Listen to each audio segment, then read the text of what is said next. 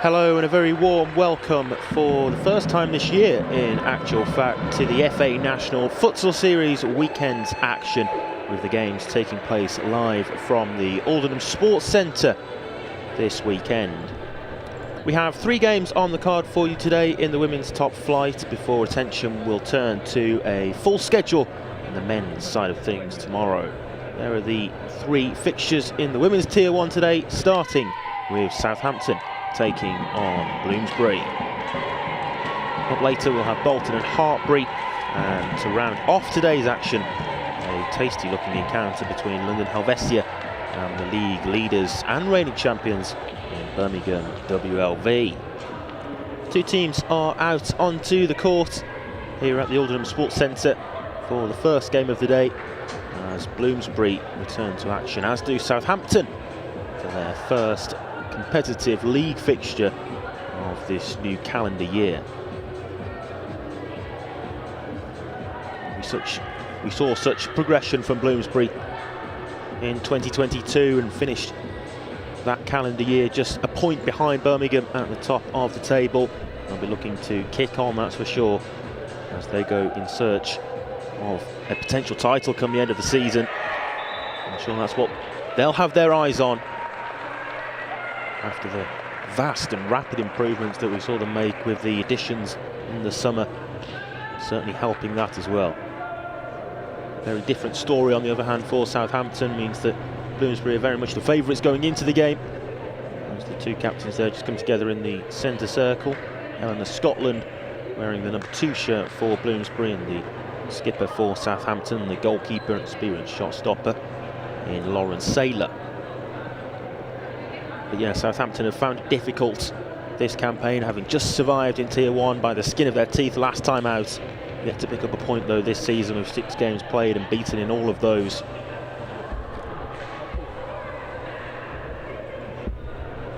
They'll have a difficult job to change the course of that proceedings today. And referees for today's game are first referee Esther Perry and second referee Andre Sequeira. Timekeeper is Paul Gregory.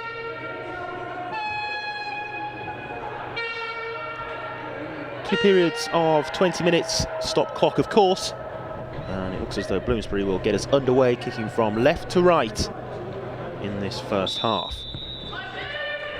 We are underway then, and it's Helena Scotland who gets the ball rolling.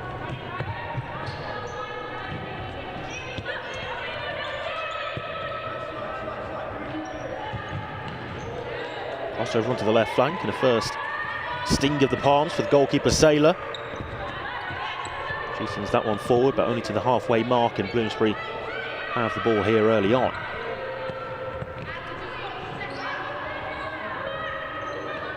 Fed in towards a dangerous area, but the goalkeeper was alert enough to come out and gather that.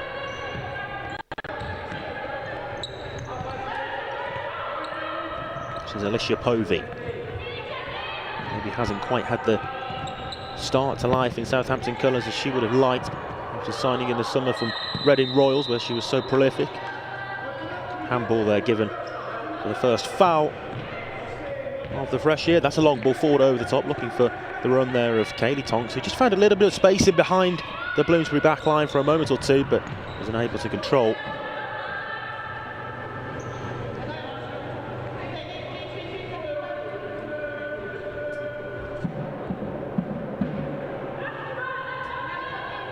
Saylor rolls that one short to Rebecca Tonks, and her sister Kayleigh Tonks pokes it round the corner to Povey. Southampton coming forward over the halfway line. It'll be an Aztecs ball.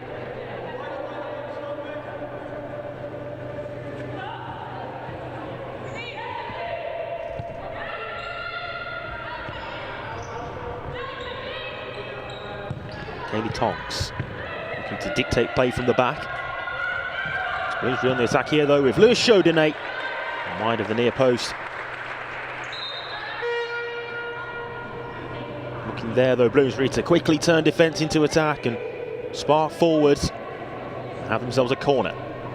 First set piece, let's see what they can work from it. It's taken and set back for the strike, and Had to be alert, did the goalkeeper there, Sailor. Scotland certainly got enough power behind the ball.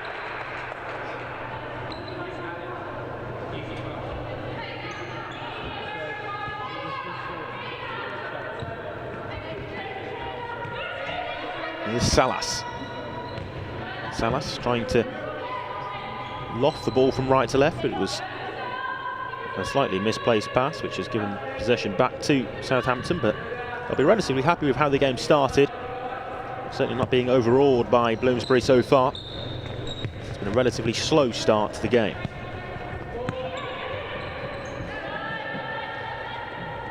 Bloomsbury kicking.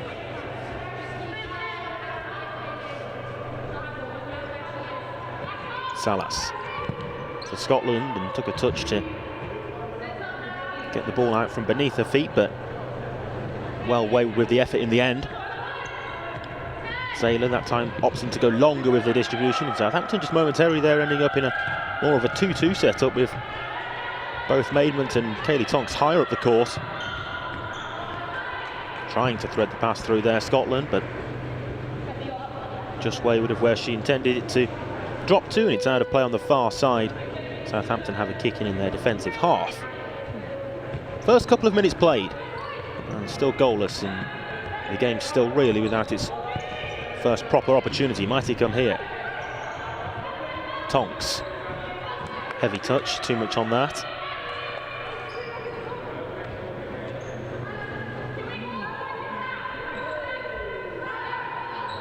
Alice Hartness-Armstrong goes short with the goal clearance. Such an experienced shot stopper and such a key asset now to this Bloomsbury side, but she might be called into action as Southampton look to turn defence into attack themselves. Bloomsbury win it back and are on the attack though. Played round the corner and it's a good save by Sailor. Not sure how much she really knew about it, but a bit of an unorthodox style to how that one was kept out. To Lewis Chaudinay. Lewis Chaudinay squirms away from the first defender. Scotland. That'll be a corner.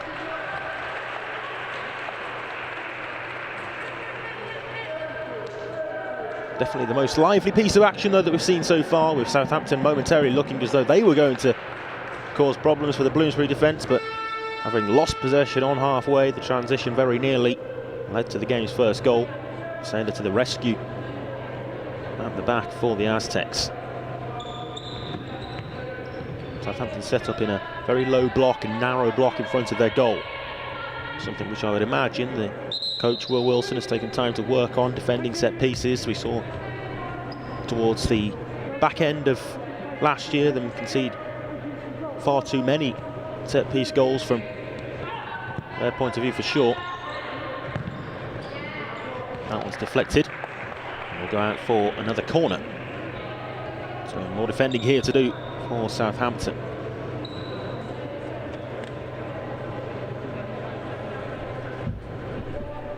Still 0-0. As the corner here is to be taken from the right, and the full second count being pulled up, so that one will be overturned for the goal clearance. For Salem, I think it was, who was just trying to make sure that the ball was stationary before taking the corner, and in doing so used up the allotted 4 seconds. Here is Frith Salem, across the face of goal, but nobody there at the far stick to turn it in.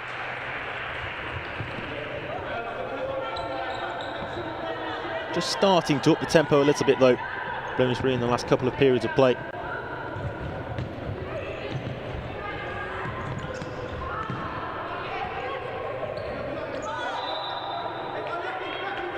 Rebecca Tonks there unable to prevent the ball from crossing the near side touchline, and it's out for a kick-in.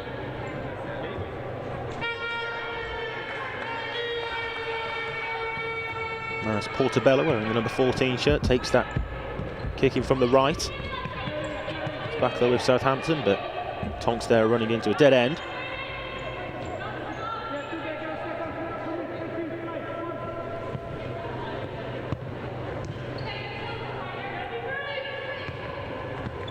Portobello, another one of the summer signings who have made such an impact for Bloomsbury since joining in the summer. Portobello picks a good pass there, and it trickles its way through, but fortunately somewhat for Southampton, drops wide. Real opportunity there for Tessa Long. But the New Zealand international denied by the outstretched left leg of Lawrence Ayler.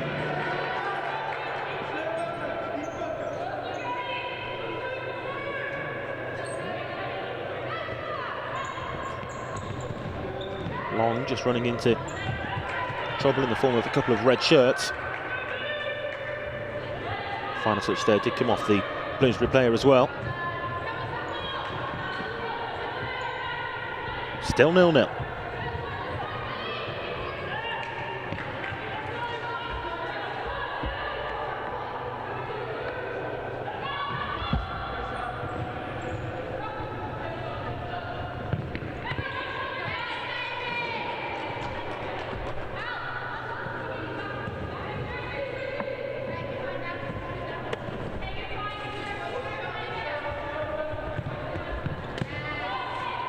It's a loose pass, and he's given the ball back to Southampton inside the centre circle. They'll be happy with how they've settled so far, though, the Aztecs. And keeping Bloomsbury at bay so far. Hartpury drops that one short for Crackman to build from the back.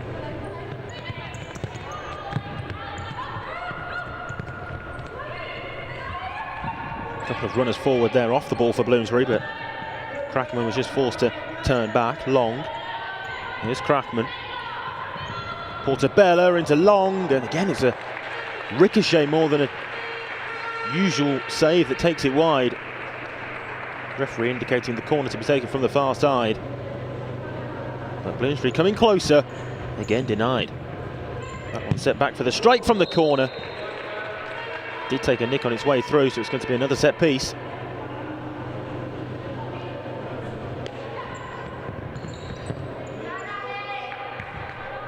Hook clear that time by Alicia Povey.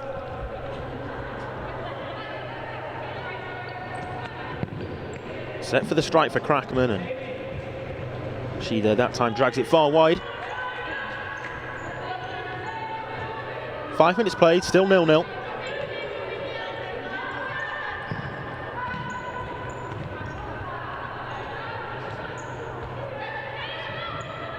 Armstrong out to Portabella.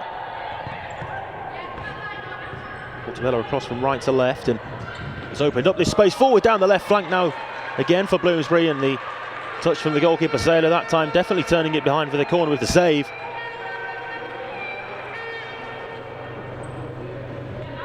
Edging ever closer though to the game's opener. Set for the strike from the corner again, and that time it was Portabella. Southampton maybe just guilty of overcompensating too far the other way in their defending.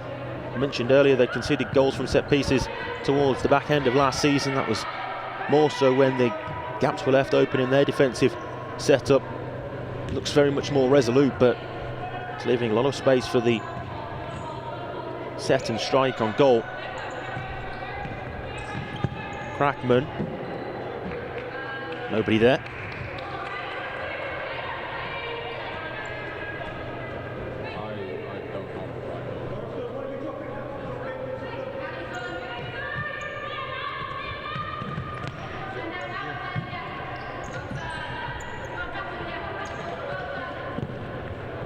Opportunity here, and there's the game's opener. Well, it was a neatly threaded ball, and Hannah Crackman on the end of it made no mistake with the finish. That's the goal that Bloomsbury were looking for, and Crackman provides it. 1-0. Excellent reverse pass, just cut through the whole of the Southampton defence, and Hannah Crackman with yet another goal since her summer move. 1-0.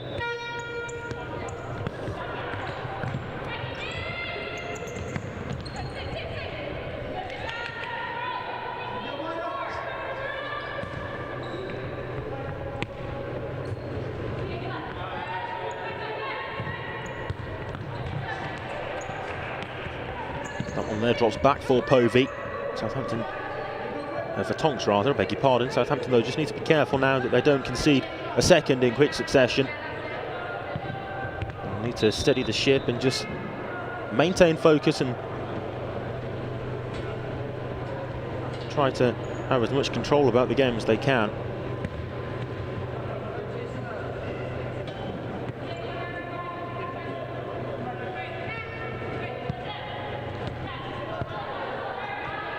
Portobello across, Crackman. It's fired, but only against her own teammate there. I think it was, who actually got the block in.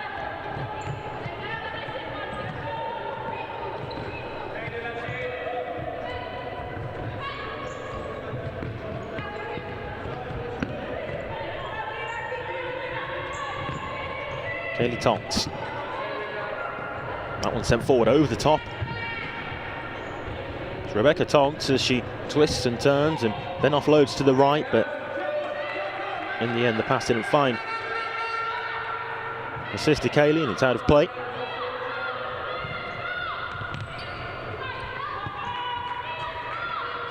Salas. Portobello. Turning inside the centre circle. Cross again to Portobello and through the legs of Povey.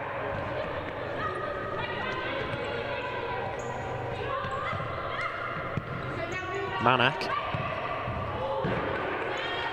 Shot was taken from long range from Tessa Leong and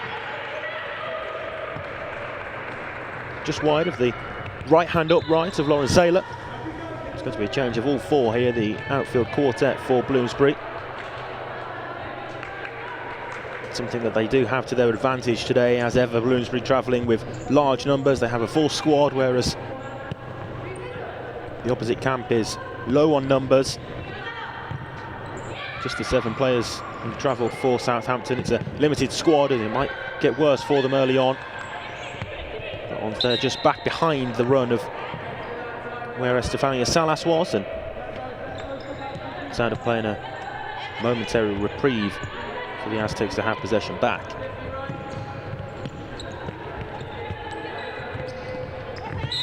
Povey fouled. Nothing malicious about it, but just a late trailing leg from Thackeray.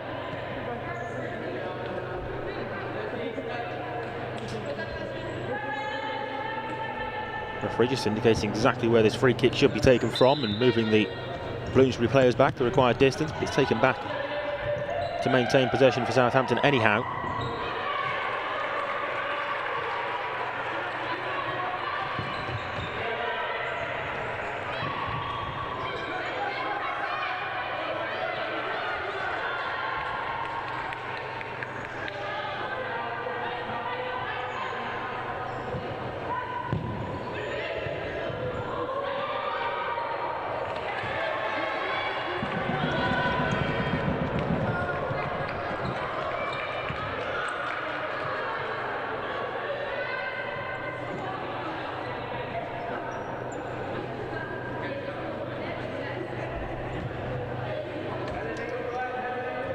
Apologies for the momentary loss of coverage there, but hopefully we are now back with you.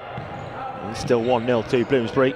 Southampton were on the attack, I think, when we lost you, but nothing coming of that particular move forward, and possession now back with Bloomsbury in the Southampton defensive half. So 1-0, courtesy of that Hannah Crackman goal. Scotland there digs out the shot with her weaker left peg, and it was skewed wide.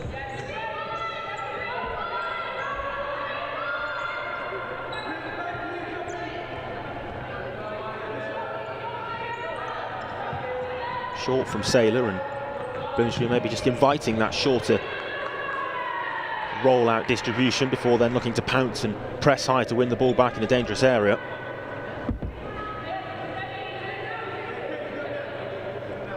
An injury concern here for Rosanna Thrift-Salem, I think it is, for Bloomsbury.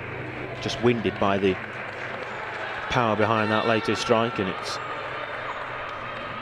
just an opportunity for her to regain her breath and back to her feet. Curtis across to Saylor. First venture forward for her today. Picks out a good pass as well to Harris. Harris across the face of goal, and it's turned in for 1-1. Alicia Povey, and we're back square. Excellent use of the extra player with Lauren Saylor stepping forward, and far too much space. Might be a bit of an inquest in the Bloomsbury camp as to how that was allowed to happen. But Povey and Southampton won't care at all. And we're level again, 1 apiece.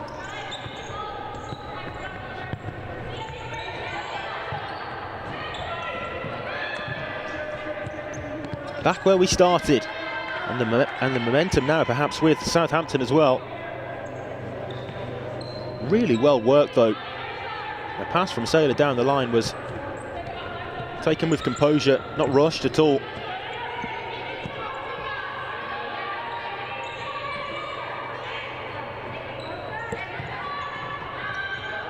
Salas trying to squirm free, but it runs through to the goalkeeper Saylor in a more regular goalkeeping position to do her more regular goalkeeping duties, as Tonks there was somewhat fortunate to break through. The first challenge across to Povey again. That's another big chance for Southampton. Off target that time, Povey, but again in a similar area of the court, a very dangerous area of the court, and finding lots of space. Didn't quite catch it on the replay there, but Povey seemed to have all the time in the world. Maybe he could have even taken a touch. Perhaps had more time than she realised initially. Got the shot away, but it dropped just wide.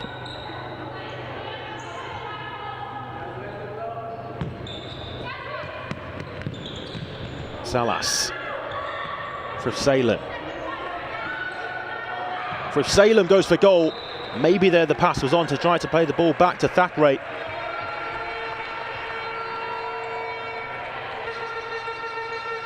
Referee just adjusting the goalkeeping woodwork as it's moved back to the correct position. But one apiece. And Southampton here on the attack again. It's Curtis.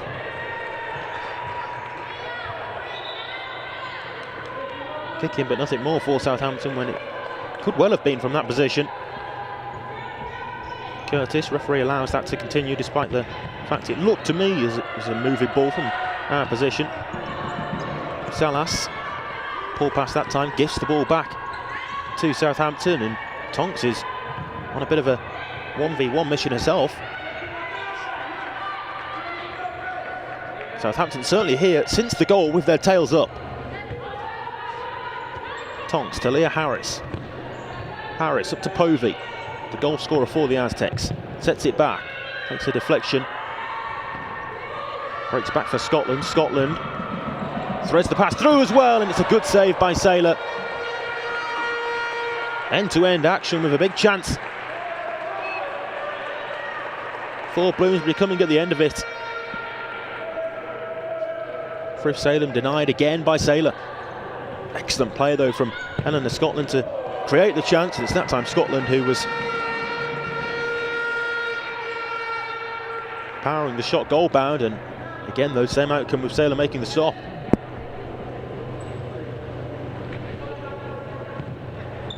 Corner, and it's set back again, but that time Scotland gets that one all wrong. And a new ball being called for in actual fact as well.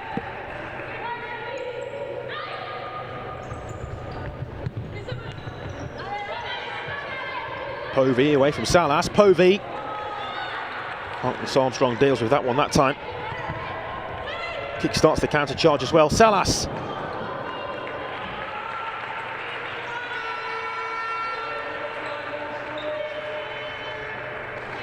Certainly no need for Bloomsbury to panic. They've managed to create a couple of opportunities since conceding themselves.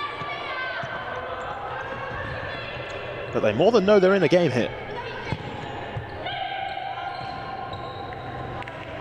Trying to find Povey in behind the Bloomsbury fix that time, but I think the goalkeeper Armstrong would have had it covered anyhow.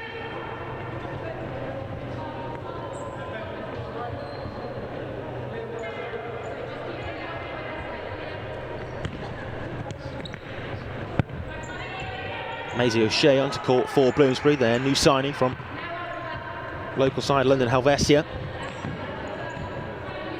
One of the members of the recently so successful England deaf women's team as well, Maisie O'Shea. Let's see what impact she can have in the gold and black of Bloomsbury, but Southampton there calling for a timeout, and of course can't have a timeout until it's their possession out of play, so just a mistake from the timekeeper Paul Gregory being corrected.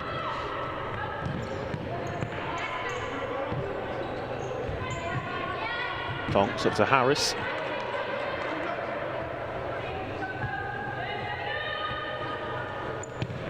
but a definite indication that Southampton there want to have their minutes time out at the next possible opportunity. Here's O'Shea.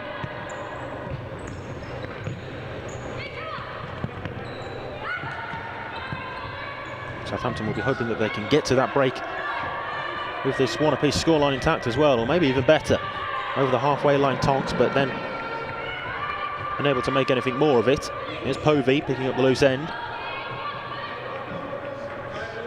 Far too far ahead of the run of Nicola Curtis to her right though. It's out of play for the Bloomsbury kick-in, and here we see the opposing styles of defensive structures, with Southampton very much dropping back into a deep line block.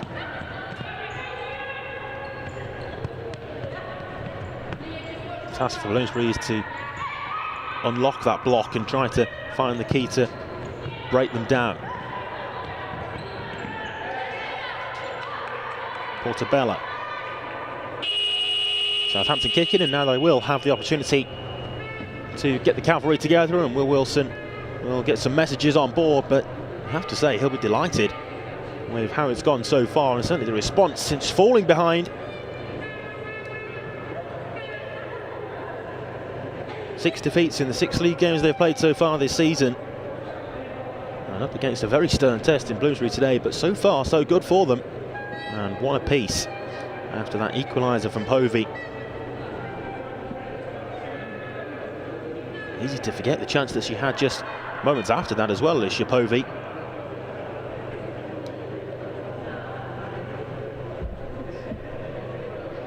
Problems to solve then for Bloomsbury as we take a look at their squad, and the strength in depth that they have as well could come to play with the latter stages of the game.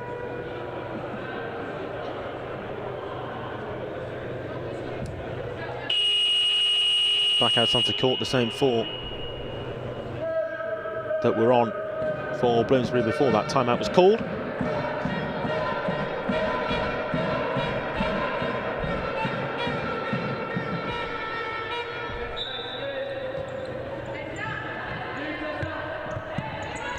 Saylor. Maidmans. Harris trying to wriggle free, but in dangerous position inside her own defensive penalty area. Curtis, O'Shea with the challenge, and the final touch coming off the Bloomsbury new signing. Taylor. Here's Maidmans, heavy touch, and it could prove problematic. Very nearly gifted the chance there for Long.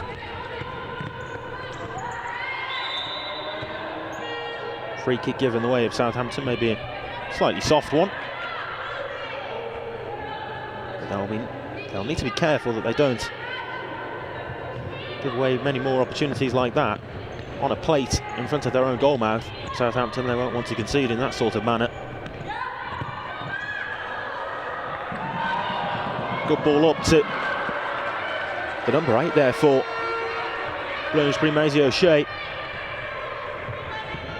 Here's Tonks. O'Shea. Good touch. Manak as Southampton retreat again.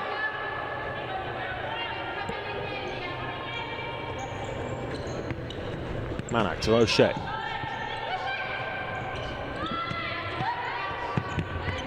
Portobello, nice footwork away from Tonks. O'Shea maintaining possession well here, Bloomsbury, but most of it in front of the Southampton defence.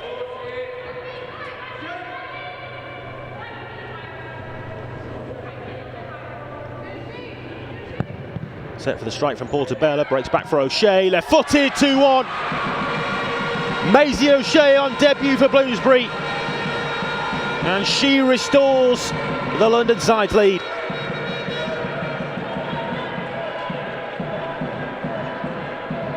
Through the legs of the goalkeeper Saylor, who was beaten. Just couldn't react quickly enough. And Bloomsbury now with their advantage back.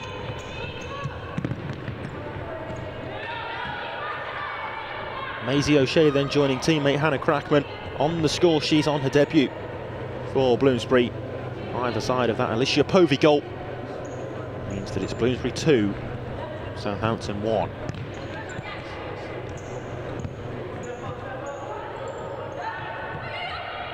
Portabella took a touch off Curtis, which had to be dealt with by the goalkeeper, Zayler, that time, who did react. Curtis, poor touch, gives it away. Is this 3-1? Very nearly. Zayler clearly animated and not happy with her outfield four.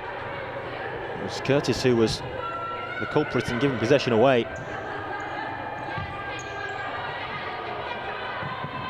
Southampton, who responded so well after going 1-0 down, now need to do that again. 5 minutes and 18 seconds left to play of this first half. Bloomsbury leading by 2-1. Portabella. Manak up to Long. Ever impressive when on court. Tessa Long. Again, it's a change of the whole quartet for Bloomsbury, and Southampton, I think, just asking the question of the referee as to whether he should start the 4-second count, but allowing Bloomsbury to do that. Fresh legs again onto court.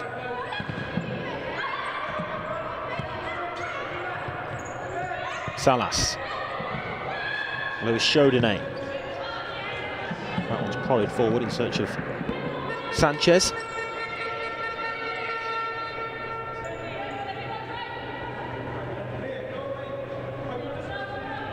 Taylor takes a position on the far side as Southampton look to use her again. That was the route to goal, really. That time, though, just running into traffic in the form of a couple of gold shirts, and then the opportunity for Lewis Chodinay as the pass was fed through to her by Paola Sanchez from centre to left.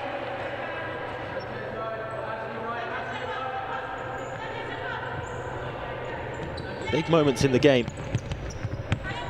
3-1 would feel like a very different scoreline to the narrow 2-1 advantage that Bloomsbury have themselves at the moment.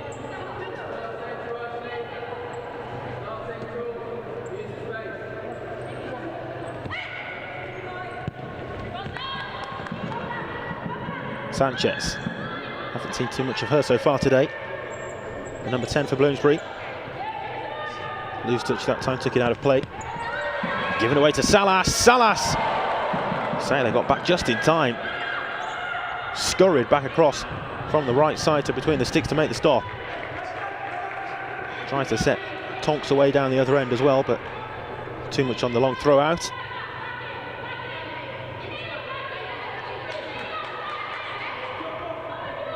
Can't be playing passes like that in situations when the goalkeeper's out of net. Salas. Still Bloomsbury looking to probe and have themselves another goal. The referee just maybe thought about playing the advantage there, the way of Southampton, but it's brought back for the free kick. Leah Harris, I think, just initially thinking the ball had been overrun and the decision had gone the way of Bloomsbury for the kick in, but definitely Kaylee Tonks was caught, and that's why the free kick was given. Salas scrums away well. Salas still in possession, forced a check back but sends it back comfortably. Lewis Chodinay. Here's Sanchez. Sanchez trying to throw it through, but to nobody in particular.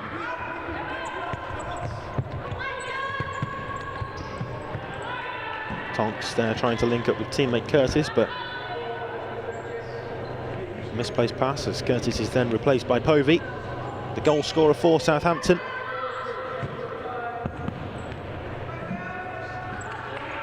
Salas with a hand of apology as she was maybe just caught on her heels from that far side set piece.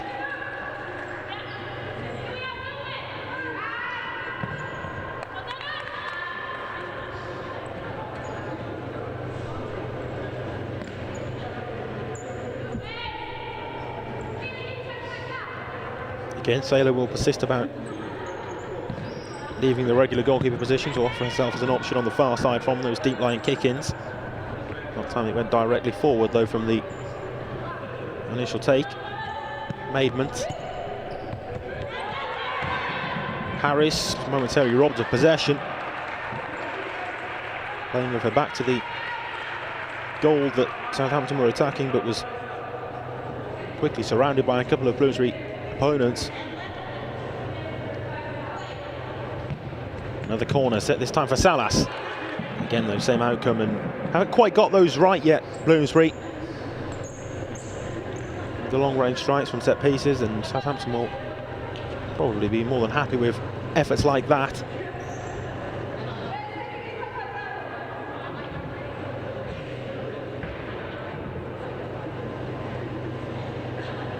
Momentary stoppage in play as the ball's just retrieved from behind the goal of Lauren Saylor. We'll be back to the action now. She dishes that one long up to Povey. Took a tumble, definitely no foul. It was Chodinay, sets it back. It was Chodinay again though, robbed of possession. Round the corner for Tonks. Tonks promising, but wide of the near post. Maybe just lost her footing at the crucial moment there as well, Kayleigh Tonks. She'll be disappointed though that she couldn't hit the target.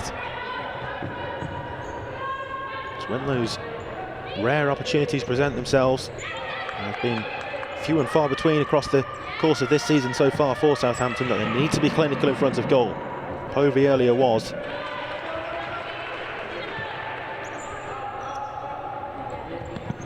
Here's Povey in possession. Only against Salas though, and it breaks back for Louise Chodinay. Louise Chodinay happy to just check back herself and maintain possession for her side. 2-1 Bloomsbury lead. It's put out of play by Maidment.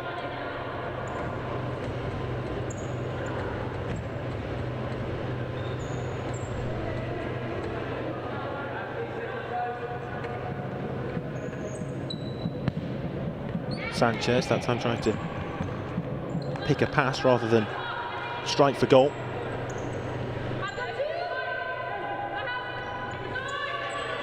Kayleigh Tonks takes that kick in, and this time Southampton utilised their goalkeeper well.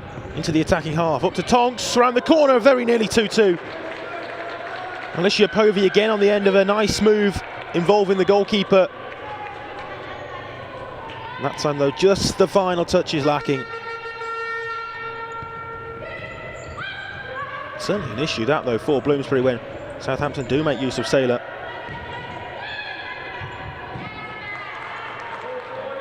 Used to try to act as a fly goalkeeper in a very unorthodox original style. As we take a look at that latest chance again, big opportunity for Povey.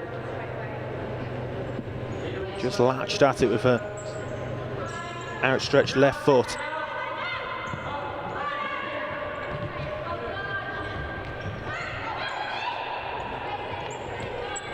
Sanchez. Louise Chodinay.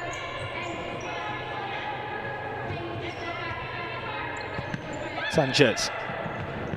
Salas. Deflected out and behind for the corner. As once again we'll see a change of all four, a line change for Bloomsbury.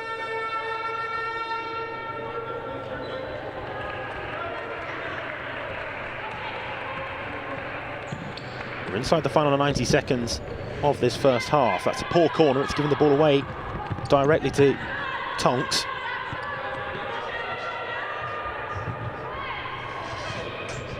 Forward ball in search of Povey, well defended that time.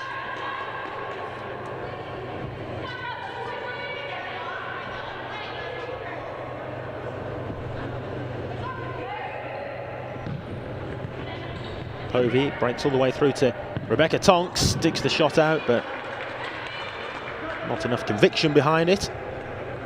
Not the direction either.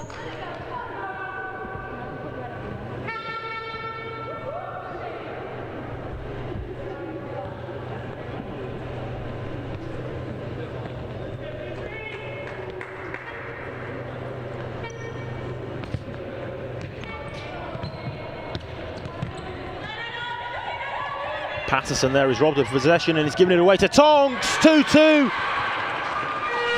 right before half time, and Southampton have come from behind again, twice in this first half. And they've drawn the game level once more, 2 apiece. And this time it's Rebecca Tonks who finds the net. Once the opportunity presented itself to Tonks, she never really looked like missing.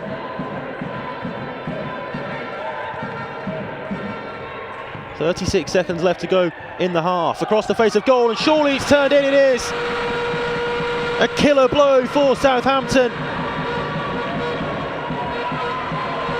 Anna Patterson, who was the culprit to give the chance away, which Tonks took to make it 2-2. That time turns it in at the far stick. Game's 5th goal, and 3 of them have gone the way of Bloomsbury. What a game we've got on our hands here.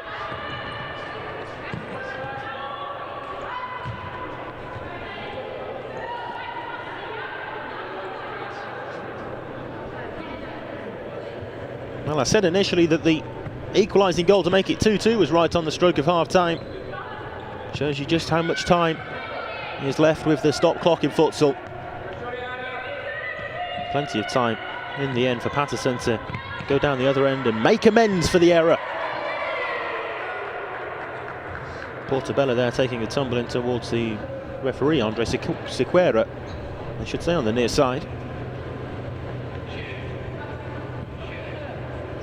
But 3-2 to Bloomsbury, with goals from Crackman, O'Shea and Patterson. Twice pegged back. It looks as though they will be leading at half-time, and indeed there is the buzzer to signal the end of the first period as we return to action in the FA National Futsal Series. And what a half it was as well. Southampton falling behind early on to Hannah Crackman's goal, but made it 1 apiece through Povey. 2-1 down when Maisie O'Shea found the net. Rebecca Tonks with a goal inside the final minute to make it 2 apiece, but Anna Patterson making amends for the error which led to that Southampton goal, and that's how we stand at half-time. Don't go anywhere, there's a big 20 minutes coming up. The half-time score, Southampton Aztecs 2, Bloomsbury 3.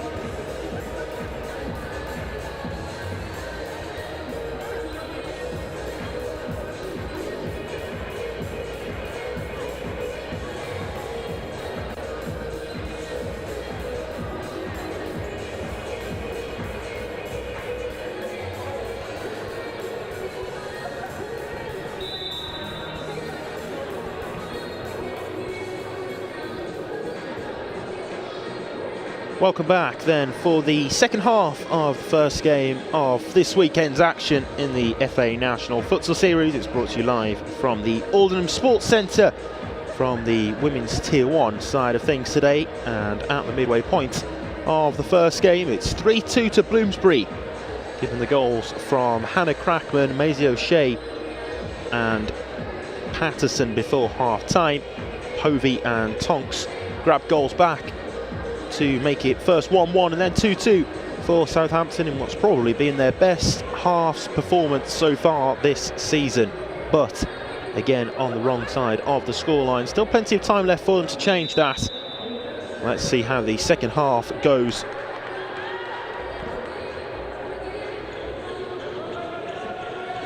It will be Southampton to get us going again at the start of this second half. Alicia Povey will take on that role. The number 9 in red and white. So it's Southampton who get us going again at the start of this second period. Will Wilson's side, and they're kicking from left to right in this second period of 20 minutes.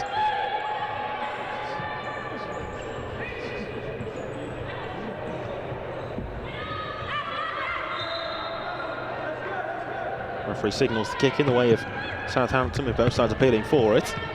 Louis Chaudinet back to get it, her body in between player and ball to shield that one out and successfully win the kick in. Would have been such a settler though, that goal from Anna Patterson just before half time to restore Bloomsbury's lead. Scotland's made a good parallel run here. Scotland on the end of the parallel pass down the right flank from Steffi Salas, but the double ricochet meaning that the final touch came off Scotland. Maybe playing in more of a attacking role today than we see from her usually. Too often plays as the fix at the heart of things for Bloomsbury, but maybe venturing forward a little more. We'll drop back in here. As Southampton again drop back to their defensive setup inside their own half.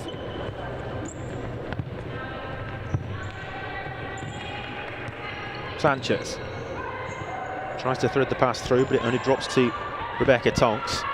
There was Chaudinet back defending once more. Tonks just running out of room. Just to drag back with the sole of her right foot, took the ball over the near side touchline.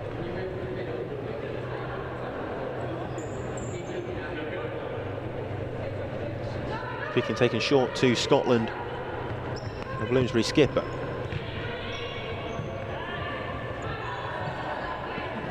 Wayward of where Louis Chaudinet was. The Bloomsbury pivot, number 12, Ashley Louis Chaudinet. Another one of those signed in the summer. They signed a whole host of players, Bloomsbury. Really allowed them to kick on, and credit to the recruitment for that. Struggled and ended up in the relegation playoffs last season, but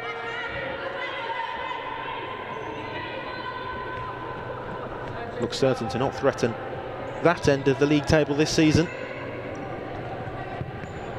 Scotland. Salas. Bloomsbury kicking. Scotland exchanging passes with Salas. All the way across from right to left into Louis Chaudinet. Louis Chaudinet holding off the defender, and Scotland, Sailor maybe just unaware of exactly where her goalposts were there. And flying across the face of goal, and in the end the touch off the goalkeeper wasn't necessary, but took it behind for the corner.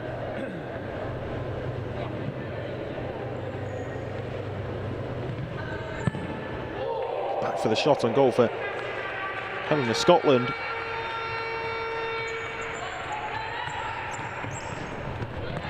Sailor in search of Kaylee Tonks.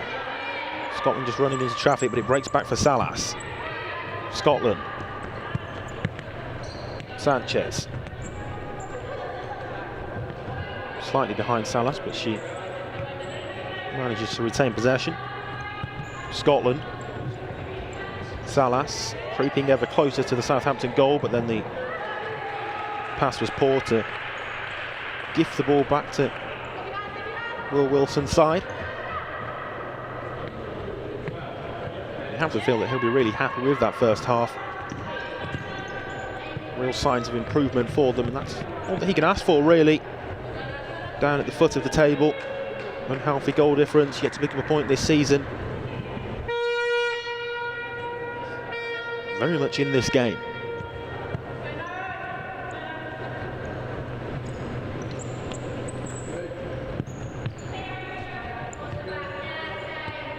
Scotland. Salas. She's seen a lot of court time so far today. Steffi Salas, as she picks up possession again. Digs the shot out left-footed, but it didn't have enough conviction behind it. And the throw out from Saylor, looking to kick-start the quick counter-attack, was too far ahead of the run of Kaylee Tonks, and she's forced to retreat back into a mentally fatiguing defensive setup. Not only physically, with the lack of substitute options in depth on the bench, it's also very tough mentally to stay concentrated for such long periods of play. And out of possession, like Southampton are having to deal with now. That was fired against Povey and behind for the corner. Bloomsbury have started this second half with a certain sense of control that perhaps they didn't quite have in the first period. Scotland. Good save from Saylor to get the all-important touch. I think he might have just been creeping in at the far post as well. If it was, then it's an excellent stop to turn it behind. Scotland just overzealous with the challenge. She looked to block the first defender. Tonks was sent tumbling to the ground, and just a word as well for the Bloomsbury skipper.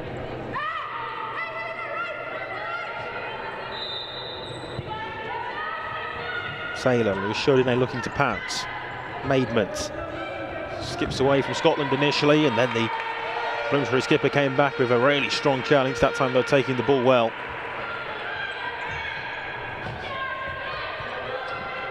Tonks. This is Rebecca Tonks, only against Lewis Chodinay. Was she fouled? Yes, she was there. Ashley Lewis Chodinay, so it's going to be brought back for the Bloomsbury free kick, and again they'll get fresh legs onto court. Good first stint though at the start of this second period from the starting five. Crackman to take this free kick. Under no pressure, just happy to maintain possession. Portobello. Long.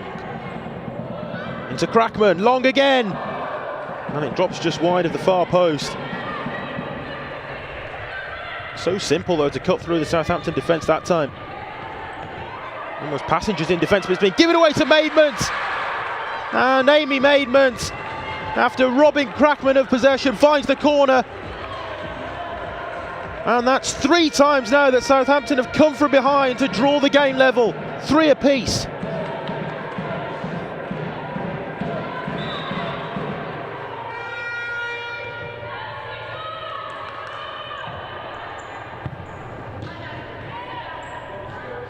Well, it was a stray venture forward in defence, which in the end proved to be the route to goal for Southampton as they won the ball back high up the court. Crackman with the error to give the ball away. No foul given from the near side official. He had the situation right beneath his nose, and not too many protestations about it as well.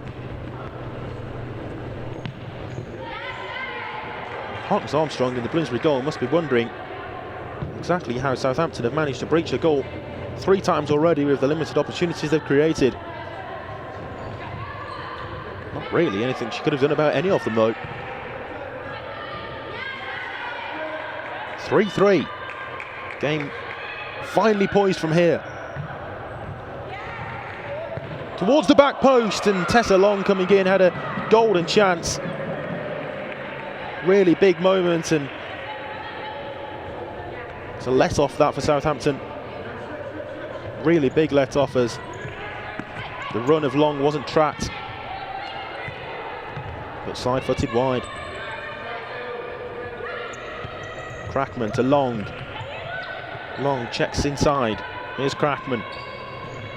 Portobello Portabella, oh, it's gone in. Not one that the goalkeeper Sailor will want to see back again.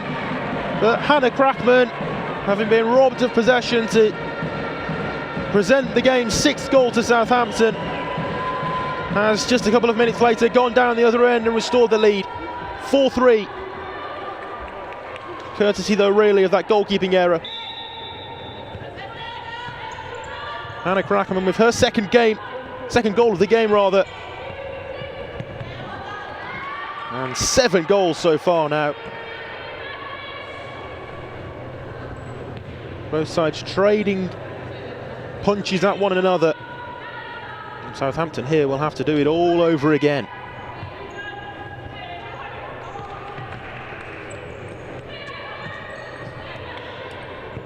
Nearly 5.5 minutes played since the restart, and two teams have come out and found themselves a goal apiece.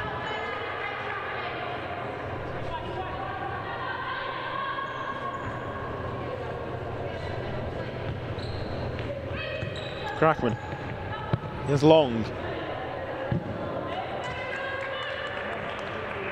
Corner given.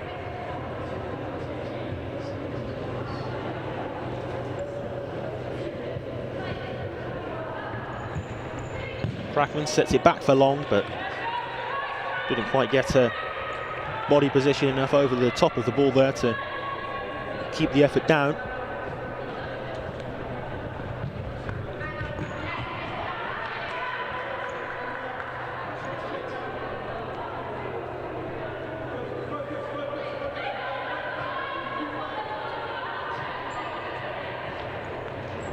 Portabella across to Long. Long looking to skip past the latest Southampton scorer in Maidment. Taylor can't have the ball back now inside her own half as Kelly Tonks sends that one forward, but wayward of Povey. Hannah Crackman with the game's latest goal, but it seems like a long time ago now since she got the opener. Two teams have traded blows since then. Ebbs and flows in the game, and the pendulum once more now swinging in favour of Bloomsbury. Towards the back post, and it just evaded the first run of Long and then the second of Crackman. Dana Manak with the pass across. Bloomsbury here looking to pounce and almost box Southampton into their own defensive quarter. Manak, options both left and right. She plays the pass left for Crackman, and then the follow-up attempt ricochets through to the goalkeeper Sailor, who is the only goalkeeper amongst the Southampton squad today.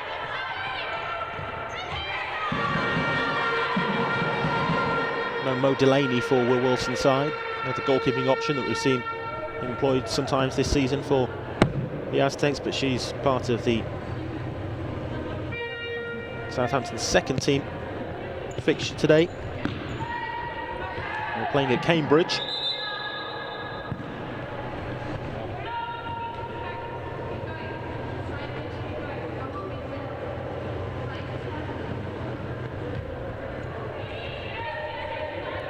Kaylee Tonks.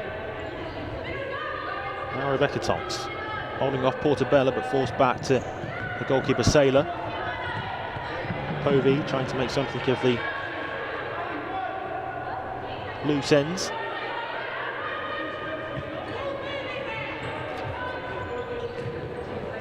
Referee again lenient with the decision to allow that one to continue. Looked as though it was a moving ball. Crackman. Portabella. Here's Manak. Portabella might open up for the shooting chance. It did, but it was blocked. Here's Rebecca Tonks. Did well to skip away from the initial pressure, but then could only take the ball into a wide avenue of attack, but has won her side the kick in here. All three of Southampton's goals have come in transitional moments. Yet to really break down the Bloomsbury defence when in possession, but it's only taking into account the limited periods of time that they've actually had sustained possession. I'm sure the match stats would show that Bloomsbury have had the large majority of the ball throughout the course of the game so far. They're in possession again here. Southampton set up in a almost 2-2 box defensive system as they change around to a diamond there, but Bloomsbury looking to probe and find the key to unlock the door again. Crackman on a hat-trick now as it's deflected wide by her opposite, number 9.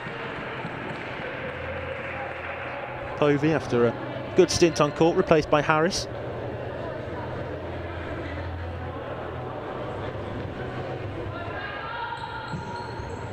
Lofted all the way across to Manak, but got that one all wrong.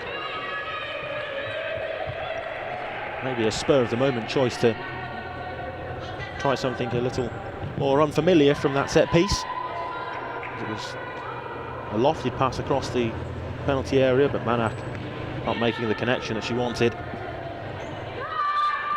It's taken short, again Bloomsbury looking to pounce. Harris has it, but in a sticky situation. No longer, but no foul given. Through the legs of Long, but only to Crackman. All the way back now with the Bloomsbury goalkeeper, Hartpury Armstrong. Her pass is too heavy to be caught.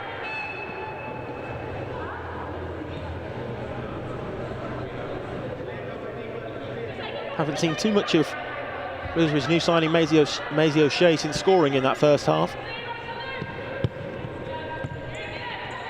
Still amongst the substitutes at the moment. Oh, Tonks there coming in from the blind side of her opposite number to win the ball back. It's Kayleigh Tonks, but well wide of the near post.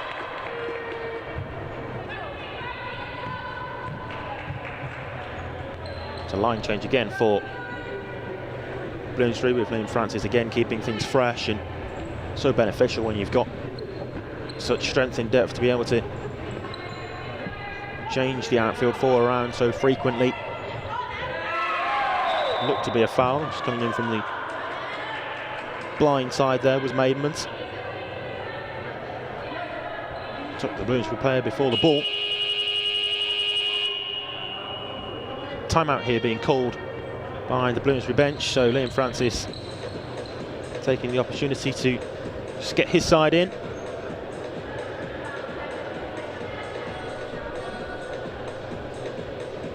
Maybe just an opportunity to set something up from the set piece chance as well. If they can find that extra goal to give them a cushion on the scoreboard in the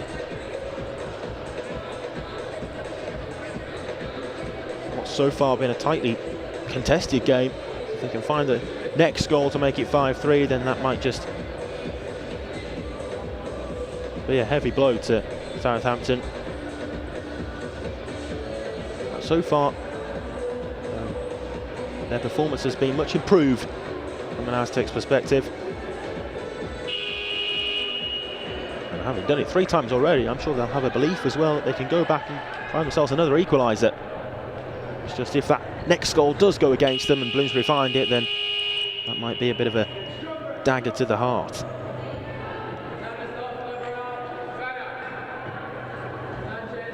.11 minutes and 21 seconds of playing time left in this first game of the day.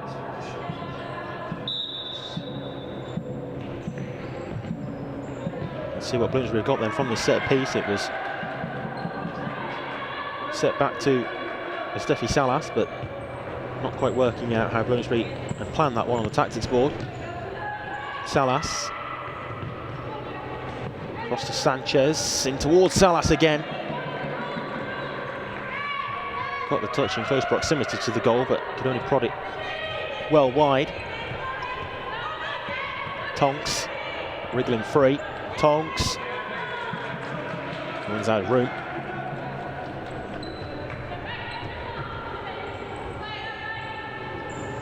Hartpury Armstrong goes short to Steffi Salas. Bloomsbury will build once more. For Salem. Scored a spectacular goal earlier on in the season. Got to be one of the contenders for the goal of the season in the women's tier 1 with an intricate flick over the goalkeeper in a game against Bolton.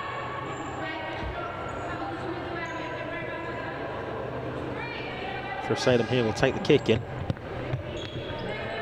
cutting through the first line of the Southampton defence, as fatigue, you would imagine, now would start to set in for the Aztecs camp. Here's Harris. Couldn't find her teammate Curtis, who was the intended target for the end of that long diagonal.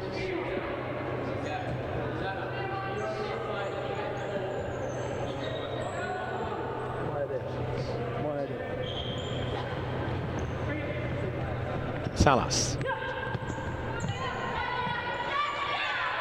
Sanchez looking for Salem, but was intercepted initially. It's back here though with Bloomsbury and for Salem, who does now have it. Salas away from her opposite number in Maidment. Salas trying to feed the pass wide right for Thackeray, but too much on it that time.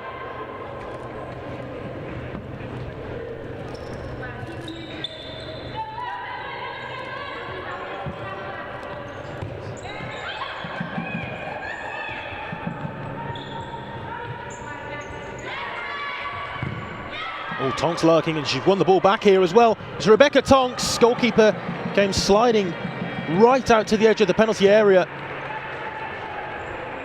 And Hartness Armstrong was called into action. As we take a look again at the replay, it's just against the outstretched right leg of Hartness Armstrong, as she came out well to spread herself. Really good goalkeeping to narrow the angle.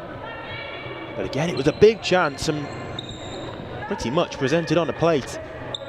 After Tonks won the ball back, the route to goal was free. Excellent turn by Sanchez. Sanchez. It's back for Paula Sanchez. Blocked away though. Salas, but that time couldn't find Sanchez, and the long throw out down the other end did find Rebecca Tonks, who had that latest opportunity for Southampton, and I'm sure will be wishing that she could have it back.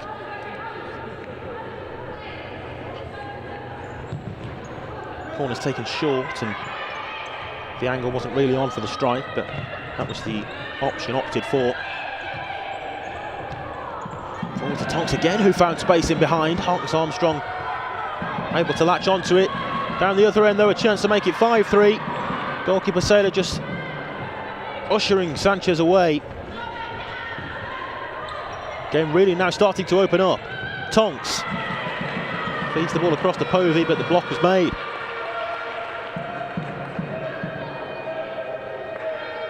To the final 9 minutes, and it's still just the single goal advantage that Bloomsbury have. Could have been very different as well if the chance was taken. Just a minute or two ago from Tonks, but now here down the other end it's Rosanna Frith Salem. Goalkeeper slips, but Salem managed to just get back to her feet in time. Another big moment. It looked for all the world there as though Frith Salem was going to add the 5th Bloomsbury goal, especially after the what seemed to be a slip from goalkeeper Saylor. Managed to react just about quickly enough though. Thackeray robbed, but managed to get back to get the touch to put it out for the kick in. Povey. Rebecca Tonks. Curtis. Moving the ball around well, Southampton, when they do have possession. Not that time though, as they run themselves into trouble. The player was ready and waiting at the second post there, Salas, who had all the room in the world. As we take a look again at the opportunity for Frith Salem, yeah, it definitely was a slip from Saylor, as the whole goal seemed to be waiting. Chance at the other end, and it's a good stop from Hartness Armstrong. That's a couple now that she's made in quick succession. Bloomsbury really need to switch on to that longer ball through, whether it be direct from the goalkeeper or a longer lofted pass. It's caught them out a couple of times now. Harris not with the pass that she was looking for. We take a look at the replay.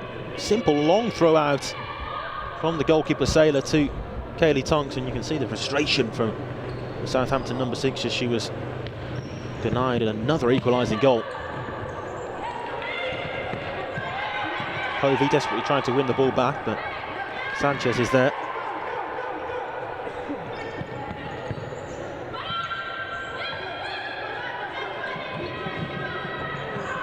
Given away again to Povey. Povey tries to skip away from Salas, but falls really wide. In the end, only lobs the ball into the hands of Hartpury Armstrong, and she looks to set Scotland away on the counter-attack.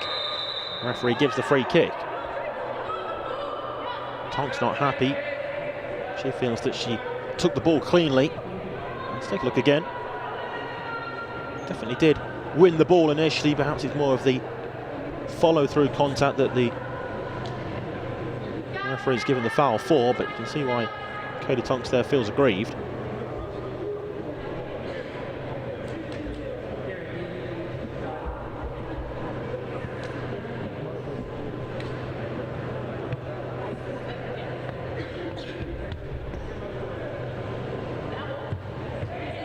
We will then resume with the Bloomsbury free kick.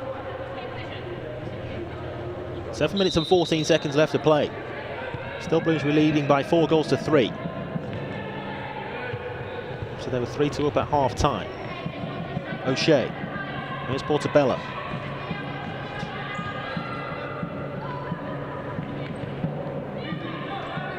Crackman.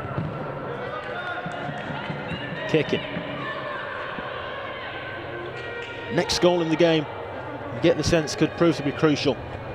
Really important moments now as we enter towards the latter stages of this contest. Portobello.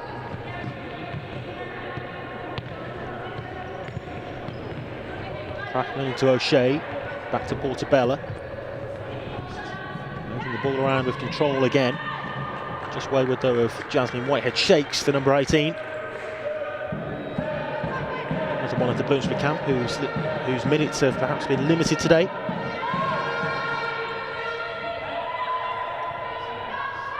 I'm sure the intention from Liam Francis before the game would have been to arrive, get the job done in the first half, and then maybe go deeper in the squad in the second period. Oh, it's spilled by the goalkeeper. And how that wasn't turned in by Tonks, I'm not quite sure.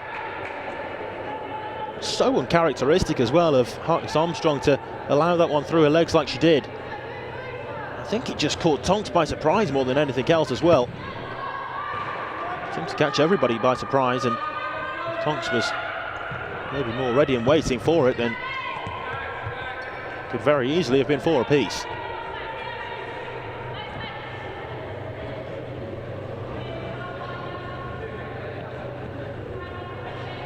Just wonder whether Southampton will think about changing tactic at any point if they have to go in search of a late equalising goal.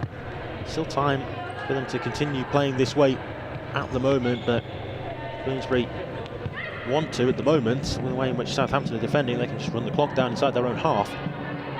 Not opting for that though, as they look to go in search of another goal to perhaps kill the game off. Giving the ball away though, here's Povey. Sliding challenge, but Povey evades it, and Jasmine Whitehead Shakes back defending well. Not the second time of asking the challenge, winning the ball from the Southampton pivot, who took a bit of a heavy whack in that challenge as well. Just stayed down as well here, Alicia Povey. Always a worrying sign for any player to remain down on the court.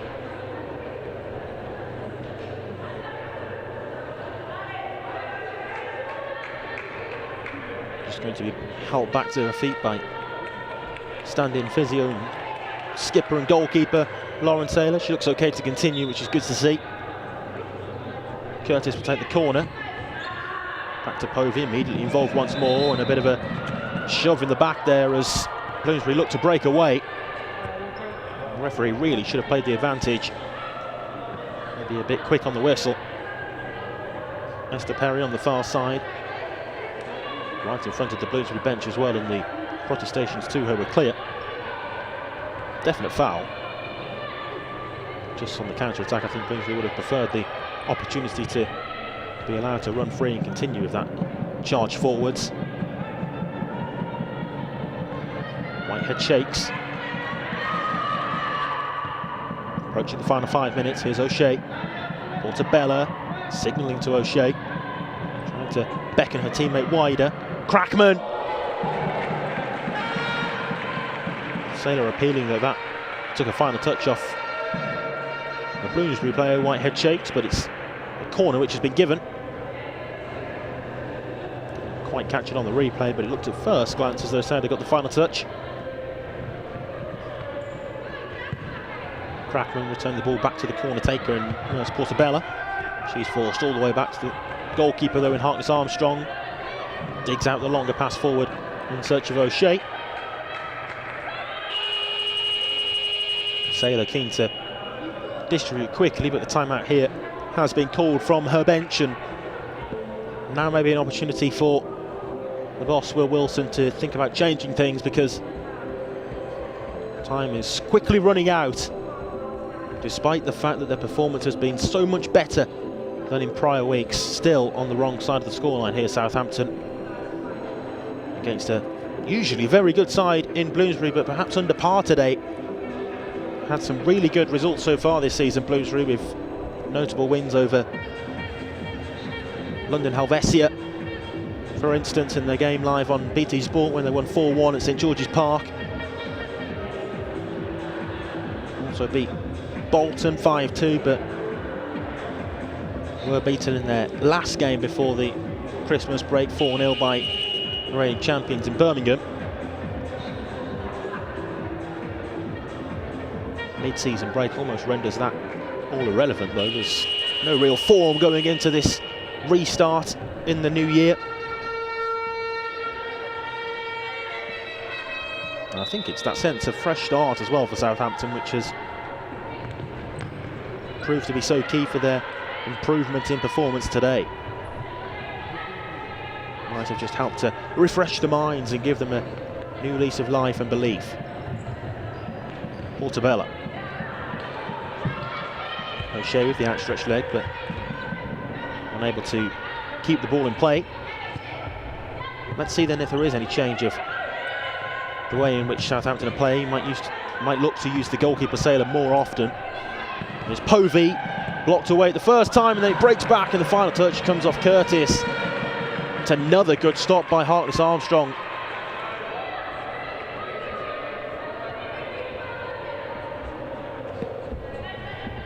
On target from Harris, but perhaps didn't quite find the corner, and it's a save that Hartness Armstrong would herself expect to make. Perhaps fortunate though Bloomsbury, that it didn't break back to Curtis, who was lurking right in the goal mouth. O'Shea, play by Povey. Into where the spectators are positioned at the Aldenham Sports Centre, down below the camera on the near side. Line of seating. There's Portabella. 4-3 to Bloomsbury, the scoreline remains. Sailor looking again to distribute longer down court. Bloomsbury kicking, still Southampton dropping back and retreating to halfway.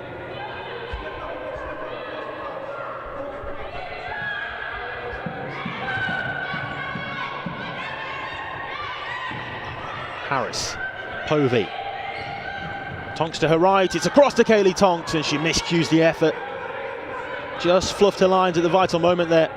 Kayleigh Tonks, and quickly now down the other end for Whitehead shakes.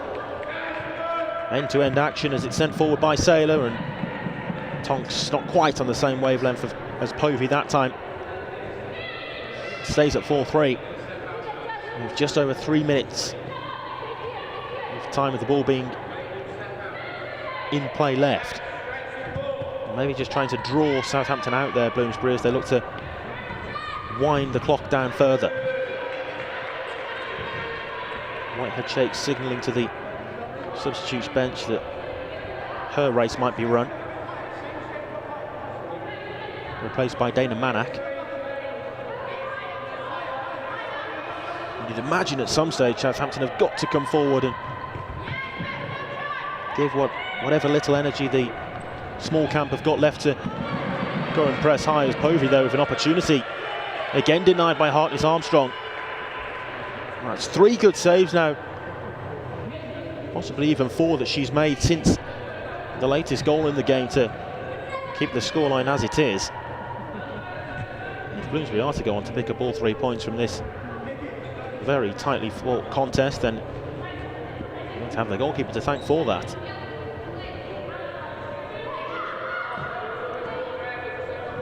Set short for Tonks.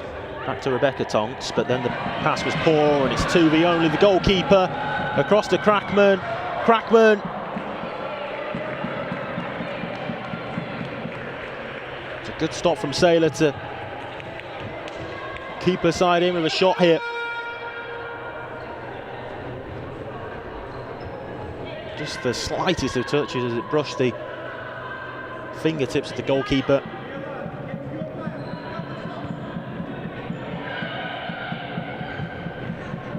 It's another stop from Saylor to palm that one away. Down the other end after it is Rebecca Tonks. The goalkeeper sends it long. Povey happy for the ball to run into touch. Saylor will be an option on the far side. How many more opportunities can Southampton create before the game is up? Really will feel as though a killer blow for them if they are to fall to defeat in this one as well. Here's Povey. Down the line for Tonks. Into a dangerous position, but nobody there in red. Crackman, twice scorer in this one so far, and she's done really well there to skip away from Rebecca Tonks. Running into the red brick wall of Povey. Back there defending. As the clock continues to tick down every second that the ball's in play. Bloomsbury edging ever closer to picking up their 5th win of the season, and they will, at least for the time being today, be heading back to the top of the table. That's all, of course, before Birmingham face London Helvecia later on today, and before that we have Bolton and Hartpury as well. So make sure you stay tuned for the action which is to follow. 90 seconds left to play here. Bloomsbury leading by 4 goals to 3. Now Southampton will press higher.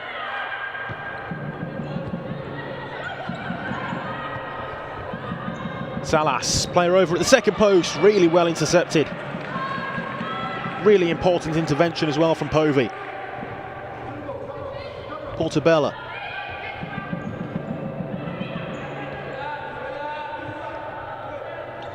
Portabella happy to turn back and play the pass to Long. Salas, corner. It's exactly the area of the court where Bloomsbury want the ball as well.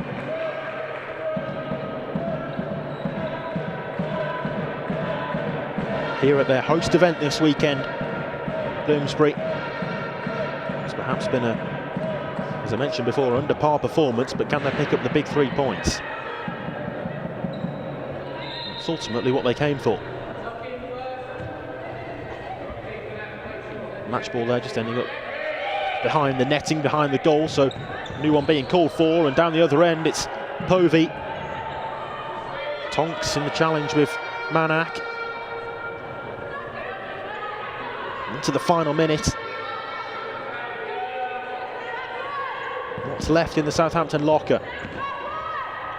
Tonks, in towards Povey again. And it will be a Southampton kick-in. 49 seconds left to play.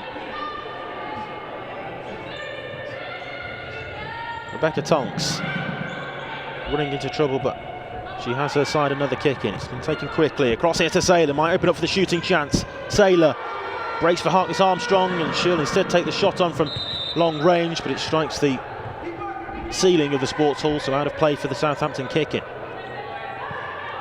Just wonder in hindsight whether it would have been better to just maintain possession there for her side there, Hartness Armstrong and Bloomsbury. She'll take her time over retrieving rather the ball here.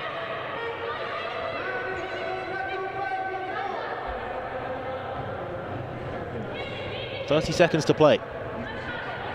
Dana Manak back in support of the kicking taker, and it's Tessa Long who takes control. Long into Manak.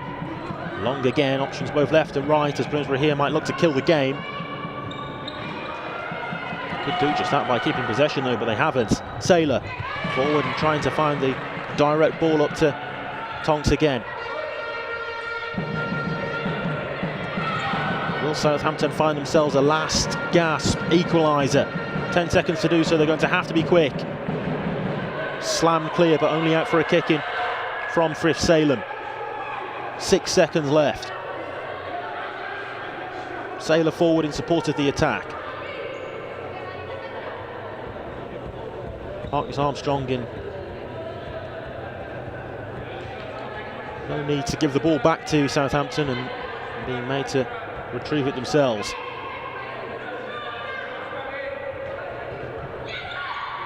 Set for Tonks, but the clock's running out.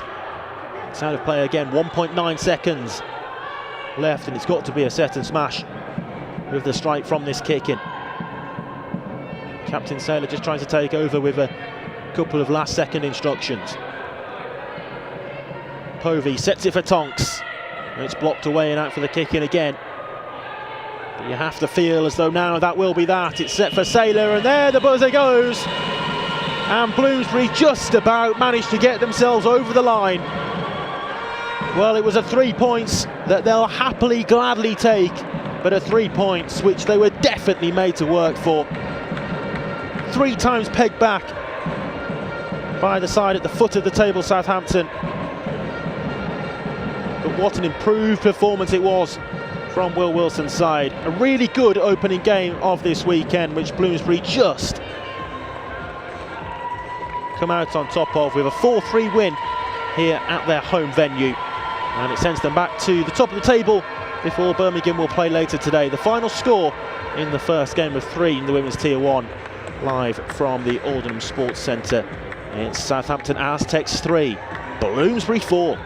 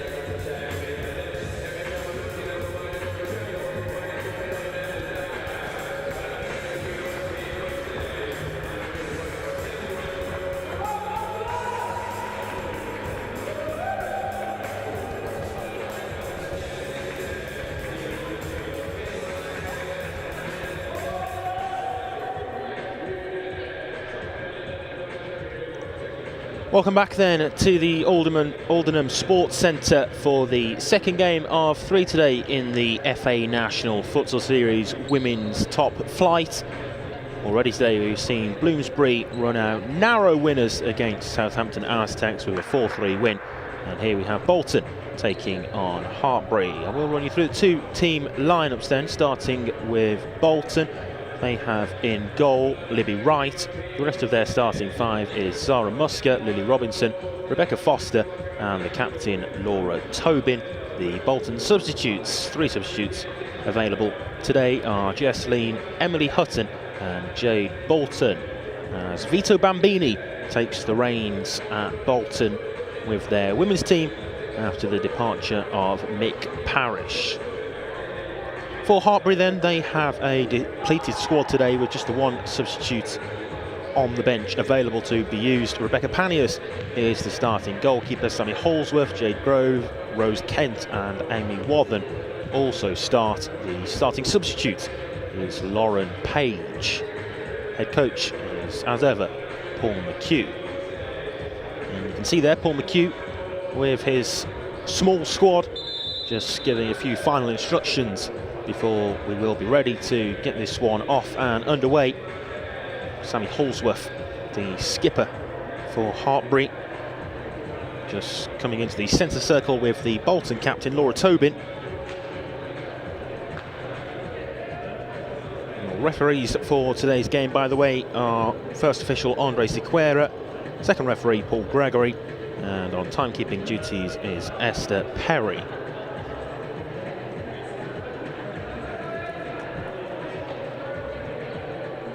It's fourth against fifth in the league standings, with Hartpury 3 points ahead of today's opponents in Bolton with the same games played, 5 matches played so far each so far this season. It is of course now a 6-team league with a couple of dropouts of Manchester and Cheshire no longer taking part in the women's top flight. It means that the bottom 2 is the places that these sides want to avoid come the end of the season. It's the top 4 where they're all aiming for.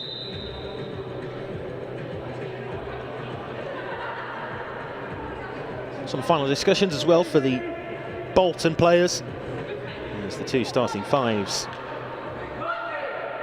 will emerge to call. Bolton already there and Hartpury just making their way out now. And then we will be ready to begin. 2 periods of 20 minutes as ever, as the referees just ensure that both benches have their timeout cards. I think we'll be seeing them both used as well, given the depleted nature of both squads.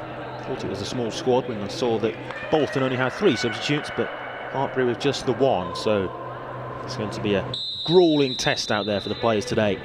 Bolton in their black strip, Hartpury in the red, and we are off and underway as Bolton get the ball moving.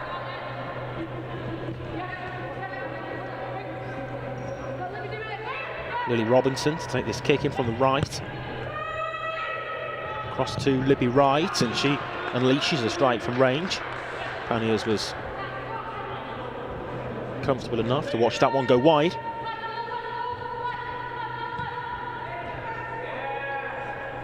Let's see if this game will be as closely fought and tightly contested as the opener today was. If you missed it, Southampton 3 times pegging Bloomsbury back, but just about managed to get over the line. They're now league leaders before the final game today, in which we'll see Helvecia up against Birmingham. But for the time being, at least, all attention on these 2, Bolton and Hartpury, coming head to head in the second game of the day. Robinson back to Rebecca Foster. Musker.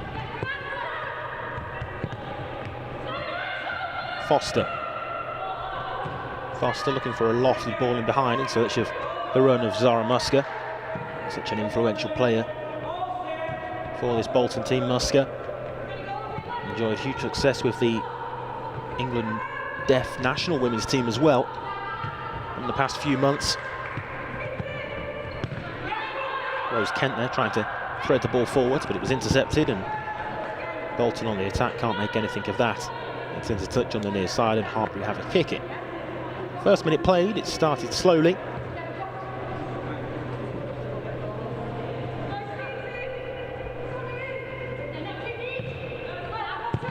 Wathen in search of the pivot in Grove, but it's a chance at the other end after the ball broke for Laura Tobin. The captain got the strike in, but it was turned behind by Panniers.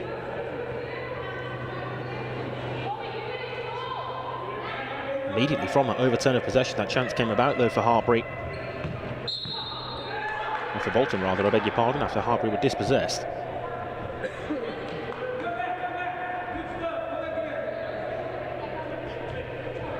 Hartpury here do have the kick.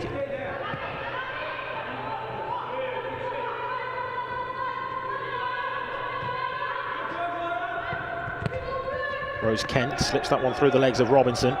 Kent still going here, might open up for the shooting chance, just in the end ran out of room, wasn't able to pull the trigger.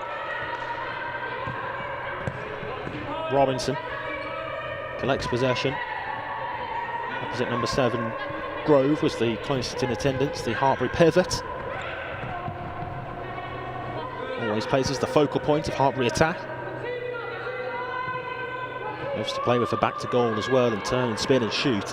Sure we'll see that plenty of times today as the game progresses. Wathen up to Grove, she flicks that one round the corner to Holsworth. Holsworth across to Kent, that's a nice move. It's Kent trying to work the shooting chance, but was just a little slow in doing so, and Robinson set away on the counter-attack. Grove happy to get back there and get her body in between Rose Kent and the ball to shield it out and behind. For a moment it looked as though we were going to get the game's opener with Hartpury on the attack, and good defending in the end to thwart the danger.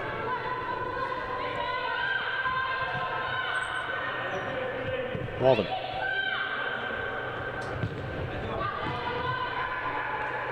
Down the line in search of Grove, but too much on it and it runs into touch.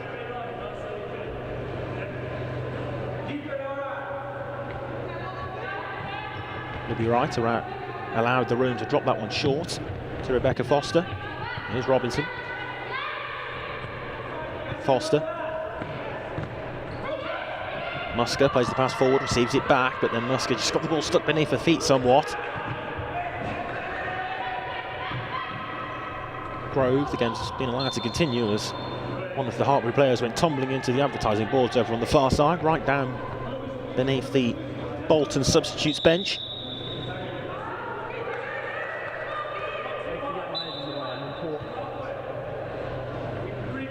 Referee just ordering the retake of that kick as he wasn't quite ready.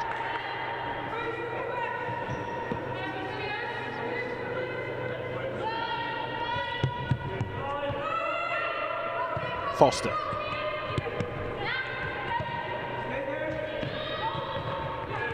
Musker, loose pass, but gets it back at the second time of asking, and the second ricochet off the pivot. Grove breaks back for her as well.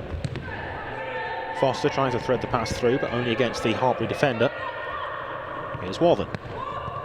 Kent. Back to Amy Wathen.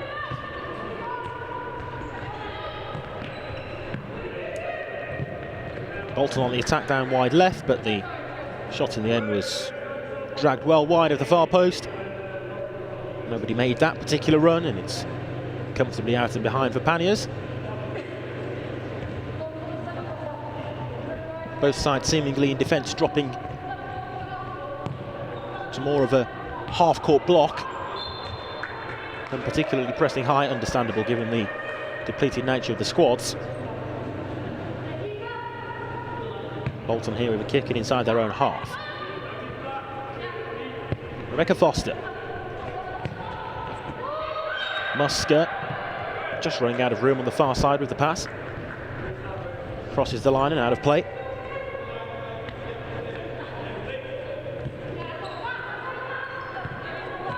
Wathen. Wathen up to Grove. Grove looking to turn away from Musker. Just took a bit of a heavy touch there though, Grove, and out of play on the far side, just running out of room.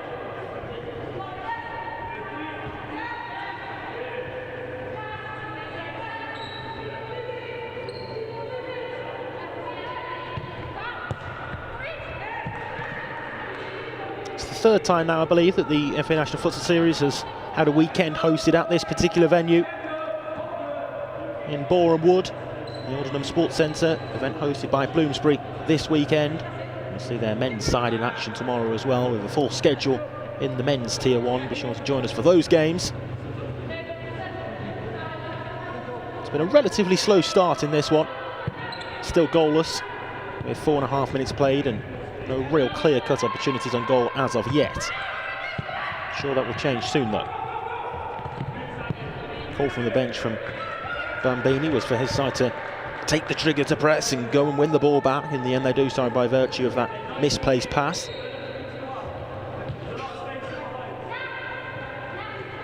Foster.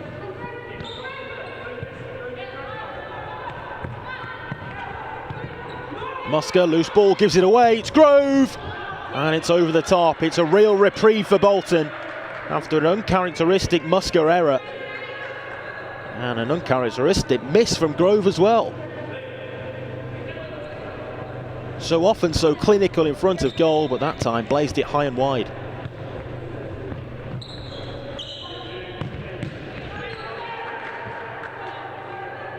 Definitely the best chance that we've seen so far. Bolton get away with that one.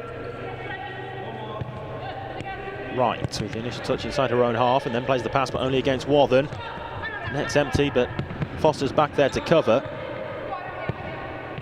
It's all a bit uncontrolled at the moment for Bolton. Dangerous, Grove, deflected by Foster.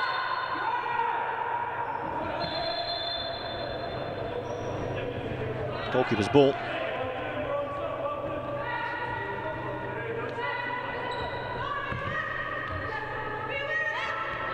Foster looking to dig out a longer diagonal pass, but nobody there in the all black strip.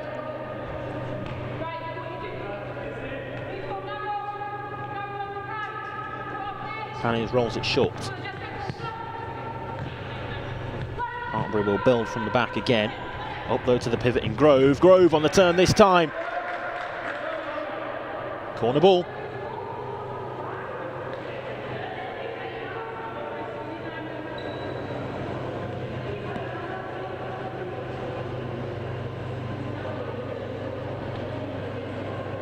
Couple of opportunities now that Jay Grove has had. It's the most dangerous player out there so far. 6 minutes gone. Bolton somewhat fortunate that it's still goalless, at least for the time being, as right there is forced to make the stop. Musker. Tobin. Both sides appealing for it, but the decision from the near side official, Paul Gregory, going the way of Bolton, to be a Bolton ball. Good diagonal, Musker into Foster, and it's a big chance, which comes and goes begging. Really nice long diagonal pass which just carved through the Hartpury defence. Rebecca Foster was on the end of Musker's pass back to her. Not the intended direction though of the finish. Just the final touch missing for that particular move.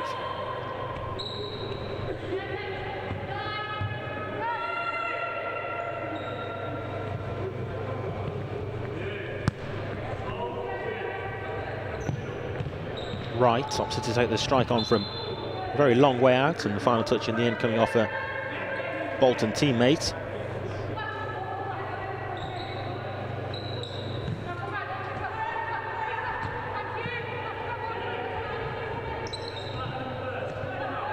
Wathen running into trouble there in the form of Jade Bolton. Breaks for Lean. Forward now with Bolton again, fresh onto the court. Bolton for Lean, flicked around the corner, but nobody on the end of it, and it's out and behind.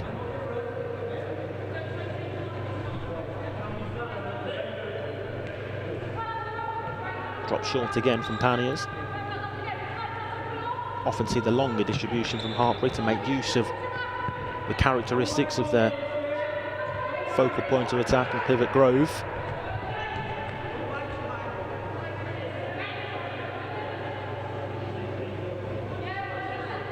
Zara Musker just taking some fluids on board on the sideline, having been replaced for the time being.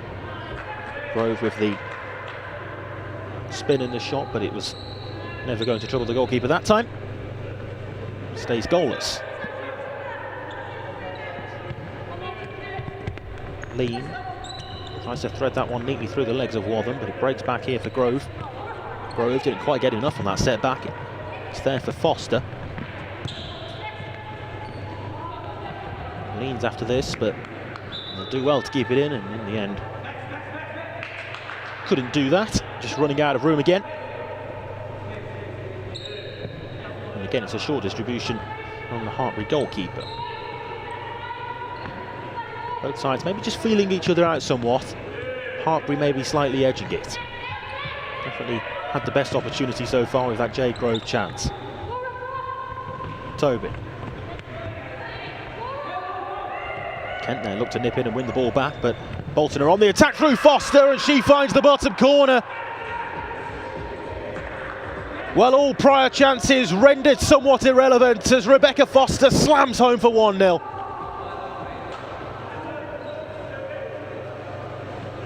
Nothing that the goalkeeper could do to stop that one.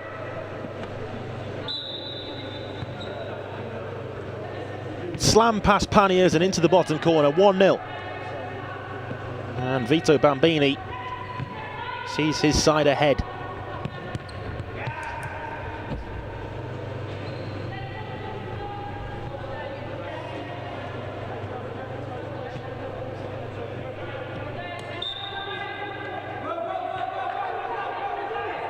Holdsworth not happy with the referee's call, but it was taken from the wrong line, behind the line, which of course the ball nowadays can't be.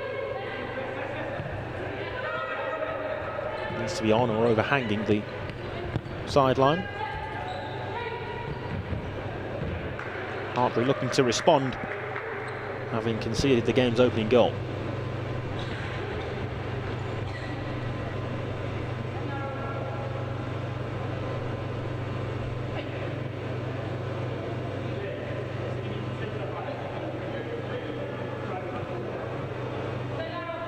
Panniers again rolls short. Wathen.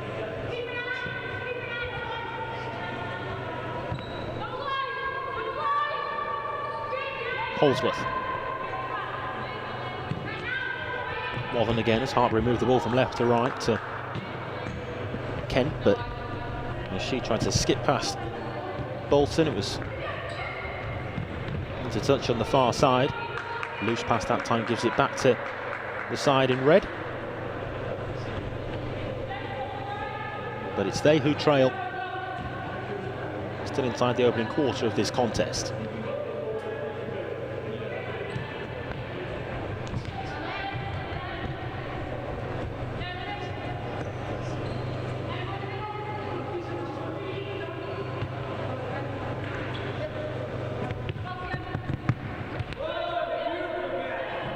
Emily Hutton, the number 5, onto court for Bolton.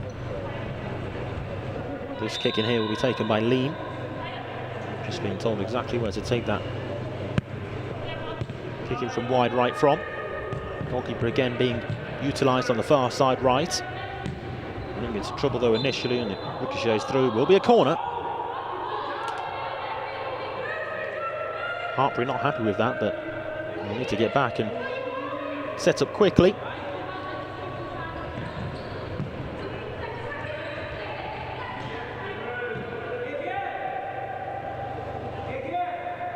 The Bolton set piece. Technically a kick in, but can pretty much be treated as a corner from that position. Again, set back for the strike from similar distance to what we've seen from Bolton from set pieces so far.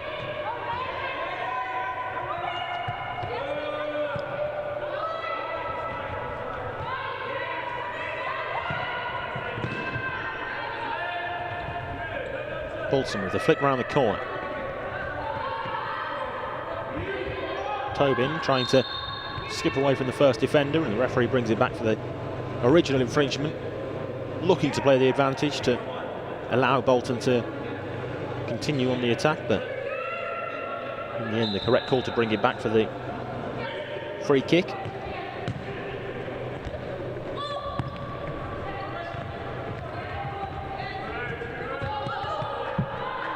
Final touch seems to come off the Hartpury player, and indeed the referee agrees.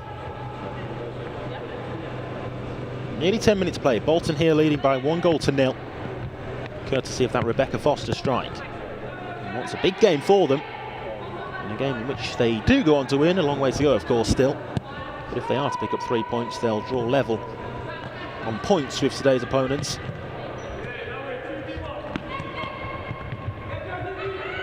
Grove plays that pass wide right, and goalkeeper came out right to the edge of the box. Narrowed the angle well to close off the avenue attack quickly and make the stop. Grove might open up for the shooting chance. That was quickly closed down by Musker, and Musker's set away here on the counter-attack as well. Didn't quite bring the ball under her spell. Holsworth, poor pass, out of play. Just not quite clicking for Hartpury at the moment.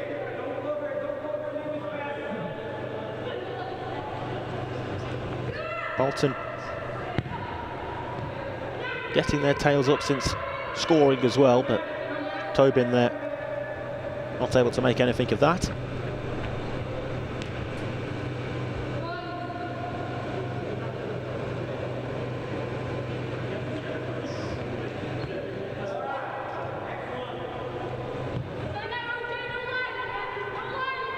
Holsworth with the captain's armband on. Back to Holsworth again, and quickly closed down again.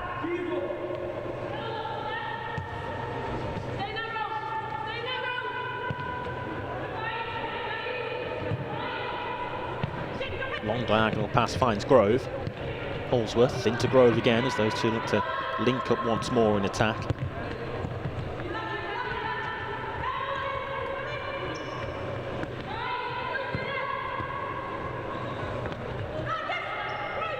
Grove.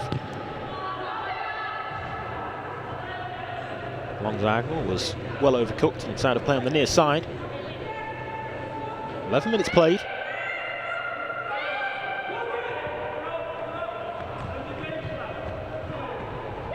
Long ball up, well controlled by Musker.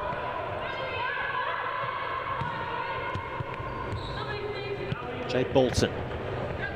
Parallel down the line for Musker, and there it's turned in at the back post by Robinson. A really well worked move, and the finishing touch is applied to make it 2. Lily Robinson on the score sheet to add to Rebecca Foster's earlier strike. And there's all sorts of problems here for Hartpury. Timeout being called as well by Paul McHugh, who immediately handed that timeout card in when the ball struck the back of Rebecca Panier's net. Advantage doubled, and Bolton with a cushion on the scoreline. First time any team has gone 2 goals ahead today. After Southampton and Bloomsbury traded blows earlier on, but Bolton with a firm advantage by the looks of things. And what we've seen in this one so far could have been a very different story had Jade Grove taken that early opportunity before Foster's strike to break the deadlock. Since then, though, Bolton have been in firm control.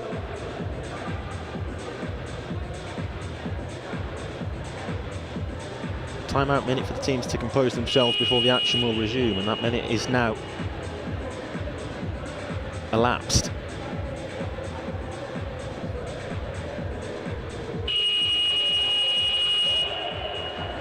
Still to come today in the women's tier 1, we'll have London Helvecia and Birmingham WLV in what looks to be a tasty clash. That one's a 4:45 kick-off, but still inside the first half of this one between Bolton and Hartpury, as Bolton just added a second goal to make it 2-0.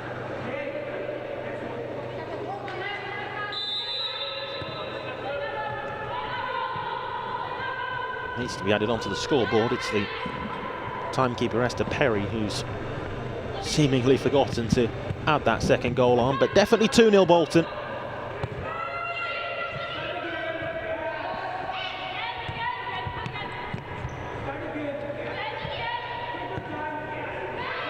Here's Wright. Loose control and should have to retreat back quickly. Bolton managed to prevent a long-range strike, testing their empty net. Musker all the way through, and well, it's a fine stop in the end by Panniers to deny Jade Bolton, as the ball broke there for the Bolton number 10.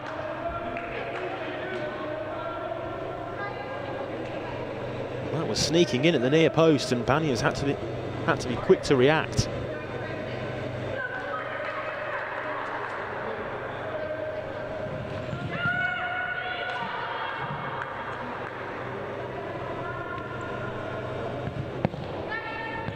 Musker opted to take that one on herself, but it was blocked by the back of Kent.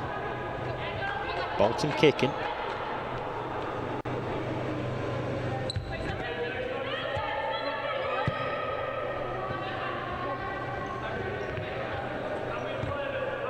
Foster digs out the long diagonal to Musker, but she can't bring that one under her spell, and it's out and behind. And Rebecca Panniers will drop this one short again.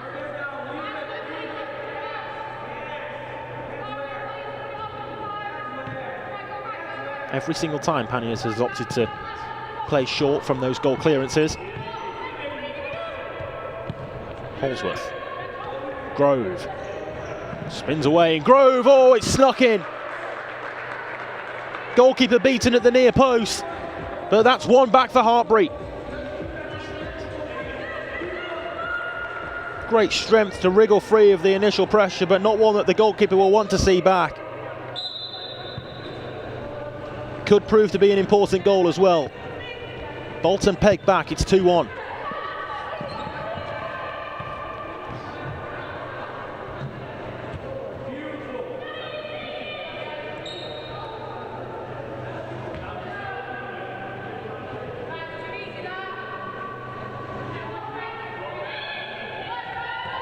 Seven and a half minutes to go until half time. 2-1 now on the scoreboard, and the latest scorer, Grove, had the ball there but couldn't bring Walden into play.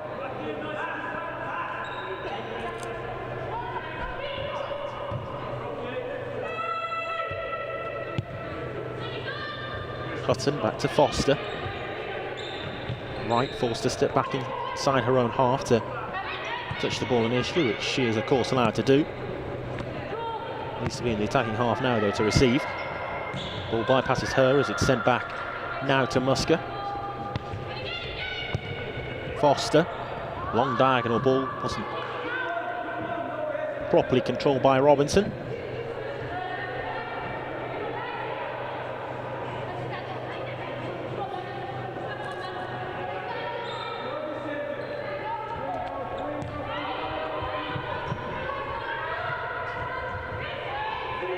Grove, option to the left in Warthern, big chance, Warthern, good save.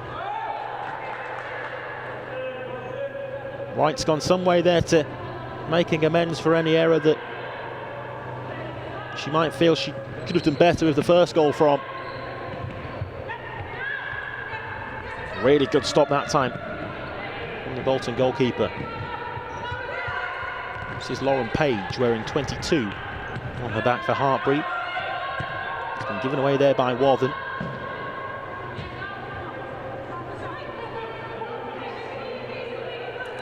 Mentioned it earlier in the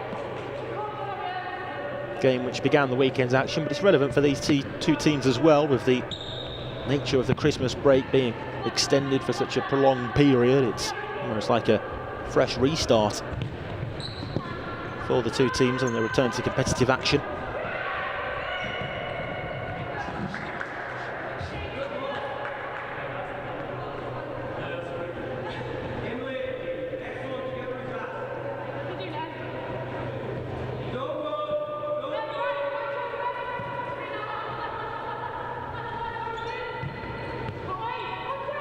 Page. Warthern up to Grove. Grove away from Foster, but only out of play on the near side, and there the buzzer sounds to signal this timeout minute called by Bolton. We saw Paul McHugh, the head coach of Hartpury, use their timeout minute when they conceded the game second, and Jay Grove there just in conversation with the match officials about something, not quite sure what, but clearly not happy.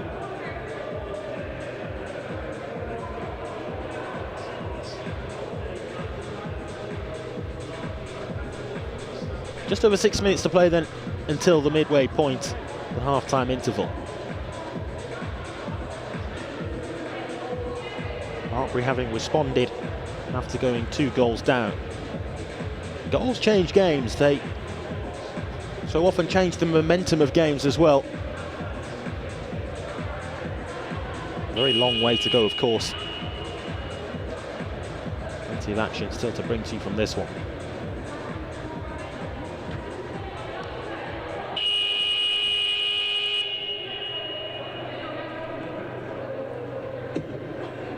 Two sets of players returning back out onto court.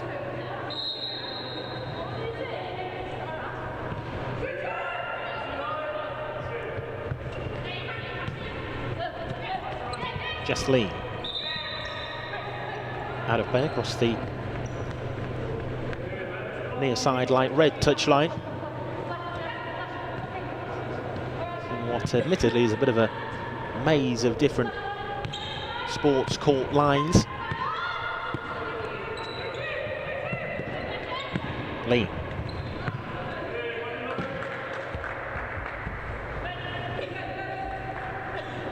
Bolton kicking with Libby Wright, the goalkeeper, venturing forward into the attacking half once more.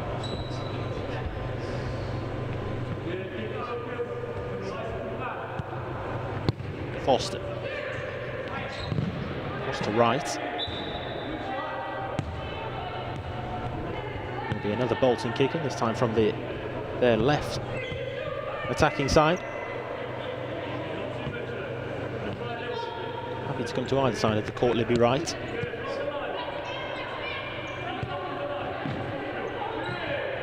Just taking the sting out of things somewhat here as well, Bolton. With the extra player, but that's a risky pass. A good, well-executed one, though.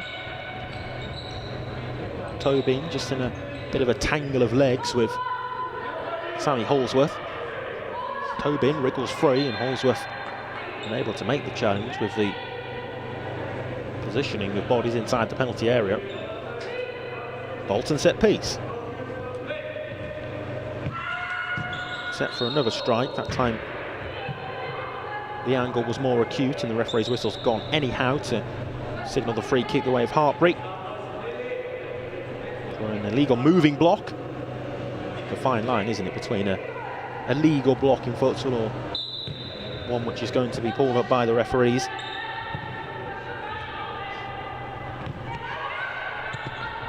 Page. Warden.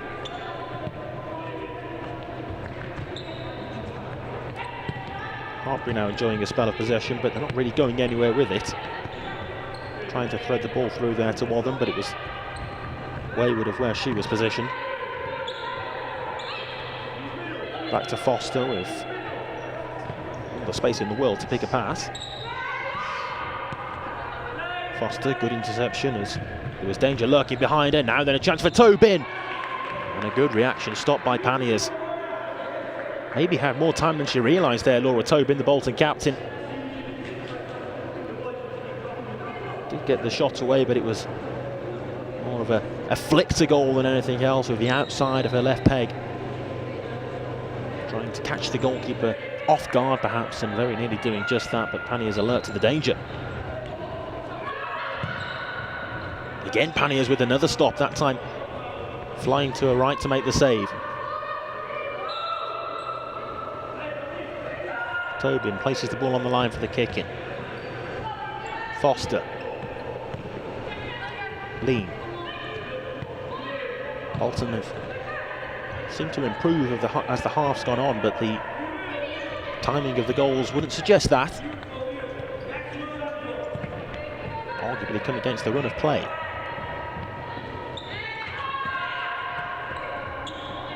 Tobin. Just behind Grove for Hartpury, and it's out again on the near side to the camera.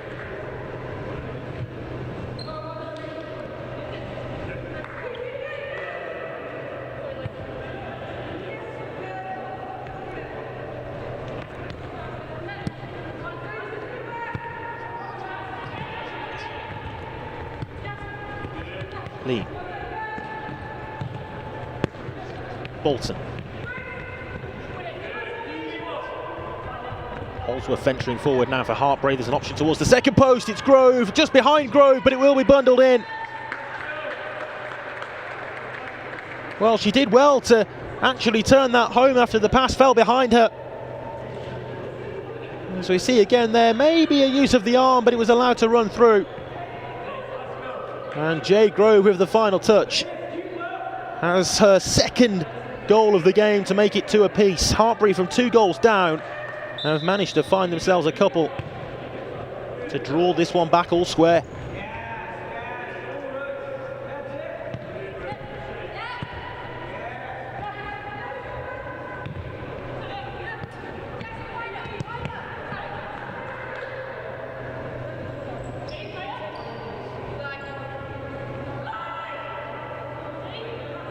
That was definitely a goal that came against the run of play after Bolton were dictating proceedings in the minutes prior.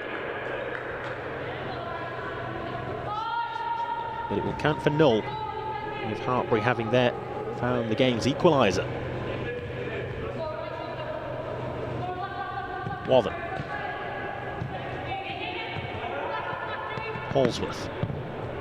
Wathen, nice first time pass up to Grove as she's held off by Rebecca Foster in defence for Bolton. Tobin. There's a runner to the left, which Tobin saw but couldn't quite feed the pass to. Last couple of minutes before the midway point. Bolton may now wish to be a little more progressive when in possession in terms of chance creation. They were happy to just keep the ball, but Grove from distance has found herself a hat-trick. Well, it was an error to give the ball away and present the chance to Grove, and she's not the player that you want to be losing the ball to with the net left empty. In off the upright, and Hartpury have spun this game around. From 2 goals down, they now lead 3-2. It's a hat-trick as well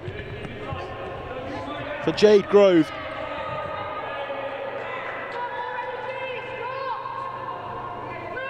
Brilliant technique to find the net. Not easy that from inside her own half. It's a shrinking target from that sort of distance, but pinpoint accuracy and with the help of the post makes it 3-2.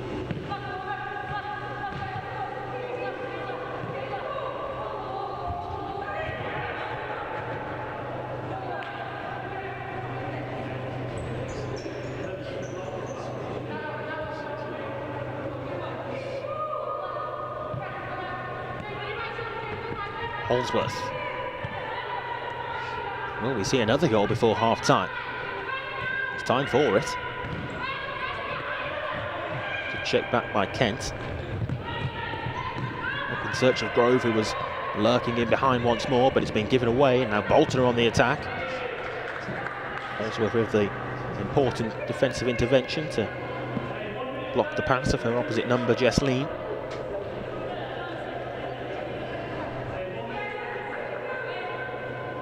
Paul McHugh must be delighted with the response from his side after the timeout minute was called.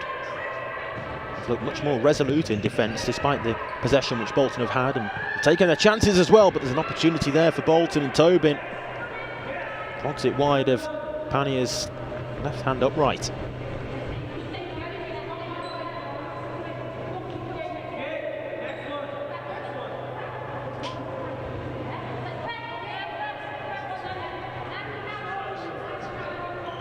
Another game which has swung to and fro.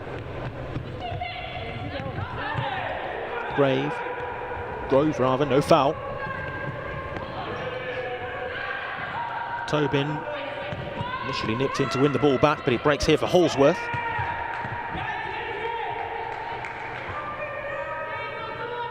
Grove was initially asking the question of the referee as to whether that should have been a Hartpury free kick, but the ball judged to have been won cleanly. Grove here again, trying to make some space. Back across in search of Grove.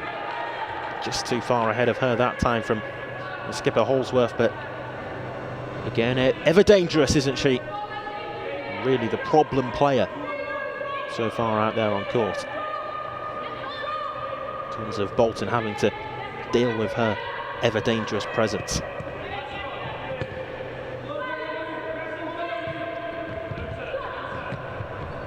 Flick round the corner by Musker, and it's into towards the goal mouth for the second time of asking. It's back off the bar. How has that not been turned in? It still hasn't. Well, goodness knows how that wasn't 3-3. As we take a look again at the replay, it was a save from close range initially from Panniers, and then against the bar before Panniers made another stop. It was Hutton who the final chance broke to. But how Lily Robinson didn't turn it in initially, I'm not sure even she herself will know.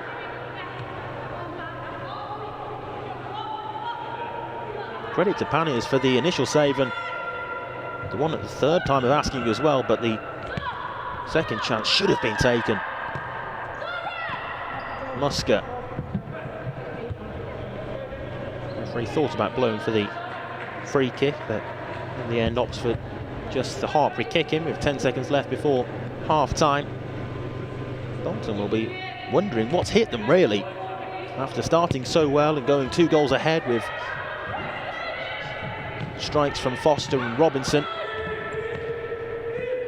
Musker here. Good save again by Panniers.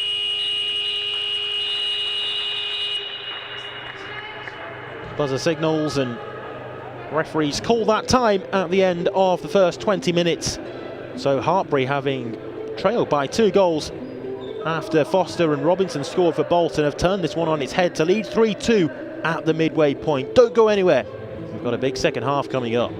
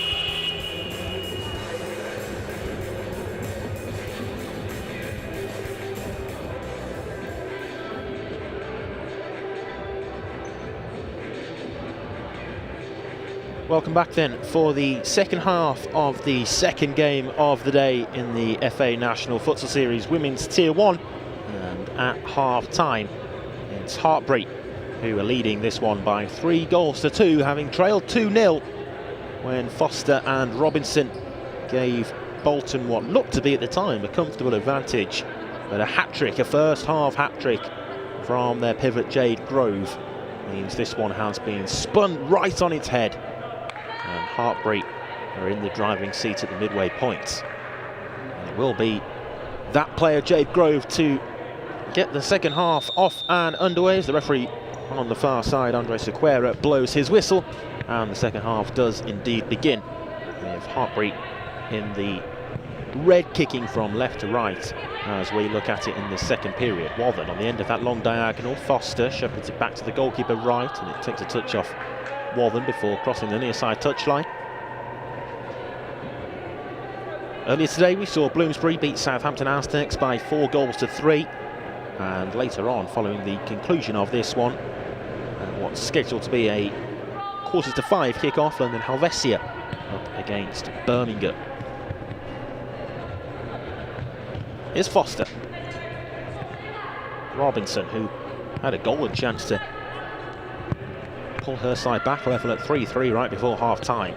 Had a couple of bites at it, but couldn't quite bundle the ball home in front of the goalkeeper's penalty area, as that one there was thread across the penalty box in search of Tobin, but too much on it for her to catch.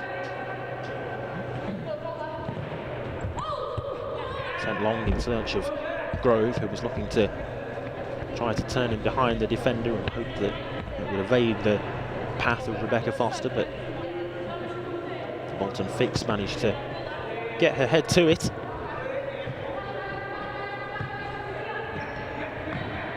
Grove that time just crowded out, with Robinson winning the ball back.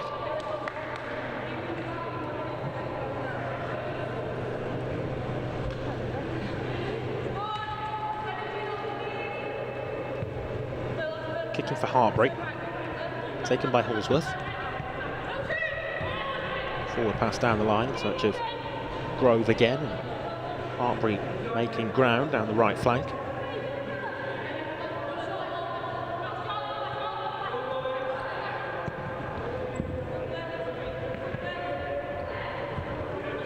Robinson, the runner to the right, and Robinson picks that pass, and then it's fired wide of the near post.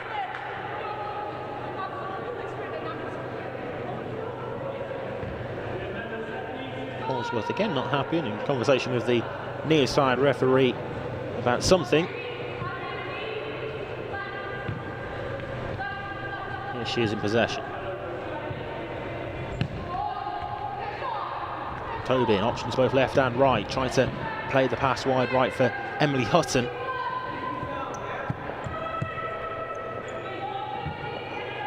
Hutton takes that kick in. Here's Wright in the attacking half. Foster takes a ricochet, and it might open up for the shooting chance for Holsworth. Well, we already saw Jade Grove find the empty net from a distance not dissimilar to that in the first half, but Holsworth that time off target. Have to be careful though, Bolton. Having already conceded once like that today, they very nearly did so again there. Robinson, good footwork. Here's Laura Tobin. Nice touch off Robinson.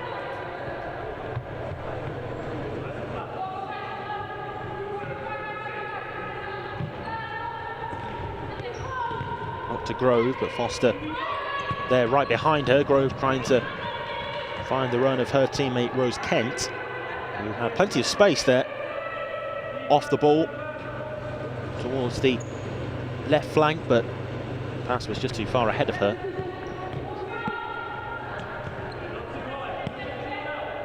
Hutton.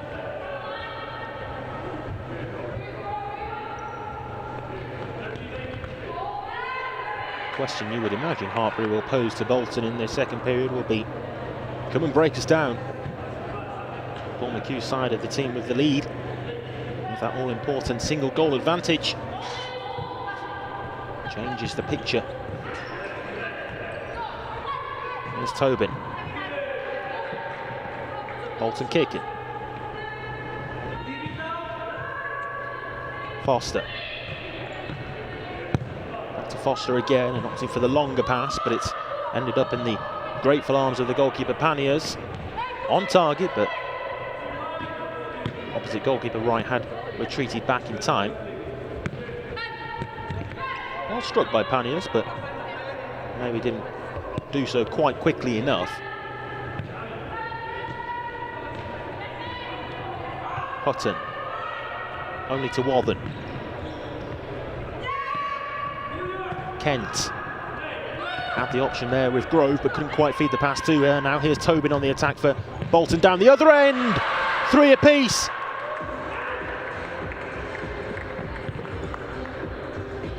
Excellent Bolton goal, and that really was all about the work of the skipper Laura Tobin.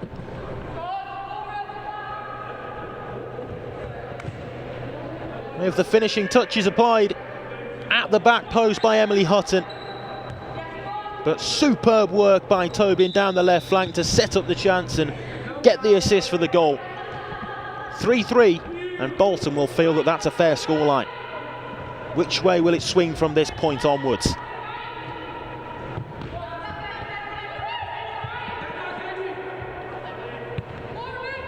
Bolton now with their tails up and the momentum in their favour. Hutton. Foster too high with that particular pass.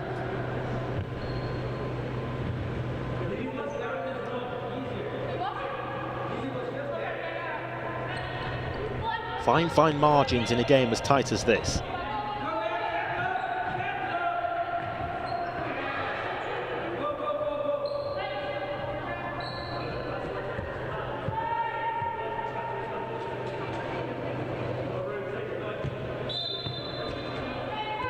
Kicking taken illegally on the far side, which is an unforced error. Right by where the far side referee was. Hutton adjudged to have not placed the ball down correctly on the line. So a turn in favour of Hartpury. Have possession here through Holsworth.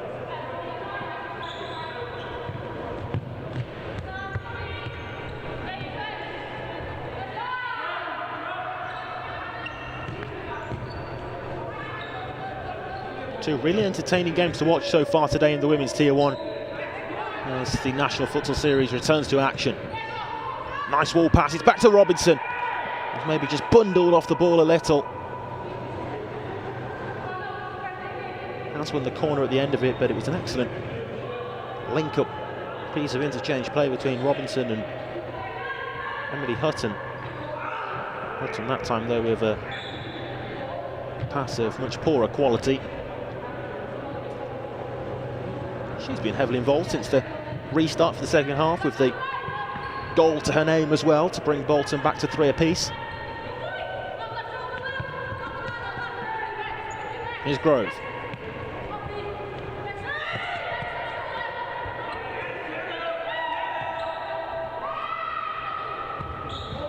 Lauren Page venturing forward.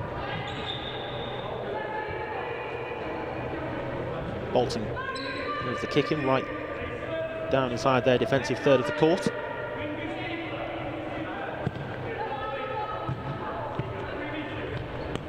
Ball pass that time, it's gifted the ball back to Hartpury and Grove. Only against Foster, who's enjoying a real strong battle with Jade Grove out there today. It was one that was always likely to be feisty going into the game, with the way in which Grove plays and Foster so regularly occupying that fixed role for Bolton at the back. Something to keep an eye on as the game progresses as well, that individual battle. Long diagonal, great pass, Holsworth. Not the same quality of touch.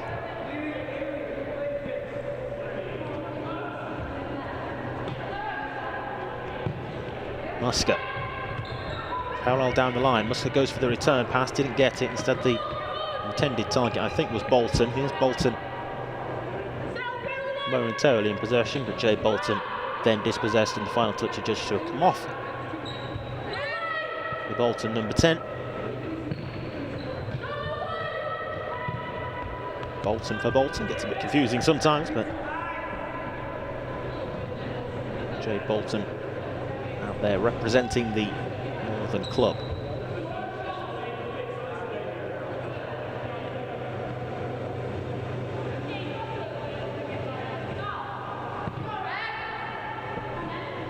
Hartpury still dropping off to their half-court defence.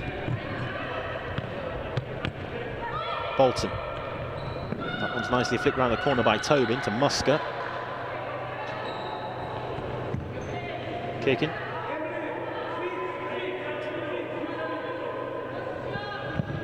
Set for the strike from the kicking for Tobin. Hutton up to Tobin. Tobin twisting, turning, might look to get the strike in, instead feeds Musker to her left. Tobin tried something intricate to flick, goal bound, it breaks back for Musker. Appeals for handball. And indeed the decision is handball, but goes against Bolton. I think both sides were appealing for it as it struck a trailing arm. Might have been Zara Musker who was the unfortunate player there. Another opportunity that though for Bolton. Another one of those scrappy moments in front of goal where nobody's exactly sure quite what's going to end up of the situation, and that time there was a reprieve for Hartpury by the referee's whistle going.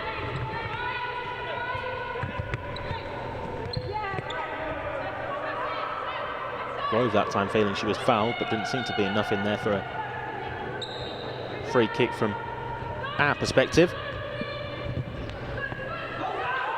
Watching on from the near side, there's a chance here for Bolton, and they've found the game 7th to edge ahead themselves and make it 4-3.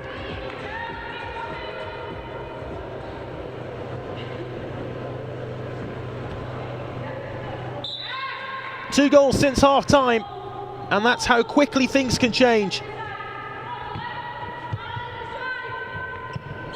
Jade Bolton, the scorer there for Bolton.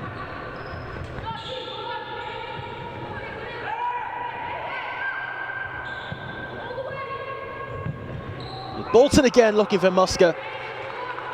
Agonisingly close to making contact at the back post. That's 4 goals and 4 different scorers now for Vito Bambini's side. First Foster, then Robinson, Hutton and Bolton. It's a game in which the pendulum has swung one way and then back the other. Bolton having initially led, found themselves behind at half-time, but now back in the ascendancy. Wathen, oh, she's giving it away, it's Tobin! Goalkeeper makes a good stop and then gratefully gathers with 2 hands on the ball whilst down on the deck. Still, there's more pressure though coming back the way of the Hartpury goal. Dealt with that time. Long diagonal, good pass, chance! And fired wide of the near post. Wright maybe just did enough to apply the pressure and put Rose Kent off there.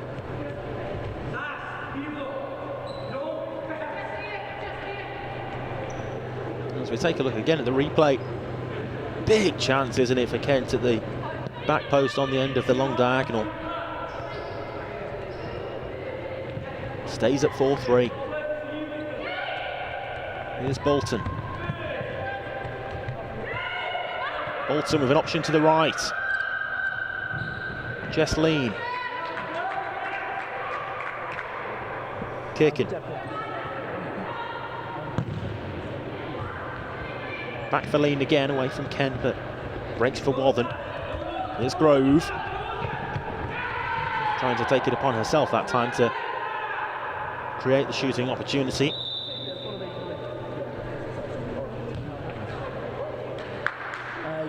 Yeah. Most senior person for us.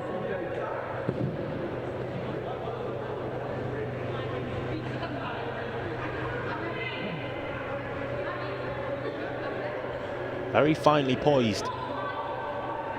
This contest now, as it's left by Holsworth and then smashed into the crowd of bodies by Amy Wathen.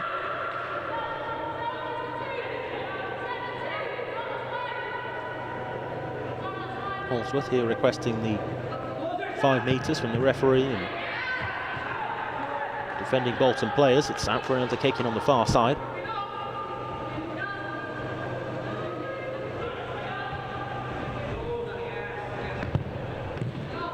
Stinging the palms of the goalkeeper Rice as it breaks again here for Musker. Musker, she set away over the halfway line. Cross to Bolton, but Bolton loses her footing. Decision going the way of Peter Bambini's side after the referee must have seen a touch off one of the Hartpury players. Back post ready and waiting there was just lean on the end of it, but couldn't make any proper contact. Another big opportunity that when you contextualise it.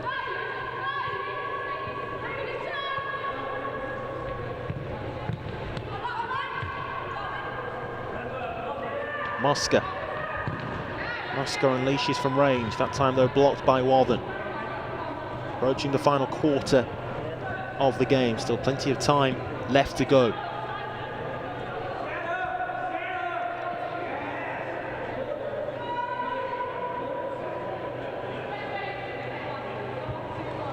Again here Bolton with 5 in attack in possession, with use of the fly goalkeeper, and that had to be dealt with by Wathen because I think it might have been just creeping in at the far post.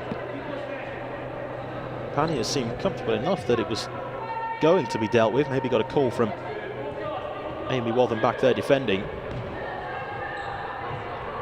Hutton, Bolton. Here's Grove for Hartpury.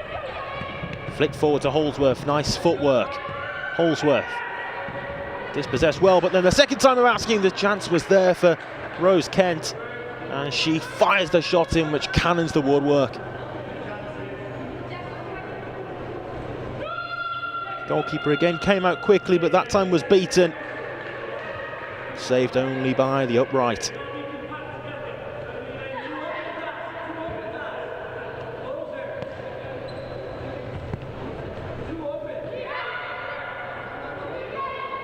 Goalkeeper this time staying back, so it's a regular 4v4 period of play for Bolton this time. Hutton, Musker, Bolton.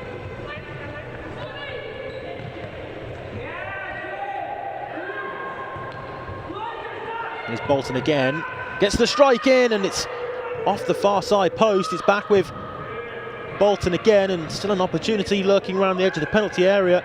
That's twice now that the post at either end has been struck in the last minute. Seemed to somehow evade the goalkeeper Panniers. Well, that time it was she who was saved by the upright.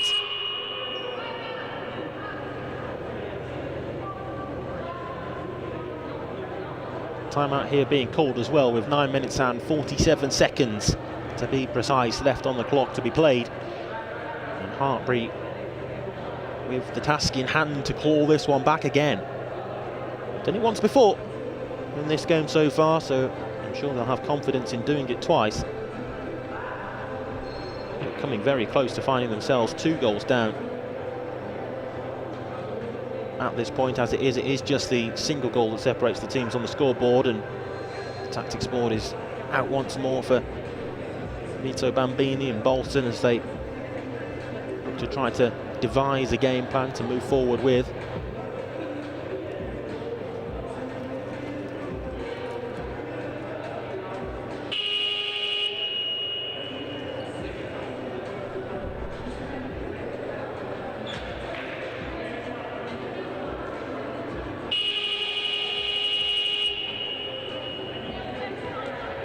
Players returning back out onto court.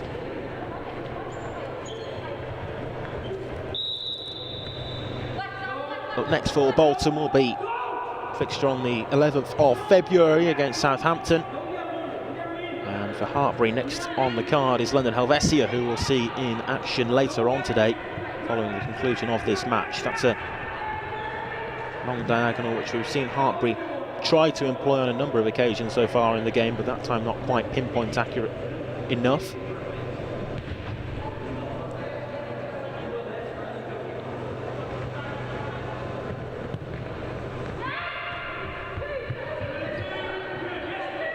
Foster. Musker controls well on the chest, but then plays a poor pass to give the ball away to Grove. Musker back defending. And penalised there, Zara Musker, for a somewhat unfortunate handball. No subsequent punishment. Just the free kick given by referee Sequeira.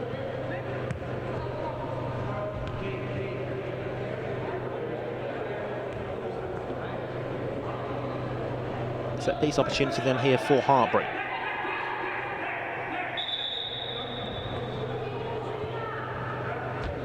Whereas Kent initially taking that one short to Wadham, but being told to wait for the whistle. The same take though, back to Wadham. Quickly blocked away.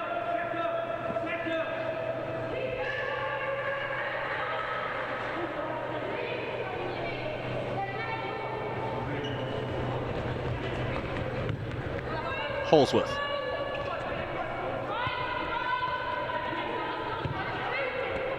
Back to Sammy Holsworth.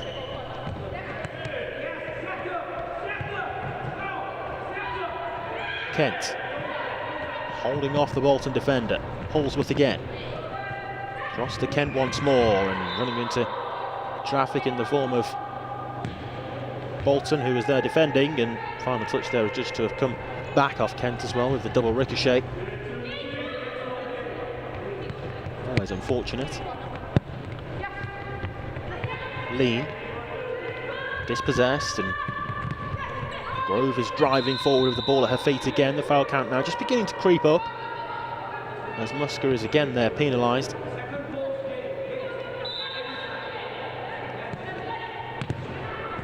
Holsworth. It's the legs of Musker that time, he blocks it away.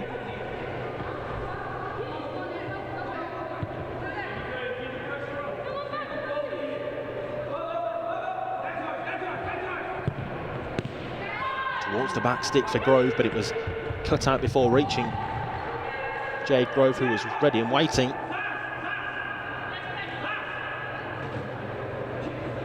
Really important moments in the game.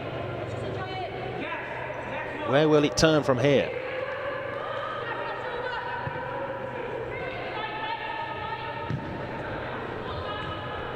One high ball up to Grove. Grove again holding off Foster, and you'd have to say that she's been the winner of that battle so far. The Hartpury pivot, but with the first half hat-trick, it's proved to be not enough as of yet. Still time for that to change though. Grove that time just snatched at it, as it broke back in the air for her, and with her weaker left foot smashed it well high and wide. Musker, 8 minutes to play.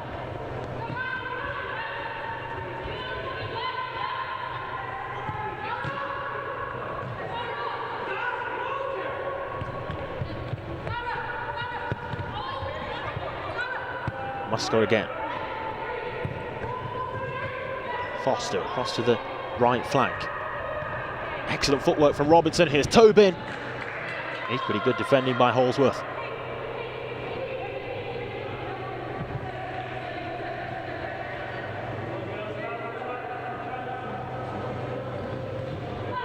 Corner was taken with what to me looked to be a moving ball, but the referee perhaps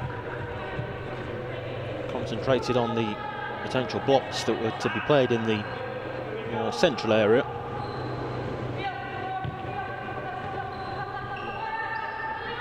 Holsworth. Parallel down the line for Grove.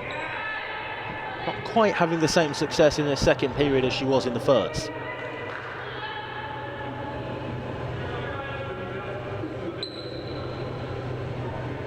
Only takes a moment though, as as we've seen so many times. Musker sensed an opportunity to win the ball off Holsworth, but couldn't do so.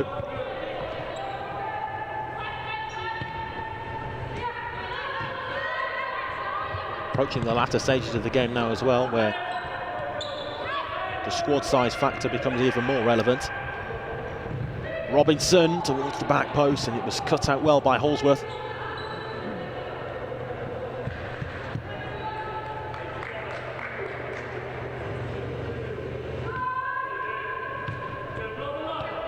Right.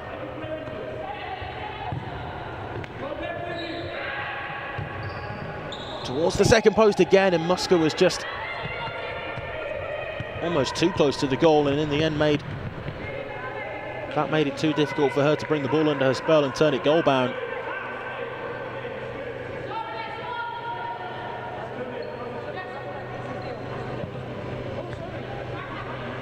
Bolton will be very happy with this and these patterns of play, though, if they can continue to play the game in this fashion.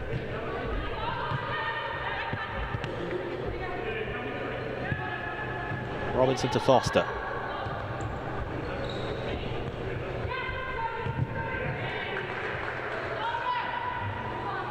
Out from Wathen. Right is forward again. Left-footed goalkeeper is Libby Wright. Headed there from Tobin, but it only breaks back, and the long-range strike very nearly dropped in. Wright, who was backtracking, but not inside the penalty area, so he couldn't attempt to catch or divert goal bound away from the goal, I should say, with her hands. Very close. Bolton 4, Hartpury 3 is the scoreline as Grove tries to venture forward again.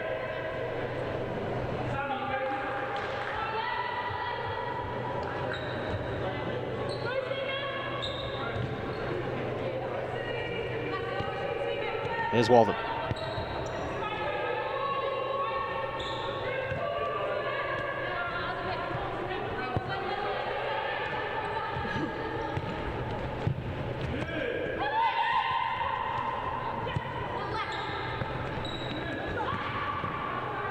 Holsworth did well to set up the chance for Wathen, and well, the referee, who initially went to indicate the set piece the way of Bolton, saw the final touch come off the goalkeeper Wright, and somewhat of a gift for Hartpury.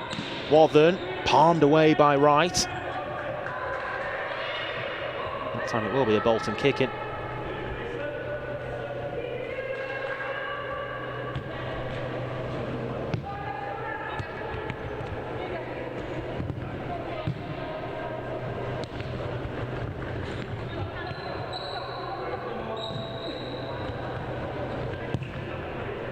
Foster. Hutton. Wathen with the interception. Appeals for handball, but nothing forthcoming the way of the officials, as it's lofted high and long down court, but runs all the way through.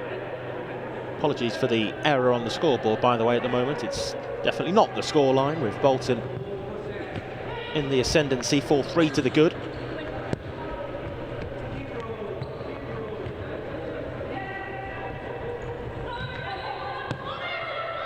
Tobin picks out the diagonal pass. Bolton looking for a fifth to really give themselves some breathing space, which at the moment they don't have. Still very tight, and you can sense that out there on court.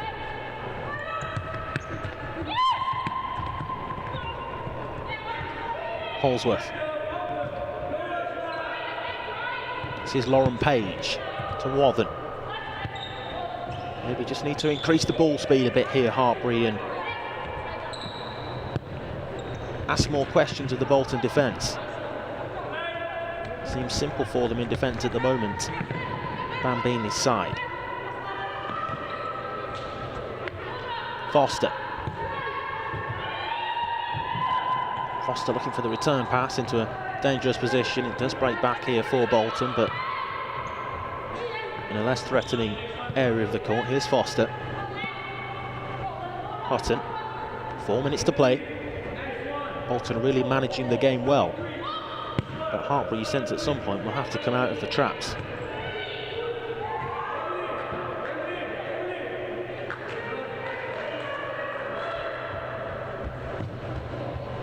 It's a change made by Hartpury coach Paul McHugh as Grove is reintroduced, having had a couple of minutes rest upon the substitutes bench.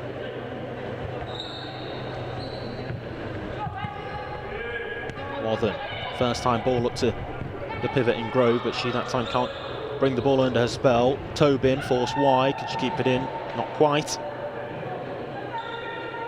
Sent clattering into the advertising boards on the far side as well, but back to her feet there, Laura Tobin.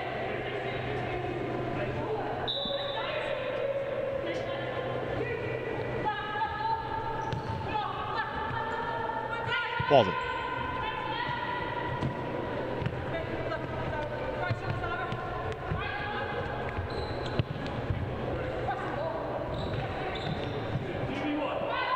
Kent now then, there's a player over on the near side in the form of Grove, but Kent wasn't quite able to feed the pass across to her.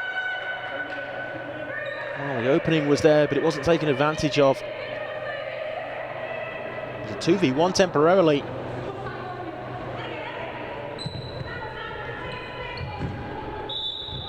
Kent sent tumbling to the ground and the free kick given. That's 4 fouls now against Bolton, so they do need to be careful with that tally totting up.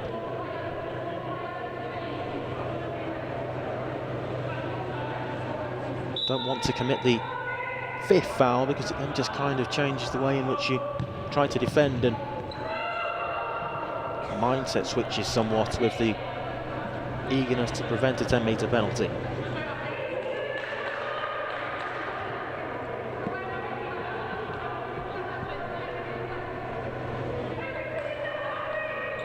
Grove here the obvious target for the set and smash with the shot, but it was not struck sweetly.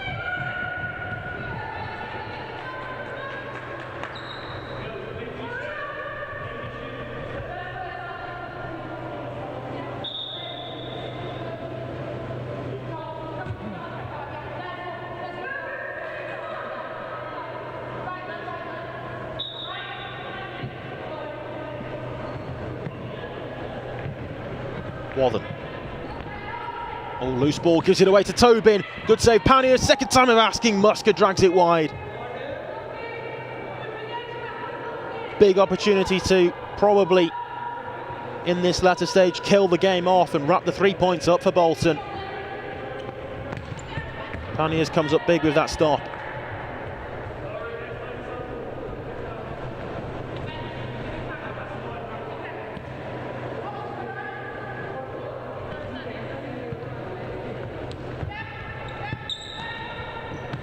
Kent away from the defender, inside to Grove, but nobody there behind her. Hartpury get the decision with the kick in.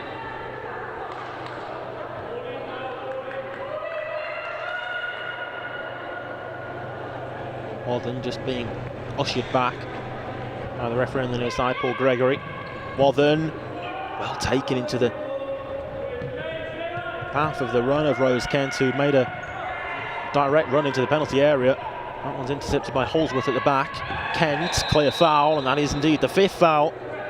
So with 2 minutes and 22 seconds left to play, Bolton now need to be careful that they don't concede a 10-metre penalty by committing any further fouls like that one, and I'd be surprised if there wasn't a yellow card shown as well there to Lily Robinson. Indeed, I think there was, just as we cut back to it from the replay. Yeah, confirmation of the yellow card showing the way of the Bolton number 7. So Lily Robinson becomes the first player to be cautioned. I'm sure she won't mind too much if her side go on to pick up the 3 points. It's a big if though, after that latest foul, to take them on to 5. Blocked away by the first defender, who just crept forward. Grove round the corner, Kent, Grove waiting, and it really should have been fired to the second post, instead just stung the palms of the goalkeeper. Wrong option perhaps.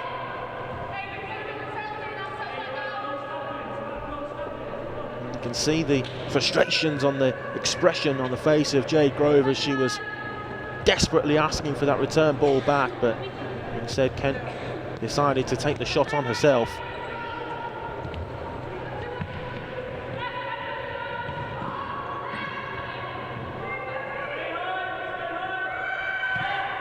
Foster, good pass up to Musker. She checks back and will surely be happy to just keep possession, but Hartpury will make it difficult now for Bolton to do that. Tobin couldn't control.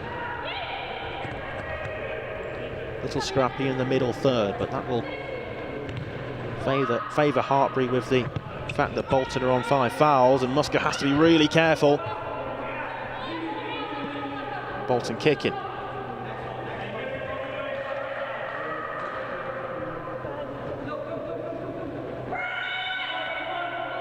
Oh, it's an unforced error and not the time to do something like that. And such an experienced player as well.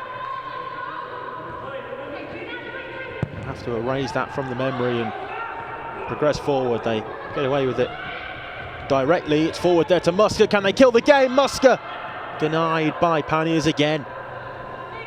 And if Hartpury are to go on to get something from this game with a last gasp goal, and they've got their goalkeeper to thank for keeping them in it. Musker. 65 seconds to play. A couple of the Birmingham players arriving down on the near side as we take a look again at the latest opportunity for Bolton and Zara Musker that time.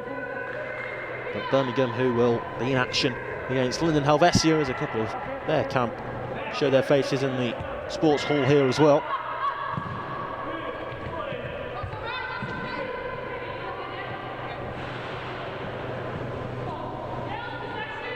Final minute, Bolton 4, Hartpury 3. Bolton on 5 fouls. As it stands though, the northern side will be heading to level points, 7 apiece after 6 games each with today's opponents. Hartpury need to be quick, really quick. Holsworth might break all the way through for Grove, didn't though.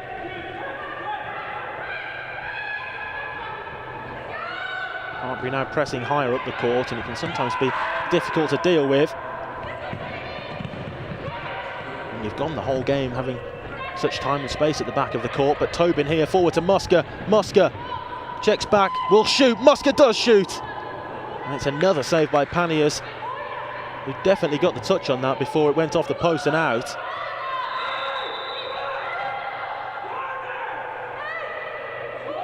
It's a definite corner, and in the end the decision has gone the way of Bolton. Not quite sure what Panniers is unhappy about, because they definitely took a touch off the Hartpury goalkeeper, but I suppose given the situation and the fact that the referee initially signalled for the goal clearance as well, but I think they've come to the correct decision between them in the end. And it's a big call as well, because Bolton now here with the opportunity to just see the game out. It's taken short. They might shield the ball in the corner here. That's got to be a foul, no? Goal clearance only. 14 seconds.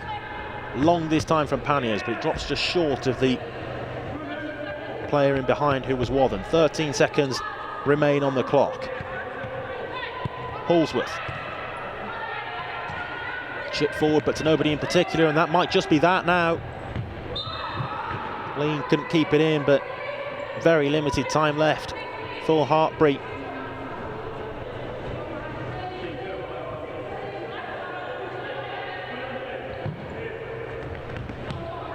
Long forward in search of Grove, but that will be that as the buzzer goes to signal full time.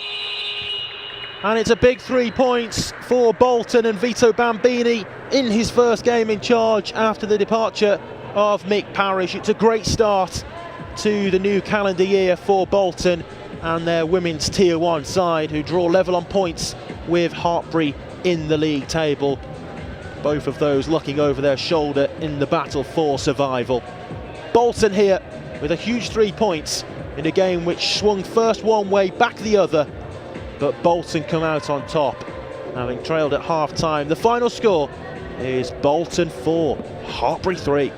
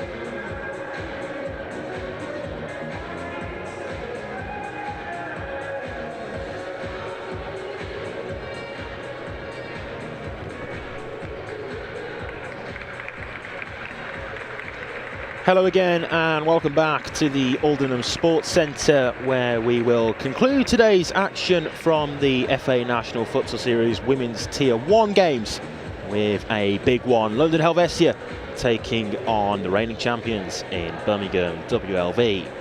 The two teams are out onto the court. Let's take a look at how they line up. Starting with London Helvecia. They have Alicia Grimman back in goal, Charlotte Gurr, Emma Tune, Larissa Vieira and Arabelle Villas-Serene all start. The substitutes are the substitute goalkeeper Amy Swift, Kayla Crett, Priscilla Martins and Mary Hayden. Their coach is Enrique Guillen. For Birmingham then, it's an opportunity to go back to the top of the table after Bloomsbury's narrow win earlier on today. Adriana Caboth is the starting goalkeeper. Angie Morley, Lindsay Glover, Alicia Miller and Sarah Hazel make up the rest of the starting five. The substitute goalkeeper is Emma Dell. New signing Lorena Moreira is one of the substitutes alongside Arwa Hazem, Louise Hogan, Tatiana Marquez, Jess Keeling and Marianne Lennon. Birmingham are managed as ever by Ikhlaq Hussain. Your referees for this one are again Andre Sequeira and Esther Perry. The timekeeper is Paul Gregory. Birmingham captain Angie Morley just waiting for the opposite skipper Emma Tune to come together in the centre circle for the pre-match coin toss. Looking forward to this one though, after two 4-3 wins earlier on today for first Bloomsbury and then Bolton, beating Southampton and Hartpury in those fixtures. This one was always likely to be the main event of the Women's Tier 1 games this weekend on the return to action in the new calendar year 2023. First time out there on court competitively for these two teams since the Christmas break. So it will be London Helvecia then to get us off and underway. Just the referees ensure all is in order and then we will begin. London Helvecia, who have 2 wins, a draw and a loss from their 4 games played so far this season, find themselves in 3rd position. And they'll stay there after Hartpury's loss earlier today. We are underway then. So London Helvecia in the blue, kicking from left to right as we look at it from the main camera position in this first half. Here's Villas-Serene. Back to Emma Tune. Here's Larissa Vieira. Just across the near side touchline, but the decision goes the way of the London side. It's left for Emma Tune, and Caboth taking no chances, despite the fact that that wouldn't count had it gone directly in from the kick-in. Turned behind for the corner. Gurr sets it back for the strike. It breaks the second time of asking for Larissa Vieira. That's a big opportunity for the Helvecia number 9. And a big stop as well by Birmingham's Portuguese goalkeeper.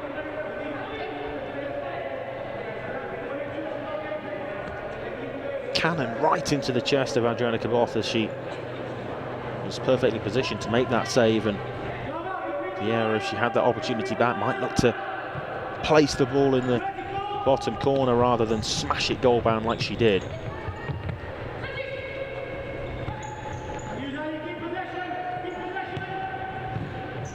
Glover tries to wriggle free, but she's dispossessed. This Tune up to Charlotte Gurr. It's a repeat, of course, of last season's playoff final in which Birmingham came out on top, despite London Helvecia winning the regular league campaign last season.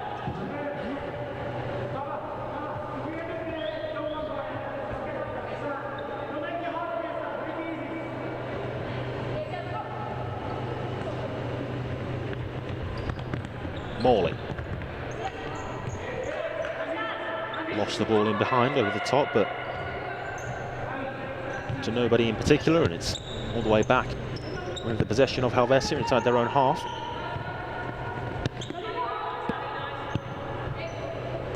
Tune. Vieira What a defensive intervention by Morley, who got back behind the goalkeeper after she was initially beaten. Both sides appealing for it, but the decision from the referee on the near side. Esther Perry goes the way of Birmingham. It's been a bright start from Helvecia.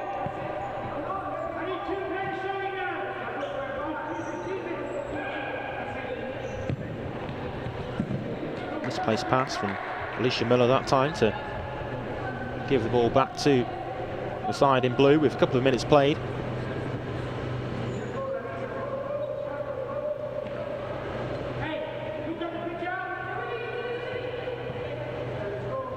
Tune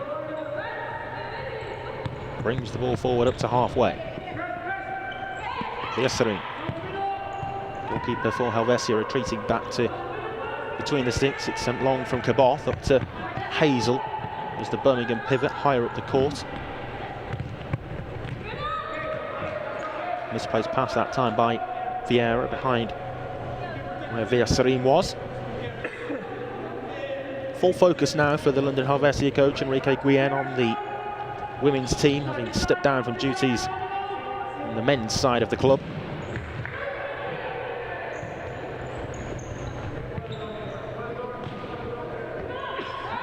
Tune.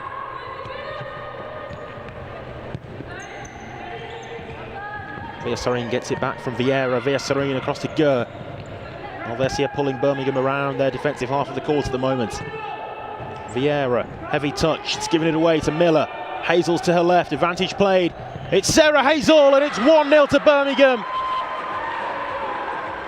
Just like that, one chance, one goal, and the champions are ahead.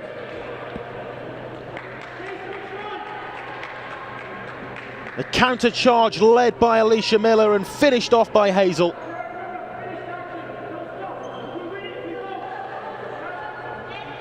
Helvecia made to pay after losing possession.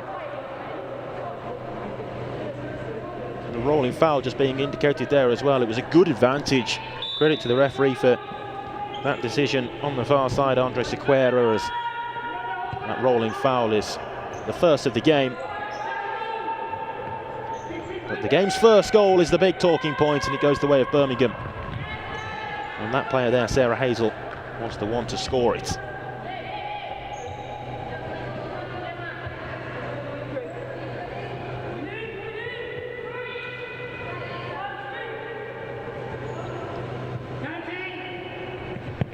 It's left for Hazel to take, and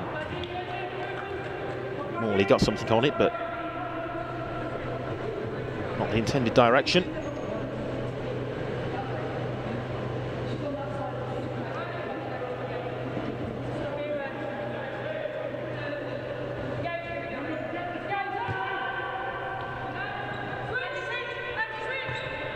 Birmingham's last game played at this venue ended in a 2-2 draw with Hartpury. We've already seen in action today, beaten 4-3 by Bolton. They'll be hoping for a better outcome than that.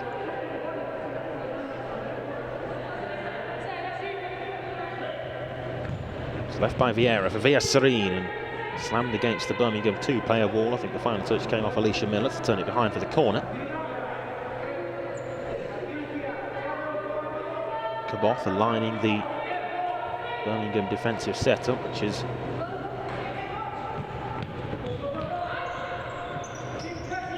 adventurous as Lindsay Glover stepped forward out of the regular Y shape from the corner defending.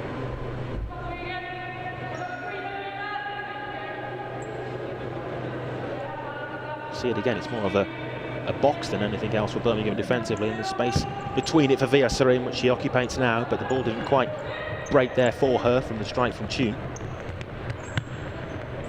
Miller's heavy touch and the tangle of legs as Miller brings Charlotte Gurr to ground. Foul apiece. And a game which has the potential to creep up on the foul count, doesn't it, with the context surrounding it and the high quality of players on both sides of the two teams' benches. The referee just calling for another ball as it's lost in the netting behind Adriana Caboth's goal.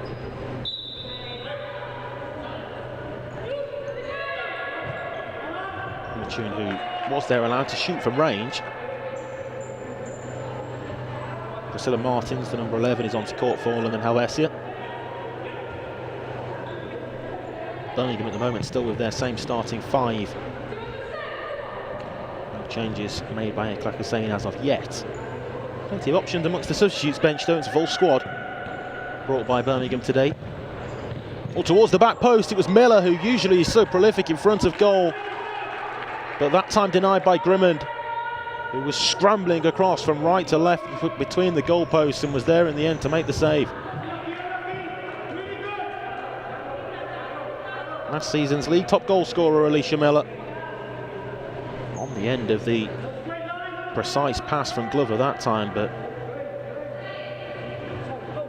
on that occasion Miller didn't find the net. Tune to Martins, trying to feed it inside to Via Serene. Hazel went to ground. Hazel's won it back here and she's fed it forward to Angie Morley. Goalkeeper came flying out the penalty area. And then Tune just ran out of room, but I think that's the least of Helvecia's worries at the moment, because it seems far too easy for Birmingham when they do win possession in that middle third of the court to play a simple pass and create themselves another chance. Good goalkeeping on that occasion from Grumman. Back in goal for London Helvecia today after an injury concern, which meant that she occupied one of the outfield 4 roles in a couple of Helvecia's games.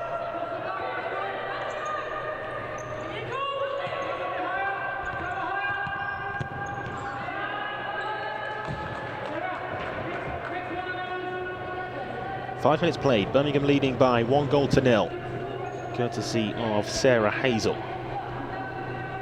Kaboth rolls that one short to Morley.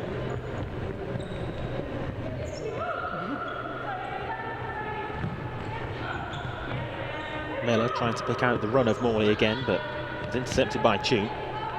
Here's Via Serene towards the back stick, and Charlotte Gurr maybe just caught on her heels a little bit. Perhaps wasn't anticipating that one running all the way through as it did.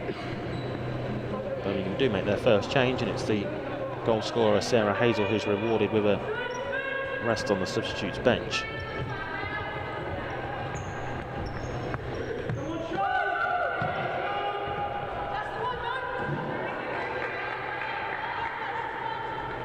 Louise Hogan, the player who's come on to replace Alicia Miller, by the way, wearing 14 for Birmingham.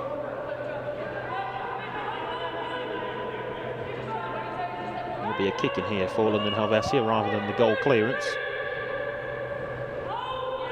Gives the opportunity for Grimmond to go and take a position on the far side, venturing forward into the attacking half, but she'll drop back now. Here's Martins. Via Serene, that one's intercepted by Miller. Forward though to Gurr. Breaks here for Glover, and there's runners to the left of Lindsay Glover, still in possession. Helvecia now with bodies back defending. Morley down the left flank, Morley across, and somewhat fortunately ricocheted back there into the arms of Grimmond, who gratefully gathered. Tune, this game's being played at a good pace. Lofted towards the second post, and Kaboth again taking no chances. Touches it behind for the corner.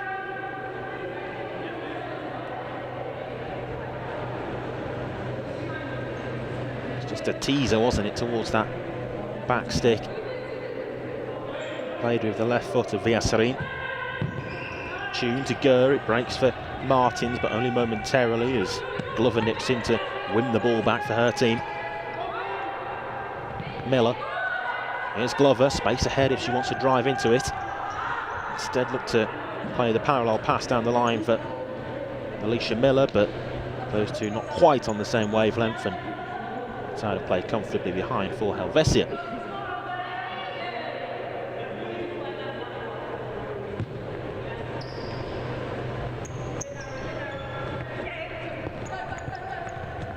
Martins. Here's Charlotte Gurr.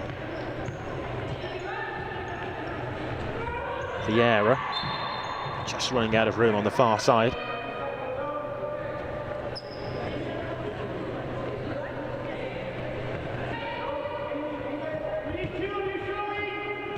Helvecia affording Birmingham space inside their own half. Likewise, as Birmingham have been doing for Helvecia in situations like this as well.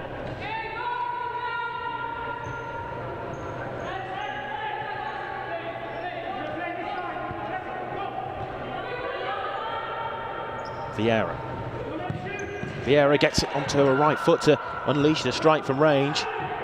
Miller was there to nip in at the second time of asking. Glover then subsequently.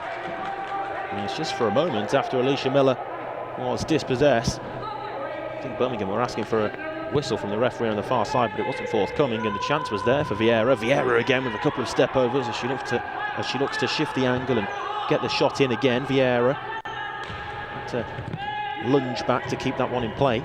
Martins, ball bouncing around, and Birmingham brought it down by virtue of Morley and then Glover, but the latter's pass was not precise enough.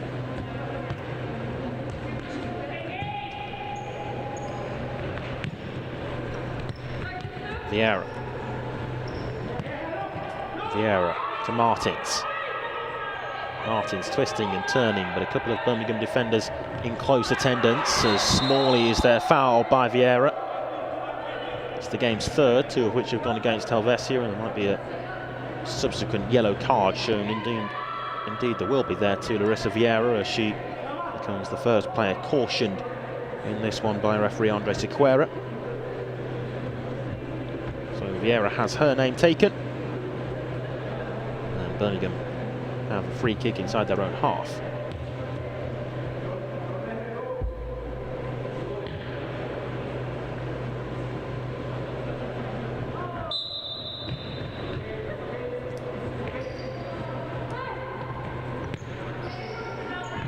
Miller.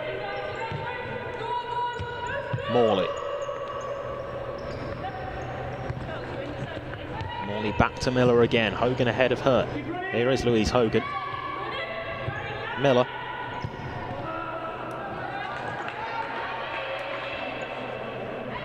Possession back with Helvecia. Charlotte Gurr takes her place upon the Helvecia substitutes bench.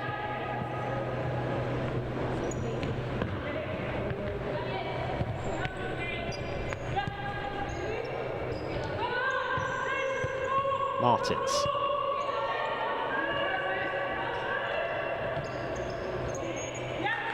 Looking for the run of Martins, there was Vieira, but the pass was misplaced.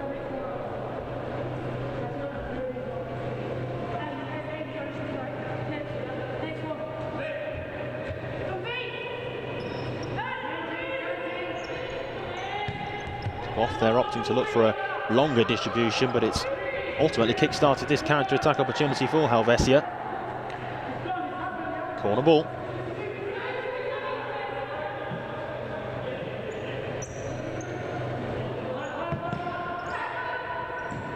Smashed into the penalty area, but only against Birmingham's Hogan. She then runs the ball out of play on the far side. Nearly a quarter of the game played, still 1-0.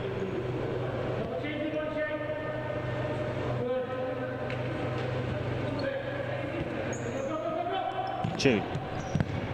Miller Crett, only to Morley. Miller lost that one through to Morley. Just takes control of proceedings again. Birmingham calm the situation down. They'll be happy to do so, given the fact that they find themselves 1-up. Miller with the final touch after a pass which somewhat sold her short.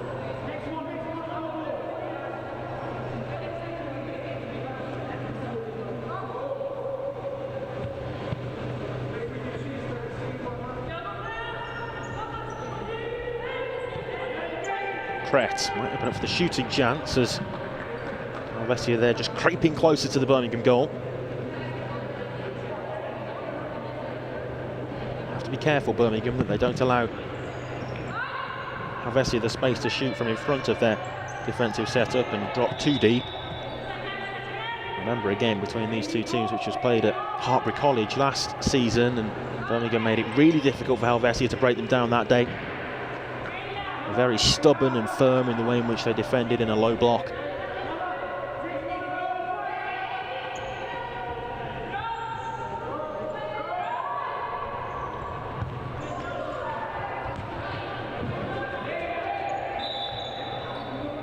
That one just crossed the line on the far side as Vieira went tumbling into the advertising boards. Beneath the third official, the timekeeper on the desk. We're okay to continue. Kaboff feeds the ball across to Miller. Only against Kayla Krep though. Here's Martins. Chops inside. Good use of the sole subsequently to shield the ball away from Birmingham's Sarah Hazel.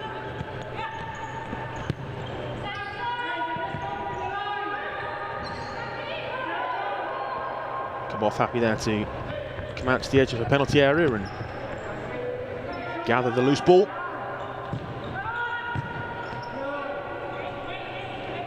Ten minutes played. Miller across to Lindsay Glover. Glover looking to dig out the long diagonal, and it's a thumbs up show of appreciation from Miller on the far side.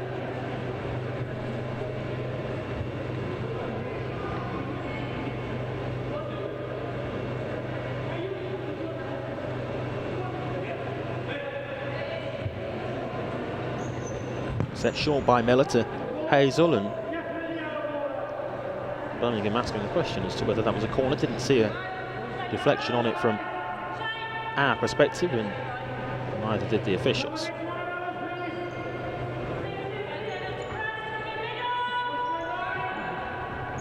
Vieira.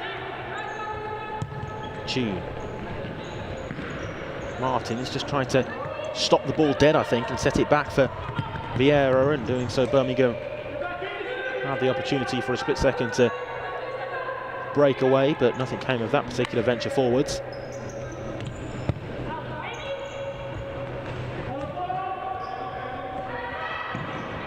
Nice flick round the corner inside for Vieira, and then Morley did her job back there well.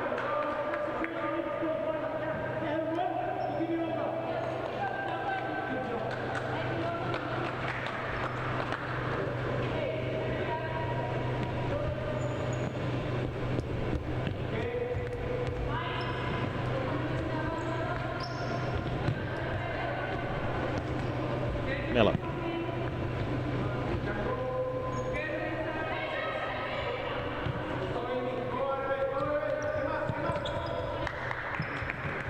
Miller trying to play the pass in search of Sarah Hazel, but it took a touch off Priscilla Martins and is out on the near side. Birmingham with two players high up the court here in the corner areas. Kaboff is in a bit of danger. She was pressed hard by Vieira, but Birmingham do well to break free of that. Tatiana Marquez is then robbed of possession though, freshly onto court. Tune. Vieira to Vieira. Vieira looks to take on Miller. Miller takes a tumble. Back to her feet now. Vieira. Vieira tries to work the shooting angle, and it took a nick on its way through as well. Might have just been creeping in at the near post, or the upright may have done the job for Birmingham. Yeah, it would have been going wide in actual fact, but again Kaboff taking the strategy of no risk. Took a deflection anyway, didn't it? So it would have been a corner nonetheless.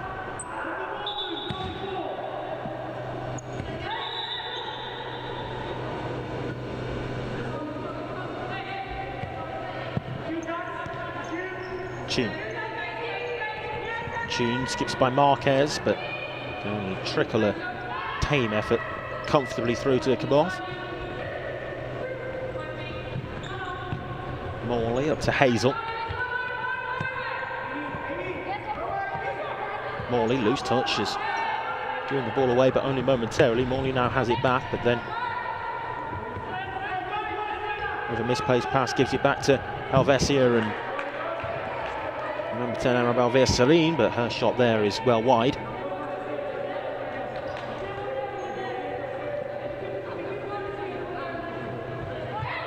It's the final game of the day in the FA National Futsal Series Women's Tier 1, and so far so good for Birmingham.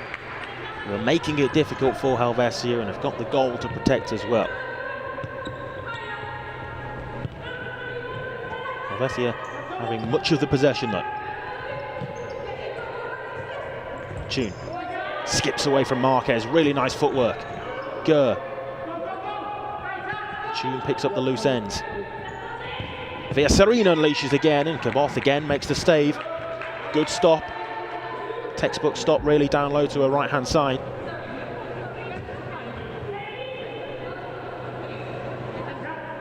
Glover waiting in the wings, ready to come back on for Birmingham at the next available opportunity.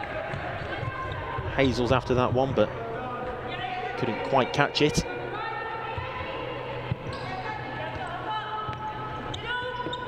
Villaserina.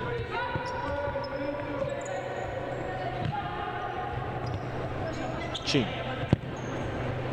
Cross to Charlotte Gurr.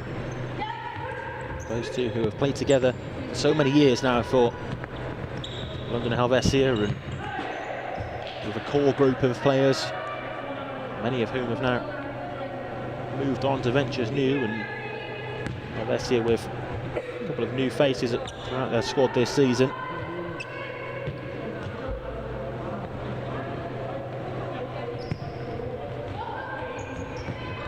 Miller.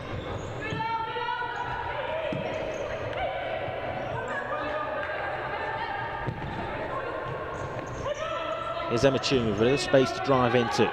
Sets it back for Villaserina. Only against Miller, but it breaks back for Villaserina, and there were a couple waiting towards the second post there for London Helvecia. It evaded them both though in Charlotte Gurr and Priscilla Martins, who was probably most likely to get on the end of it. Warning signs though, as the danger level radar rises for Birmingham.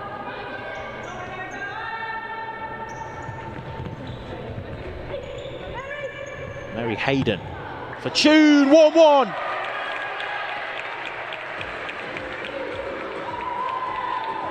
Emma Tune, the skipper on the score sheet for Helvecia, draws them back level.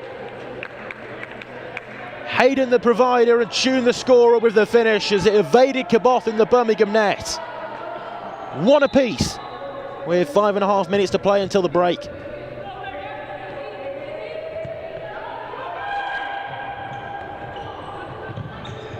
Birmingham now then with the setback. Helvecia will have their tails up.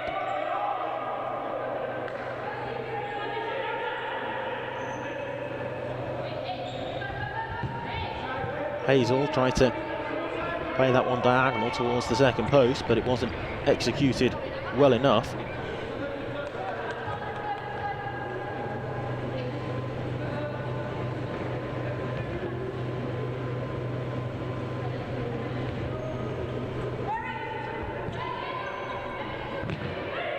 Caboth back across to the initial kicking taker in Glover. Out on the near side.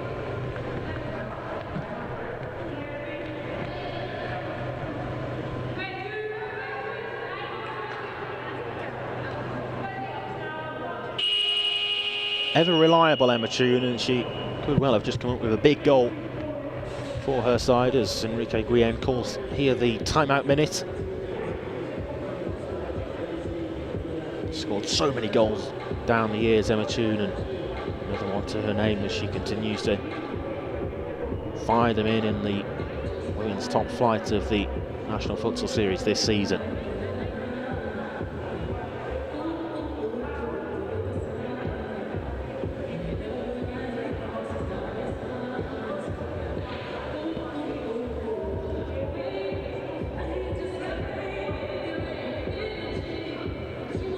Birmingham before this game 2 points behind Bloomsbury at the top of the table after Bloomsbury's narrow win against Southampton at the foot of it earlier today.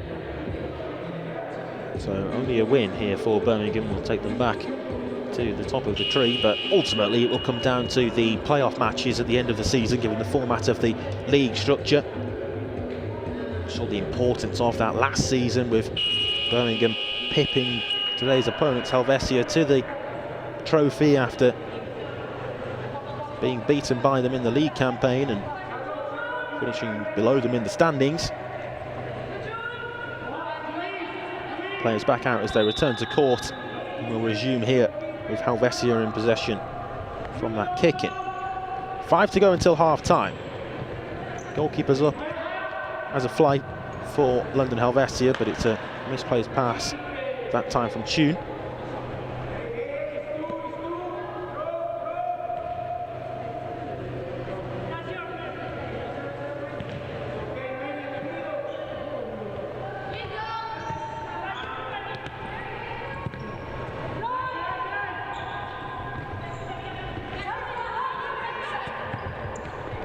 Hogan holding off the defender in the form of Tune.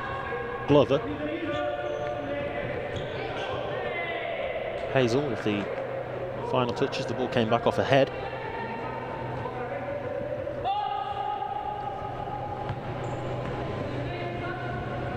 Looks as though the idea, though, from the Helvecia camp is to try to utilise Alicia Grimond more as a fly goalkeeper higher up the court. The call from the Birmingham bench there from Mikla Kasem was to shoot, but that wasn't abided by. Maybe the opportunity wasn't just quite there for skipper Angie Morley.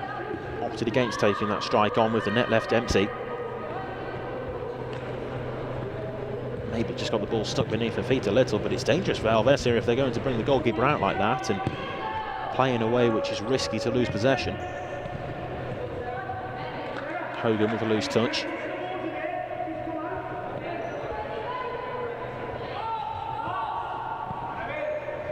Via Serene's kick into Tune again. Tune to Grimond. Grimond up to Vieira. Right over in the corner of the court and well defended.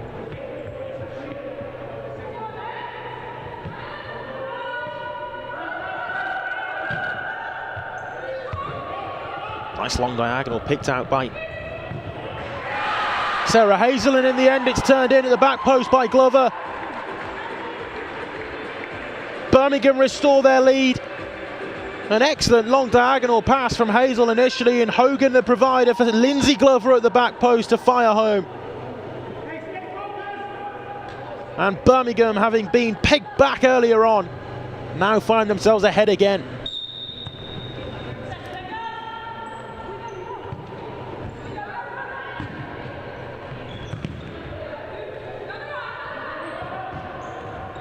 Chance at the other end though there for Helvecia, and the touch takes it out for the corner. Birmingham need to be careful that they don't concede straight away. Really was an excellent pass though from Sarah Hazel. That one deflects, but deflects well wide. The pattern of the game hasn't really changed either side of that Birmingham Lindsay Glover goal.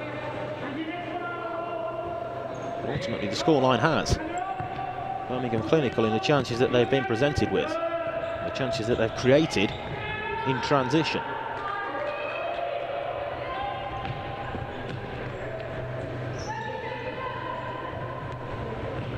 Hazel.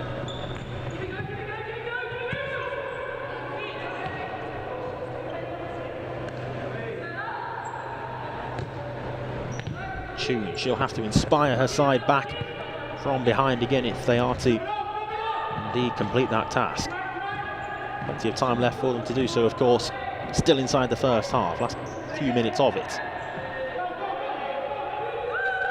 Here's the Birmingham captain Morley, tried to feed it through to the run of Sarah Hazel. Birmingham still have it, but not anymore. They do have themselves a kick in.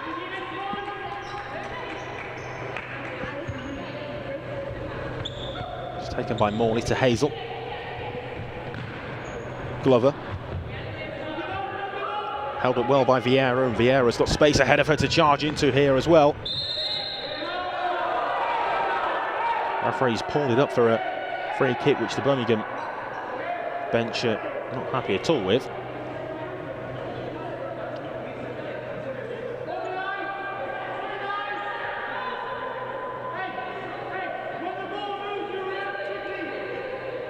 Helvecia here though with an opportunity from the set piece. Let's see what they can work.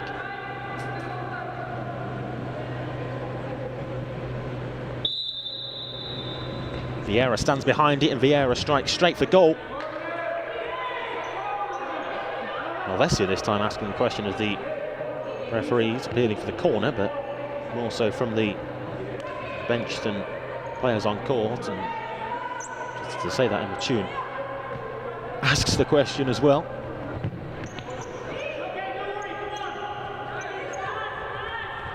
Vieira trying to muscle herself away from Louise Hogan. Her ball into the box only broke for Glover, but then Hazel wasn't able to make anything of that particular half chance to transition forwards. But it's those moments that have proved to be the difference so far. When Helvecia lose the ball and Birmingham make them pay.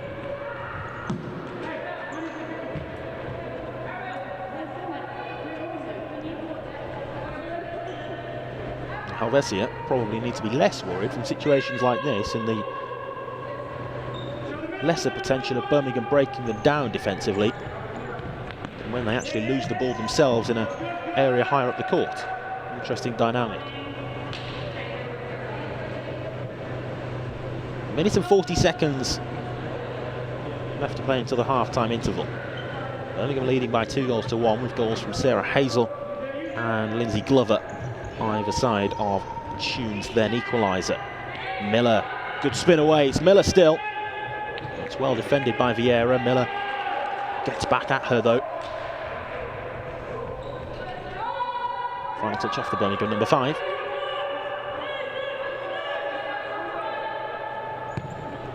Tune to Grimond. Grimond with space ahead of her. Was that an arm used there by Birmingham's Lindsay Glover? There's an opportunity here for them on the attack. We'll come back to that in just a moment. Hogan and Grimond did just enough there in the end, the Helvecia goalkeeper, but what was used to block that diagonal fired in as Glover there, the player who was in question at one end, smashes the shot in at the other, and it's turned behind for the corner by Tune.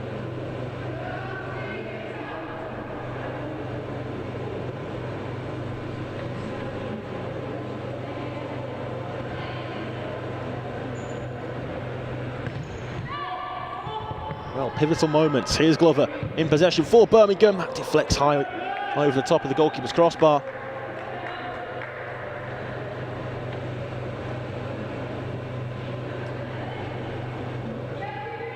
That was the latest Lindsay Glover opportunity, but it was Helvecia who were asking the question of a potential handball against her down the other end.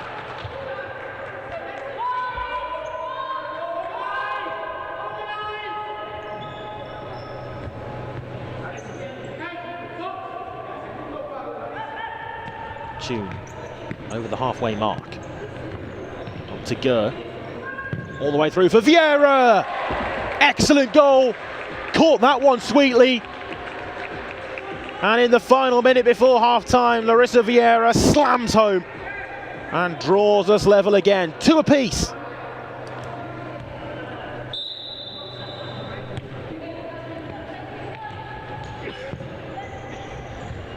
Such power behind the strike that it was too much for Caboth to deal with. And Helvecia are coming forward again here. It might get even better for them before half-time. Well, they've got the opportunity from the set piece as Hogan is penalised for that foul. Birmingham now will be looking to get into half-time with this 2-2 scoreline intact. How quickly the game changes. Fine margins, big moments.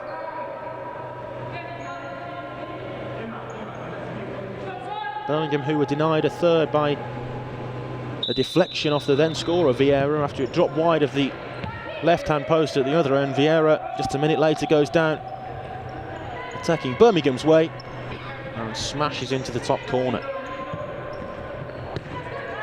Glover, it drops short of Hogan, and Birmingham are outnumbered here.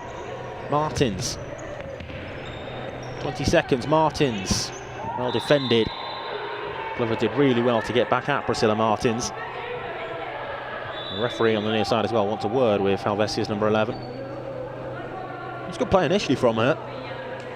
And then maybe just frustrated with the way in which Glover managed to defend the situation and had a bit of a pull at the outstretched arm of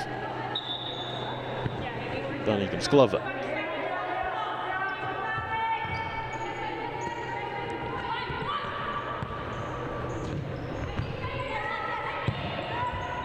All towards the back stick, it's gone in. And also fortunate goal for Birmingham, 6 seconds before half-time. The outstretched leg of Priscilla Martins meant it evaded the goalkeeper's dive. Grim and helpless as it flies past her into the back of the net.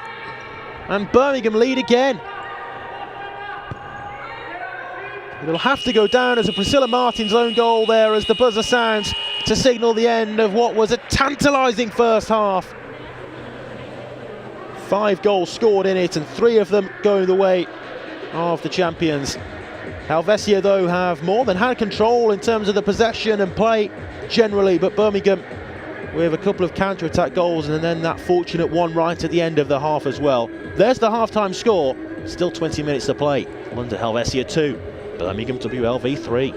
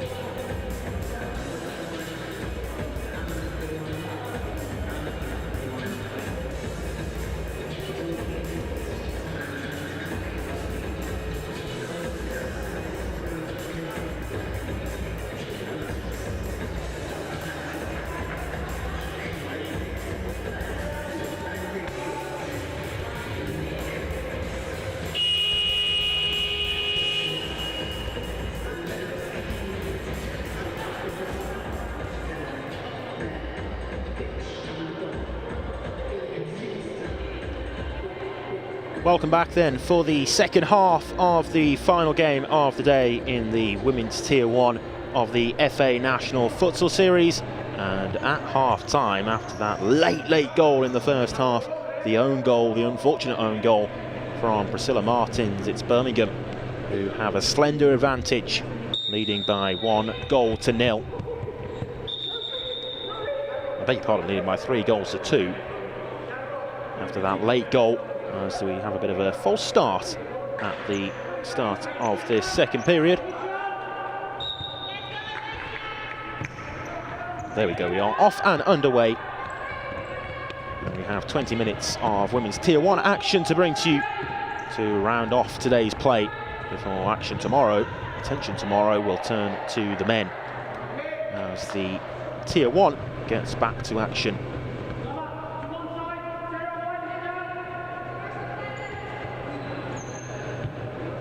So 3-2 to Birmingham, and kicking from left to right are Ifak Hussein's side in their second period. Loose pass from Miller to only Vieira, but it's out of play and Birmingham have a kick in.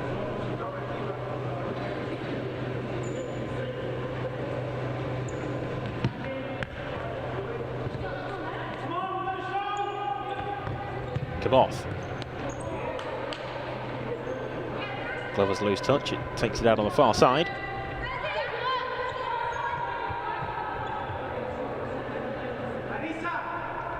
Here's Chu. Birmingham still dropping deep, it's fired towards the second post and Kaboth is there to make the save.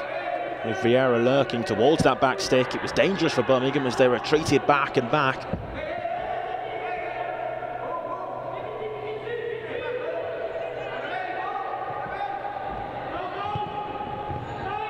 Viasreen.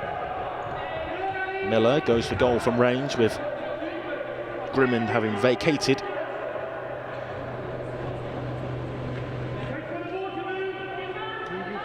Grimond will restart with the goal clearance short to Charlotte Gurt.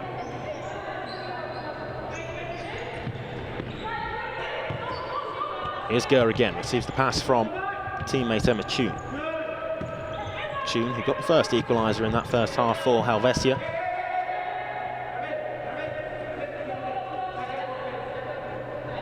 Birmingham goals were scored first by Hazel, then Glover, and then the own goal from Martins, the two for Helvecia, which first made it 1 apiece, and then 2-2 as well, were scored by the skipper Tune and Marissa Vieira. Tune again here of space to maybe unleash. Birmingham dropping ever deeper, defending right in front of their own goal, but it's a deep line block which is inviting pressure, that's for sure.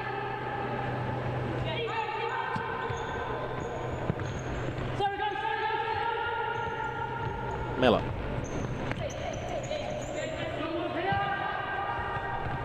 Glover was taken down with the control on the head of the Birmingham captain, but couldn't make anything of it. It's Tune inside the centre circle. Tune. Vieira to Grimond. One touch to get it out of her feet and it breaks back for Viasreen. Vieira quickly closed down by Miller, who wasn't quite sure where that one had gone after the initial block.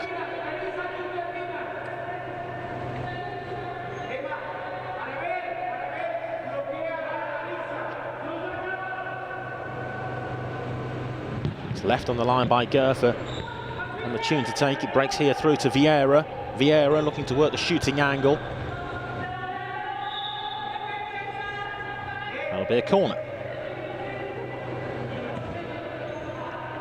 It's going to be a long old half for Birmingham if they are to continue playing in this way, protecting their goal. Tune, deflection, another corner for Helvecia, this time from wide right.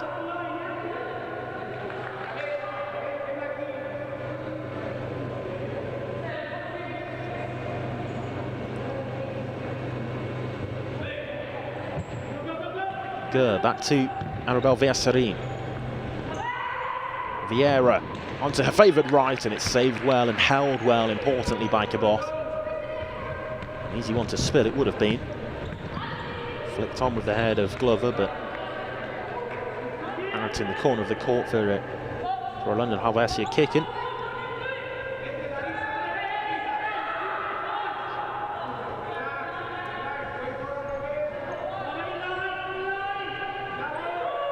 Tune.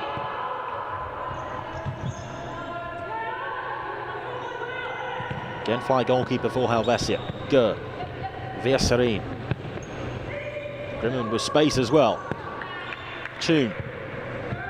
Moving the ball from left to right and back from right to left. Villaserin towards the second post. Brilliant stop, Kaboth. Miller will go for goal, but it drops short, well short. Tune. Here's Villaserin. What an excellent save that was from Birmingham's goalkeeper to prevent what would surely have been a simple tap-in at the back post. Went flying across the face of goal.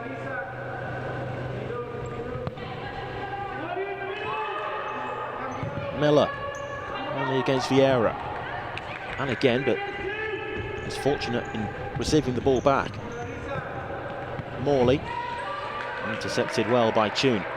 We'll take a look again at that previous Helvecia chance.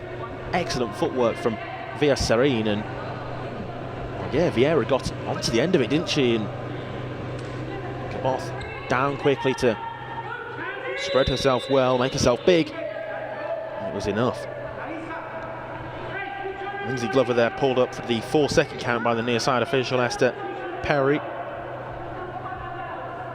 Another unforced error. And the ball will again be back with Helvecia.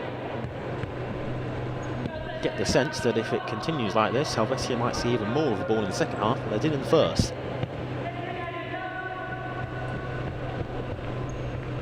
But Birmingham evidently happy for them to have possession in these types of areas. Tune. Gur. Back to Tune. Villaserin, the net's empty. Helvecia have it again as it's sent back to the goalkeeper Grimmond.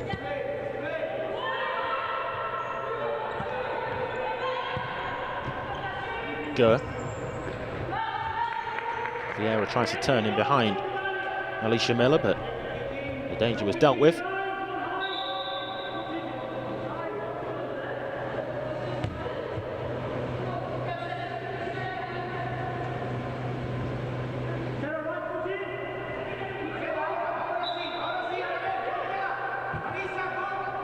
Kaboth there asking for the ball off Miller, and in doing so getting it. Kaboth forward, but only against Gur. Morley there to pick up possession. Miller forward looking for Morley, and it wasn't too far ahead of her either.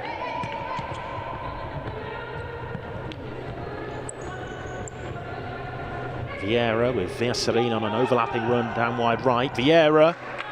Again, Kaboth called into action. Glover nearly just overran possession into a sticky situation. In the end, it's set for Kaboth, and Helvecia happy for her to have possession freely.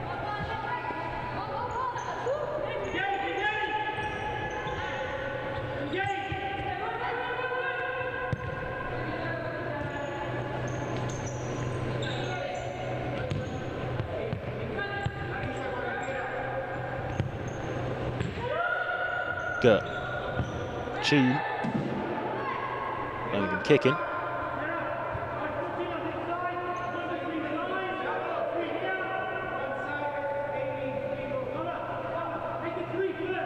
Just having to steady the ship somewhat at the start of this second half, Birmingham. An onslaught from Helvecia would have been to be expected at half-time, or certainly at some point across the course of the second half. Hazel down on the ground, but sprawling around trying to turn it goal-bound, and there's an injury concern here for Birmingham's Lindsay Glover. Referees stop proceedings. Maybe just a heavy coming together as Glover tried to flick that aerial ball on.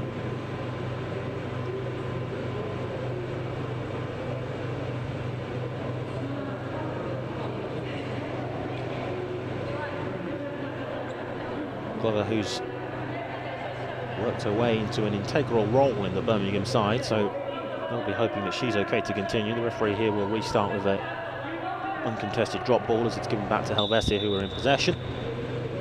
We're good to go again. Glover's still on, but holding an area of her lower back. Tune.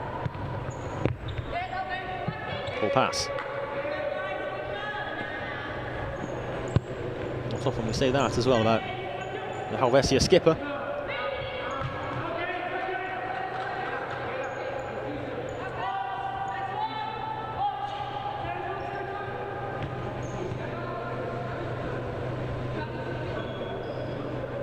Tune allowed to travel into the Birmingham half. Gremon.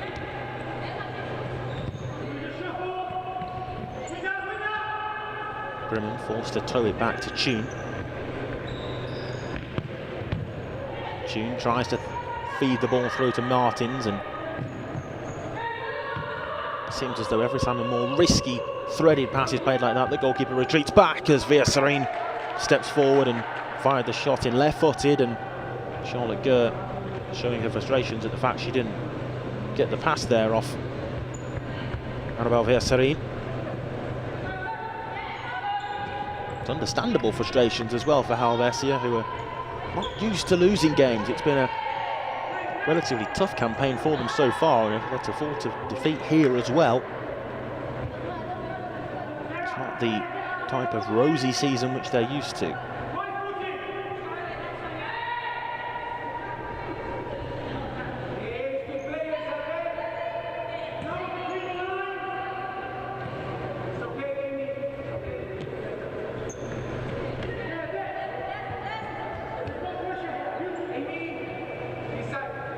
This time it's Birmingham's turn to have possession comfortably inside their own half, and well, it's an unforced error from Miller.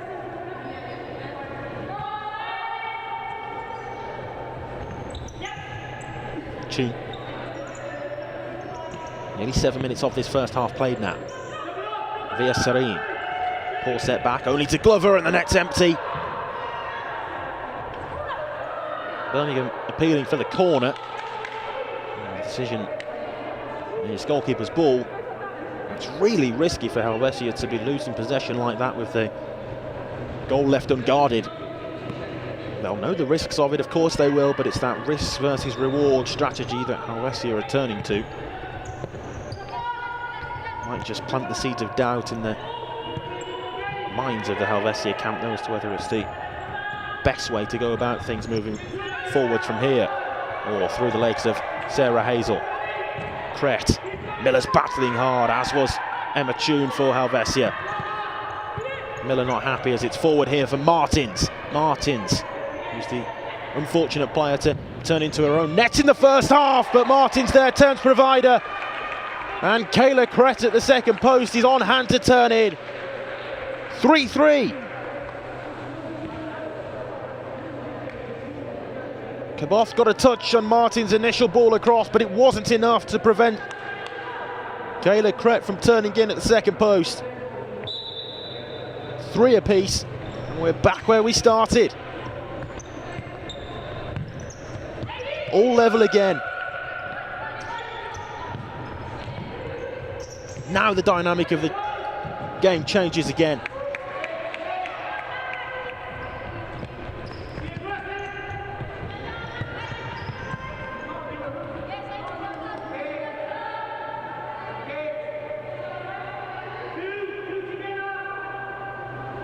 Can Helvecia push on from here? Martins to Tune. Via Serene, loose touch. Hazel. Hazel has done well to get anything from that, with a seemingly dead end turning into a Birmingham attacking kick-in. Still no second half changes so far for Birmingham. They've got the same starting 5 out there on court as they began with and began the second half with, but it's been given away by the captain Morley to Martins. Good covering defending by Glover. And Birmingham do now make a change, and again it's the same change that they made first in the first 20 minutes with Louise Hogan on in place of Hazel.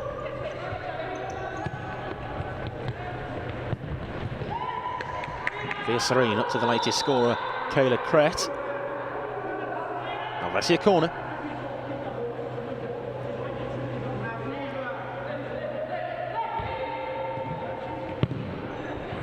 Chun was very close to getting something on the end of that. Inches away from making contact.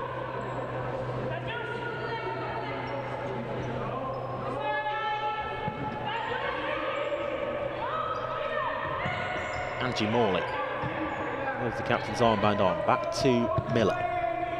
Back across from right to left. Morley has it again, but straight at goalkeeper.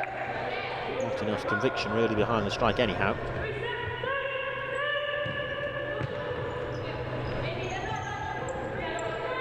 It's interesting, isn't it? Because Birmingham with the larger squad on paper, but it seems to be Helvecia who are making more of the changes, so therefore staying fresher on court.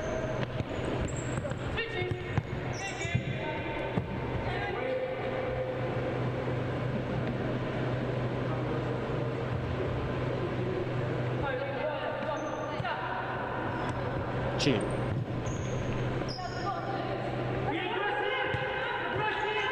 Kret tries to play the parallel pass for the run of Emma Chun, but overcooked it. 3-3 the scoreline. Forward from Morley. Outlast off Glover.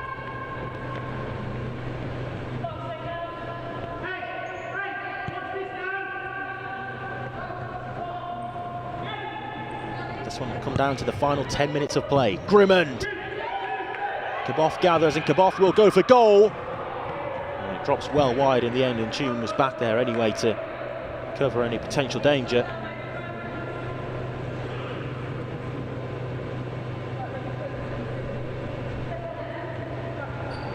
But the more opportunities that Helvecia present Birmingham with those long-range strikes at the empty net, the increasing level of inevitability that one of them will drop in.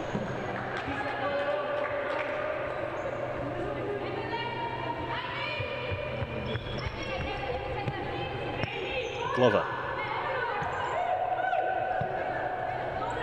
Poor pass, gives it away to Vieira and Martins. It was just behind her. Managed to dig the shot out, but Kaboff made the stop. Vieira still there for Helvecia, albeit forced really wide. And Birmingham deal with the danger. Chun. Vieira, a nice turn. Vieira, great block by Glover, still there in the penalty area. Breaks out for Chun. Kret, Martins. Chun took a tumble, but back to her feet now. Vieira, twisting, turning, gets the shot in, but it's wide. Pressure ever increasing though on the Birmingham goal. Helvecia, you sense, now edging closer.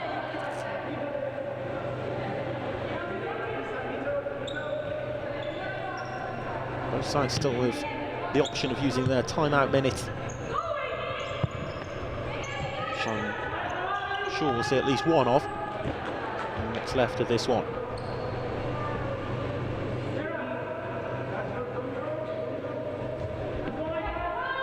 Birmingham here in possession. Hazel. Up to Hogan. Helvecia get the kick in, much to Birmingham's despair.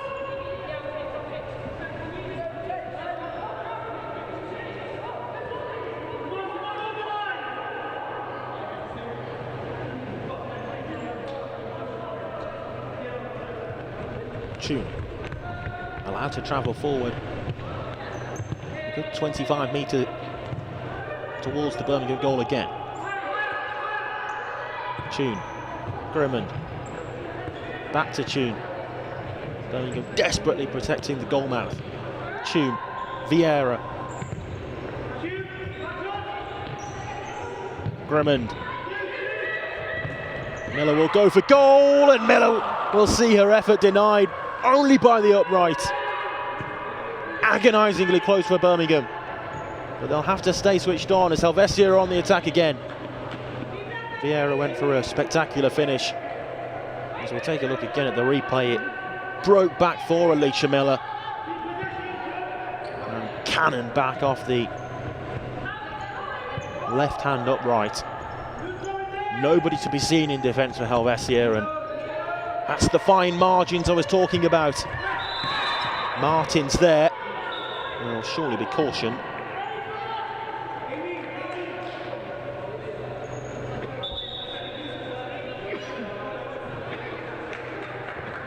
Priscilla Martins just being brought back to the near side referee, who was left with no choice really but to show the yellow card her way after that cynical foul on Lindsay Glover. Martins is the second player to be cautioned, and both of those from the Helvecia camp. She joins the rest of Vieira in the match official's notebook.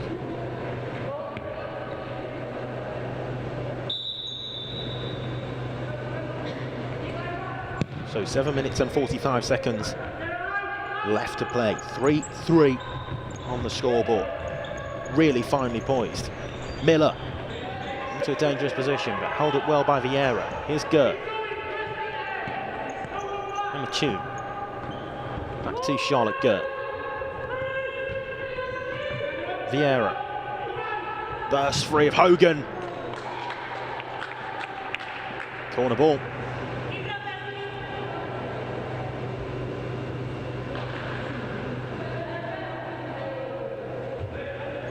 Could have ended up anywhere, that in actual fact, as it took the touch off the Birmingham keeper. That's a poor corner which was anticipated and read well by Sarah Hazel. Hazel keen to get on with things and take that kick in quickly. She does so back to Glover. Hogan round the corner for Glover, and Hazel's there. Good stop, Grimond. And now all attention down the Birmingham defensive end of the court as Helvecia break forwards. There's a hefty coming together between Hazel and Marissa Vieira. The decision going against Birmingham's number 4. And I think the yellow card is going to be brandished again.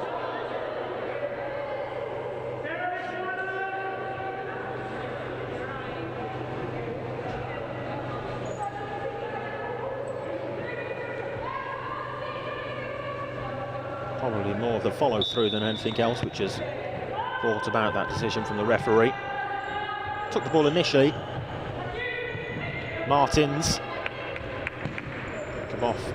Thought about it. There was confirmation that the yellow card there was shown the way of Sarah Hazel and not Alicia Miller, so beg your pardon for that.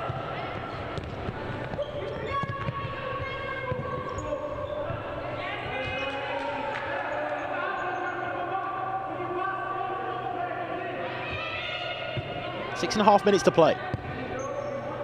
Birmingham have settled down somewhat after that unwanted concession, but it's brought about a bit more control in the game for them. Glover. Back to Glover. Big opportunity. Comes and goes though for Birmingham after that interchange link-up play between Glover and Miller, two of Birmingham's star performers. Just the finishing touches which were not quite there that time. Tune.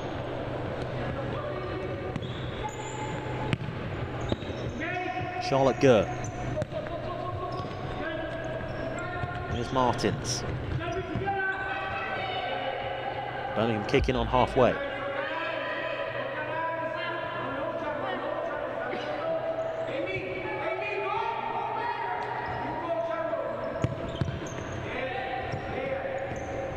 Glover there saw the ball break back to her after it was initially cut out by Gert.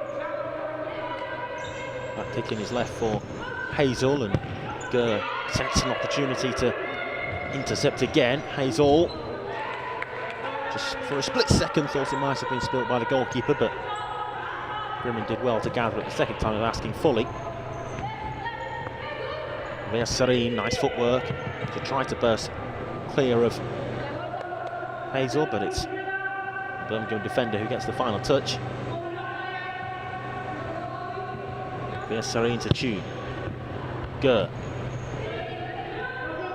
Forward ball for Priscilla Martins, and the last touch came back off Martins.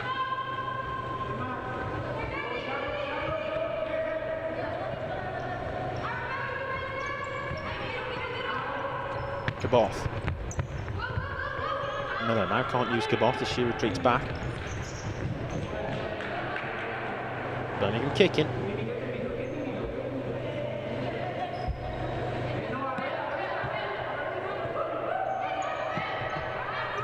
Glover.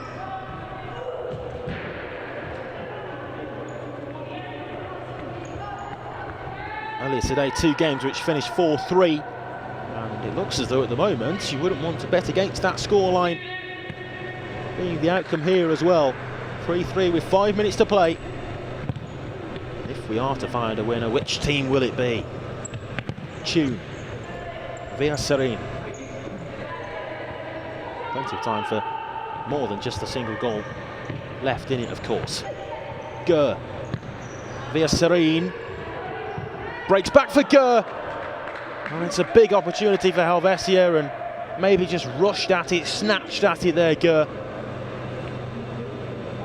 Birmingham got themselves in all sorts of trouble as Kaboth came to take control, but in doing so seemed to wipe out the last defender in Angie Morley. Could have ended very worse.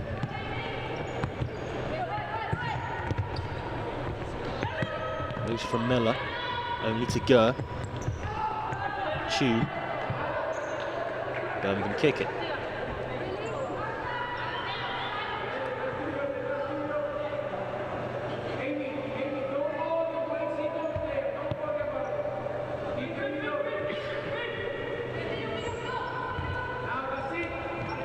Morley. Miller.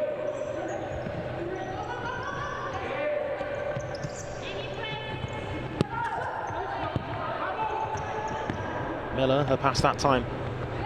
Couldn't find anyone in yellow and black. Appeals for handball, but nothing given by either referee. Glover. Out of play on the far side, Helvecia with the kick in. Such key moments in this contest now. Into the last few minutes. Helvecia again allowed to come forward and pressurise the Birmingham goal, but they can't do so that time, and Birmingham here will make use of their timeout. So with 3 minutes and 46 seconds to be precise left on the clock, left to be played. It's Birmingham who called the timeout. With the scoreboard reading 3-3. Birmingham led 3-2 at half-time, but were drawn back to 3-3 with that Kayla Crack goal in the second half. Birmingham who had the opportunity after that as well, didn't they, when Miller's long-range strike cannon back off the left-hand post with the net left unguarded. What a big moment that could prove to be in the context of the match.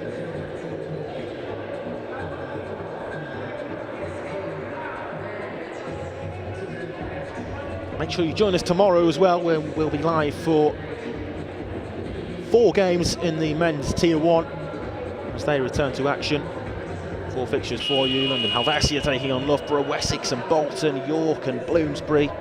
Manchester will face Hartpury to round off tomorrow's play. But still, what, just under 4 minutes of playing time left here for London Helvecia and Birmingham, 2 of the big hitters in the women's Tier 1, and can either of them find a way to go on and pick up all 3 points, and what important points they could prove to be as well.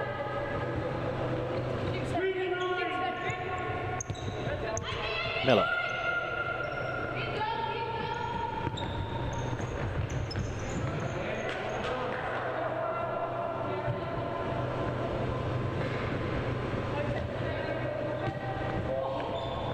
Slightly loose from the initial take of the kick in, and it's even more loose from the subsequent play as Martins wins it back.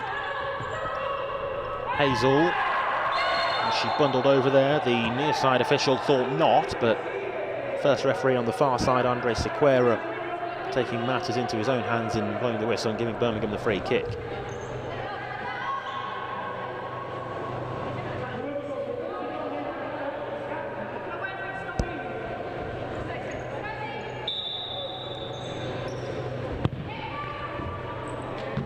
Real waste that for Birmingham as it's fired straight out of play. I wonder whether given the extended minutes that they've played in this one so far. The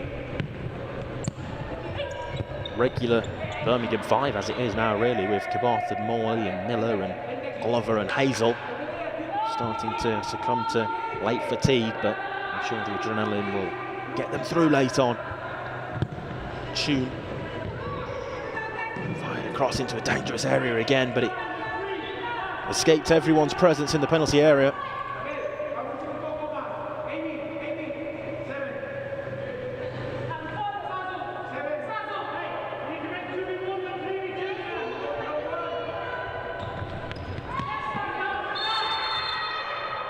It's another foul, that time going against Birmingham, and Hazel, who wants to be careful on a yellow card.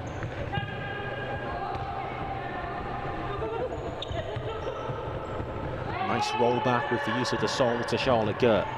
It's Helvecia who seemed most likely and knocking on the Birmingham door. Gurr via Serene. Via Serene towards Martins at the back post, who was ready and waiting, but somehow didn't make any meaningful contact. It's another warning sign. Flashing red now for Birmingham.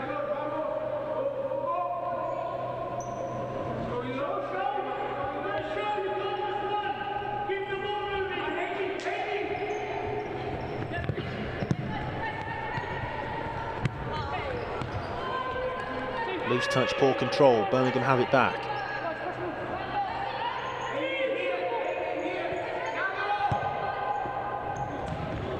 All the way through for Miller, and it's taken by Grimman. It's just the goal clearance, no foul. Ball has already crossed the line.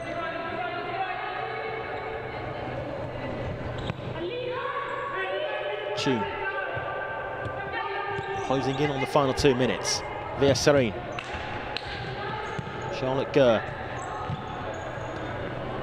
Back once more to Gurr, and now via Serene up against Glover. Good challenge. Hazel tried to feed the pass to Lindsay Glover again, but there's an opportunity here for Helvecia, and it's deflected in. Charlotte Gurr will claim the goal. And with just over 90 seconds to play, that could prove to be the winner. A cruel, cruel deflection off the Birmingham captain, Morley. But Helvecia will feel it's justified after a not dissimilar goal which gave Birmingham the lead just before half-time. That one will go down as Gurr's, though, with the initial effort on target. And maybe now, that's the big 3 points wrapped up.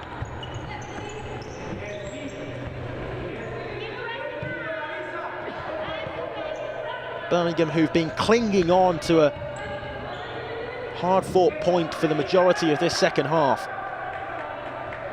now have to come out of the traps and give this what they've got for the final minute and a half.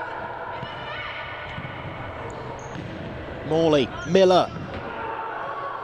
Desperate attempt to slide it past the covering Helvecia defenders.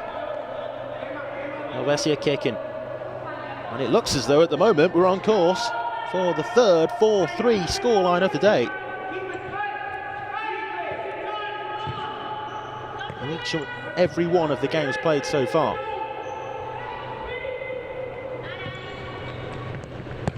Tune. Grimman still being used in the attacking half. Brave by Helvecia as they look here to run the clock down. Forward in search of Gurr. Caboth does the job well, but couldn't keep the ball in play. Birmingham now seem deflated, understandably deflated. But there's still time. Very little time, but still time. Morley. Glover. Helvecia still pressing high and trying to prevent Birmingham from stepping forwards. Handball there given against Arabelle via Serene. So a set-piece chance from just inside their own half, as slightly harsh one on second looking. Glover from range. Goalkeeper Grimman goes up and goalkeeper Grimman gathers. Really brave goalkeeping to go in and challenge a couple of the Birmingham players who were right there in amongst it all.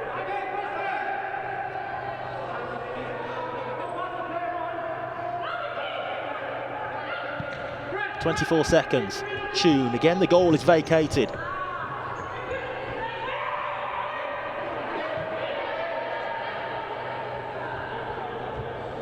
Is this one now petering out to its conclusion to round off today's play?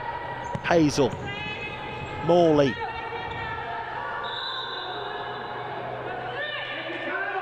Birmingham kicking again.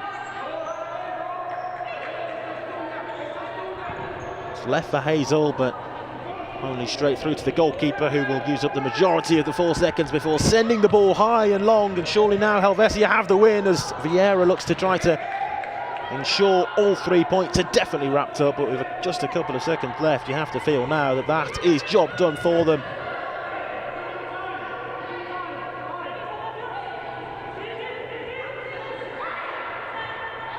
The ball sends it long, desperation for Birmingham, but there goes the buzzer. And a bit of payback maybe for last season's playoff final, with London Helvecia here running out 4-3 winners over the side who beat them in that final last season. Helvecia, who were beaten by Bloomsbury earlier on in the season, have done them a favour as well, because it's their opposing London side who will finish this match day at the top of the table. But what a big 3 points it could end up being for Enrique Guillen's side. Having trailed, they've gone on to win, as has been the case in every single one of the games today. Bloomsbury first beating Southampton by 4-3. Bolton running out 4-3 winners against Hartpury. And then that final game just finished, London Helvecia beating Birmingham by exactly the same scoreline. Well, what a day it was, with 3 really closely contested games, and hopefully we'll have more of the same to bring to you tomorrow with the men's Tier 1 action. Be sure to join us then. Until next time, from me, Isaac Barrington, thank you, goodbye.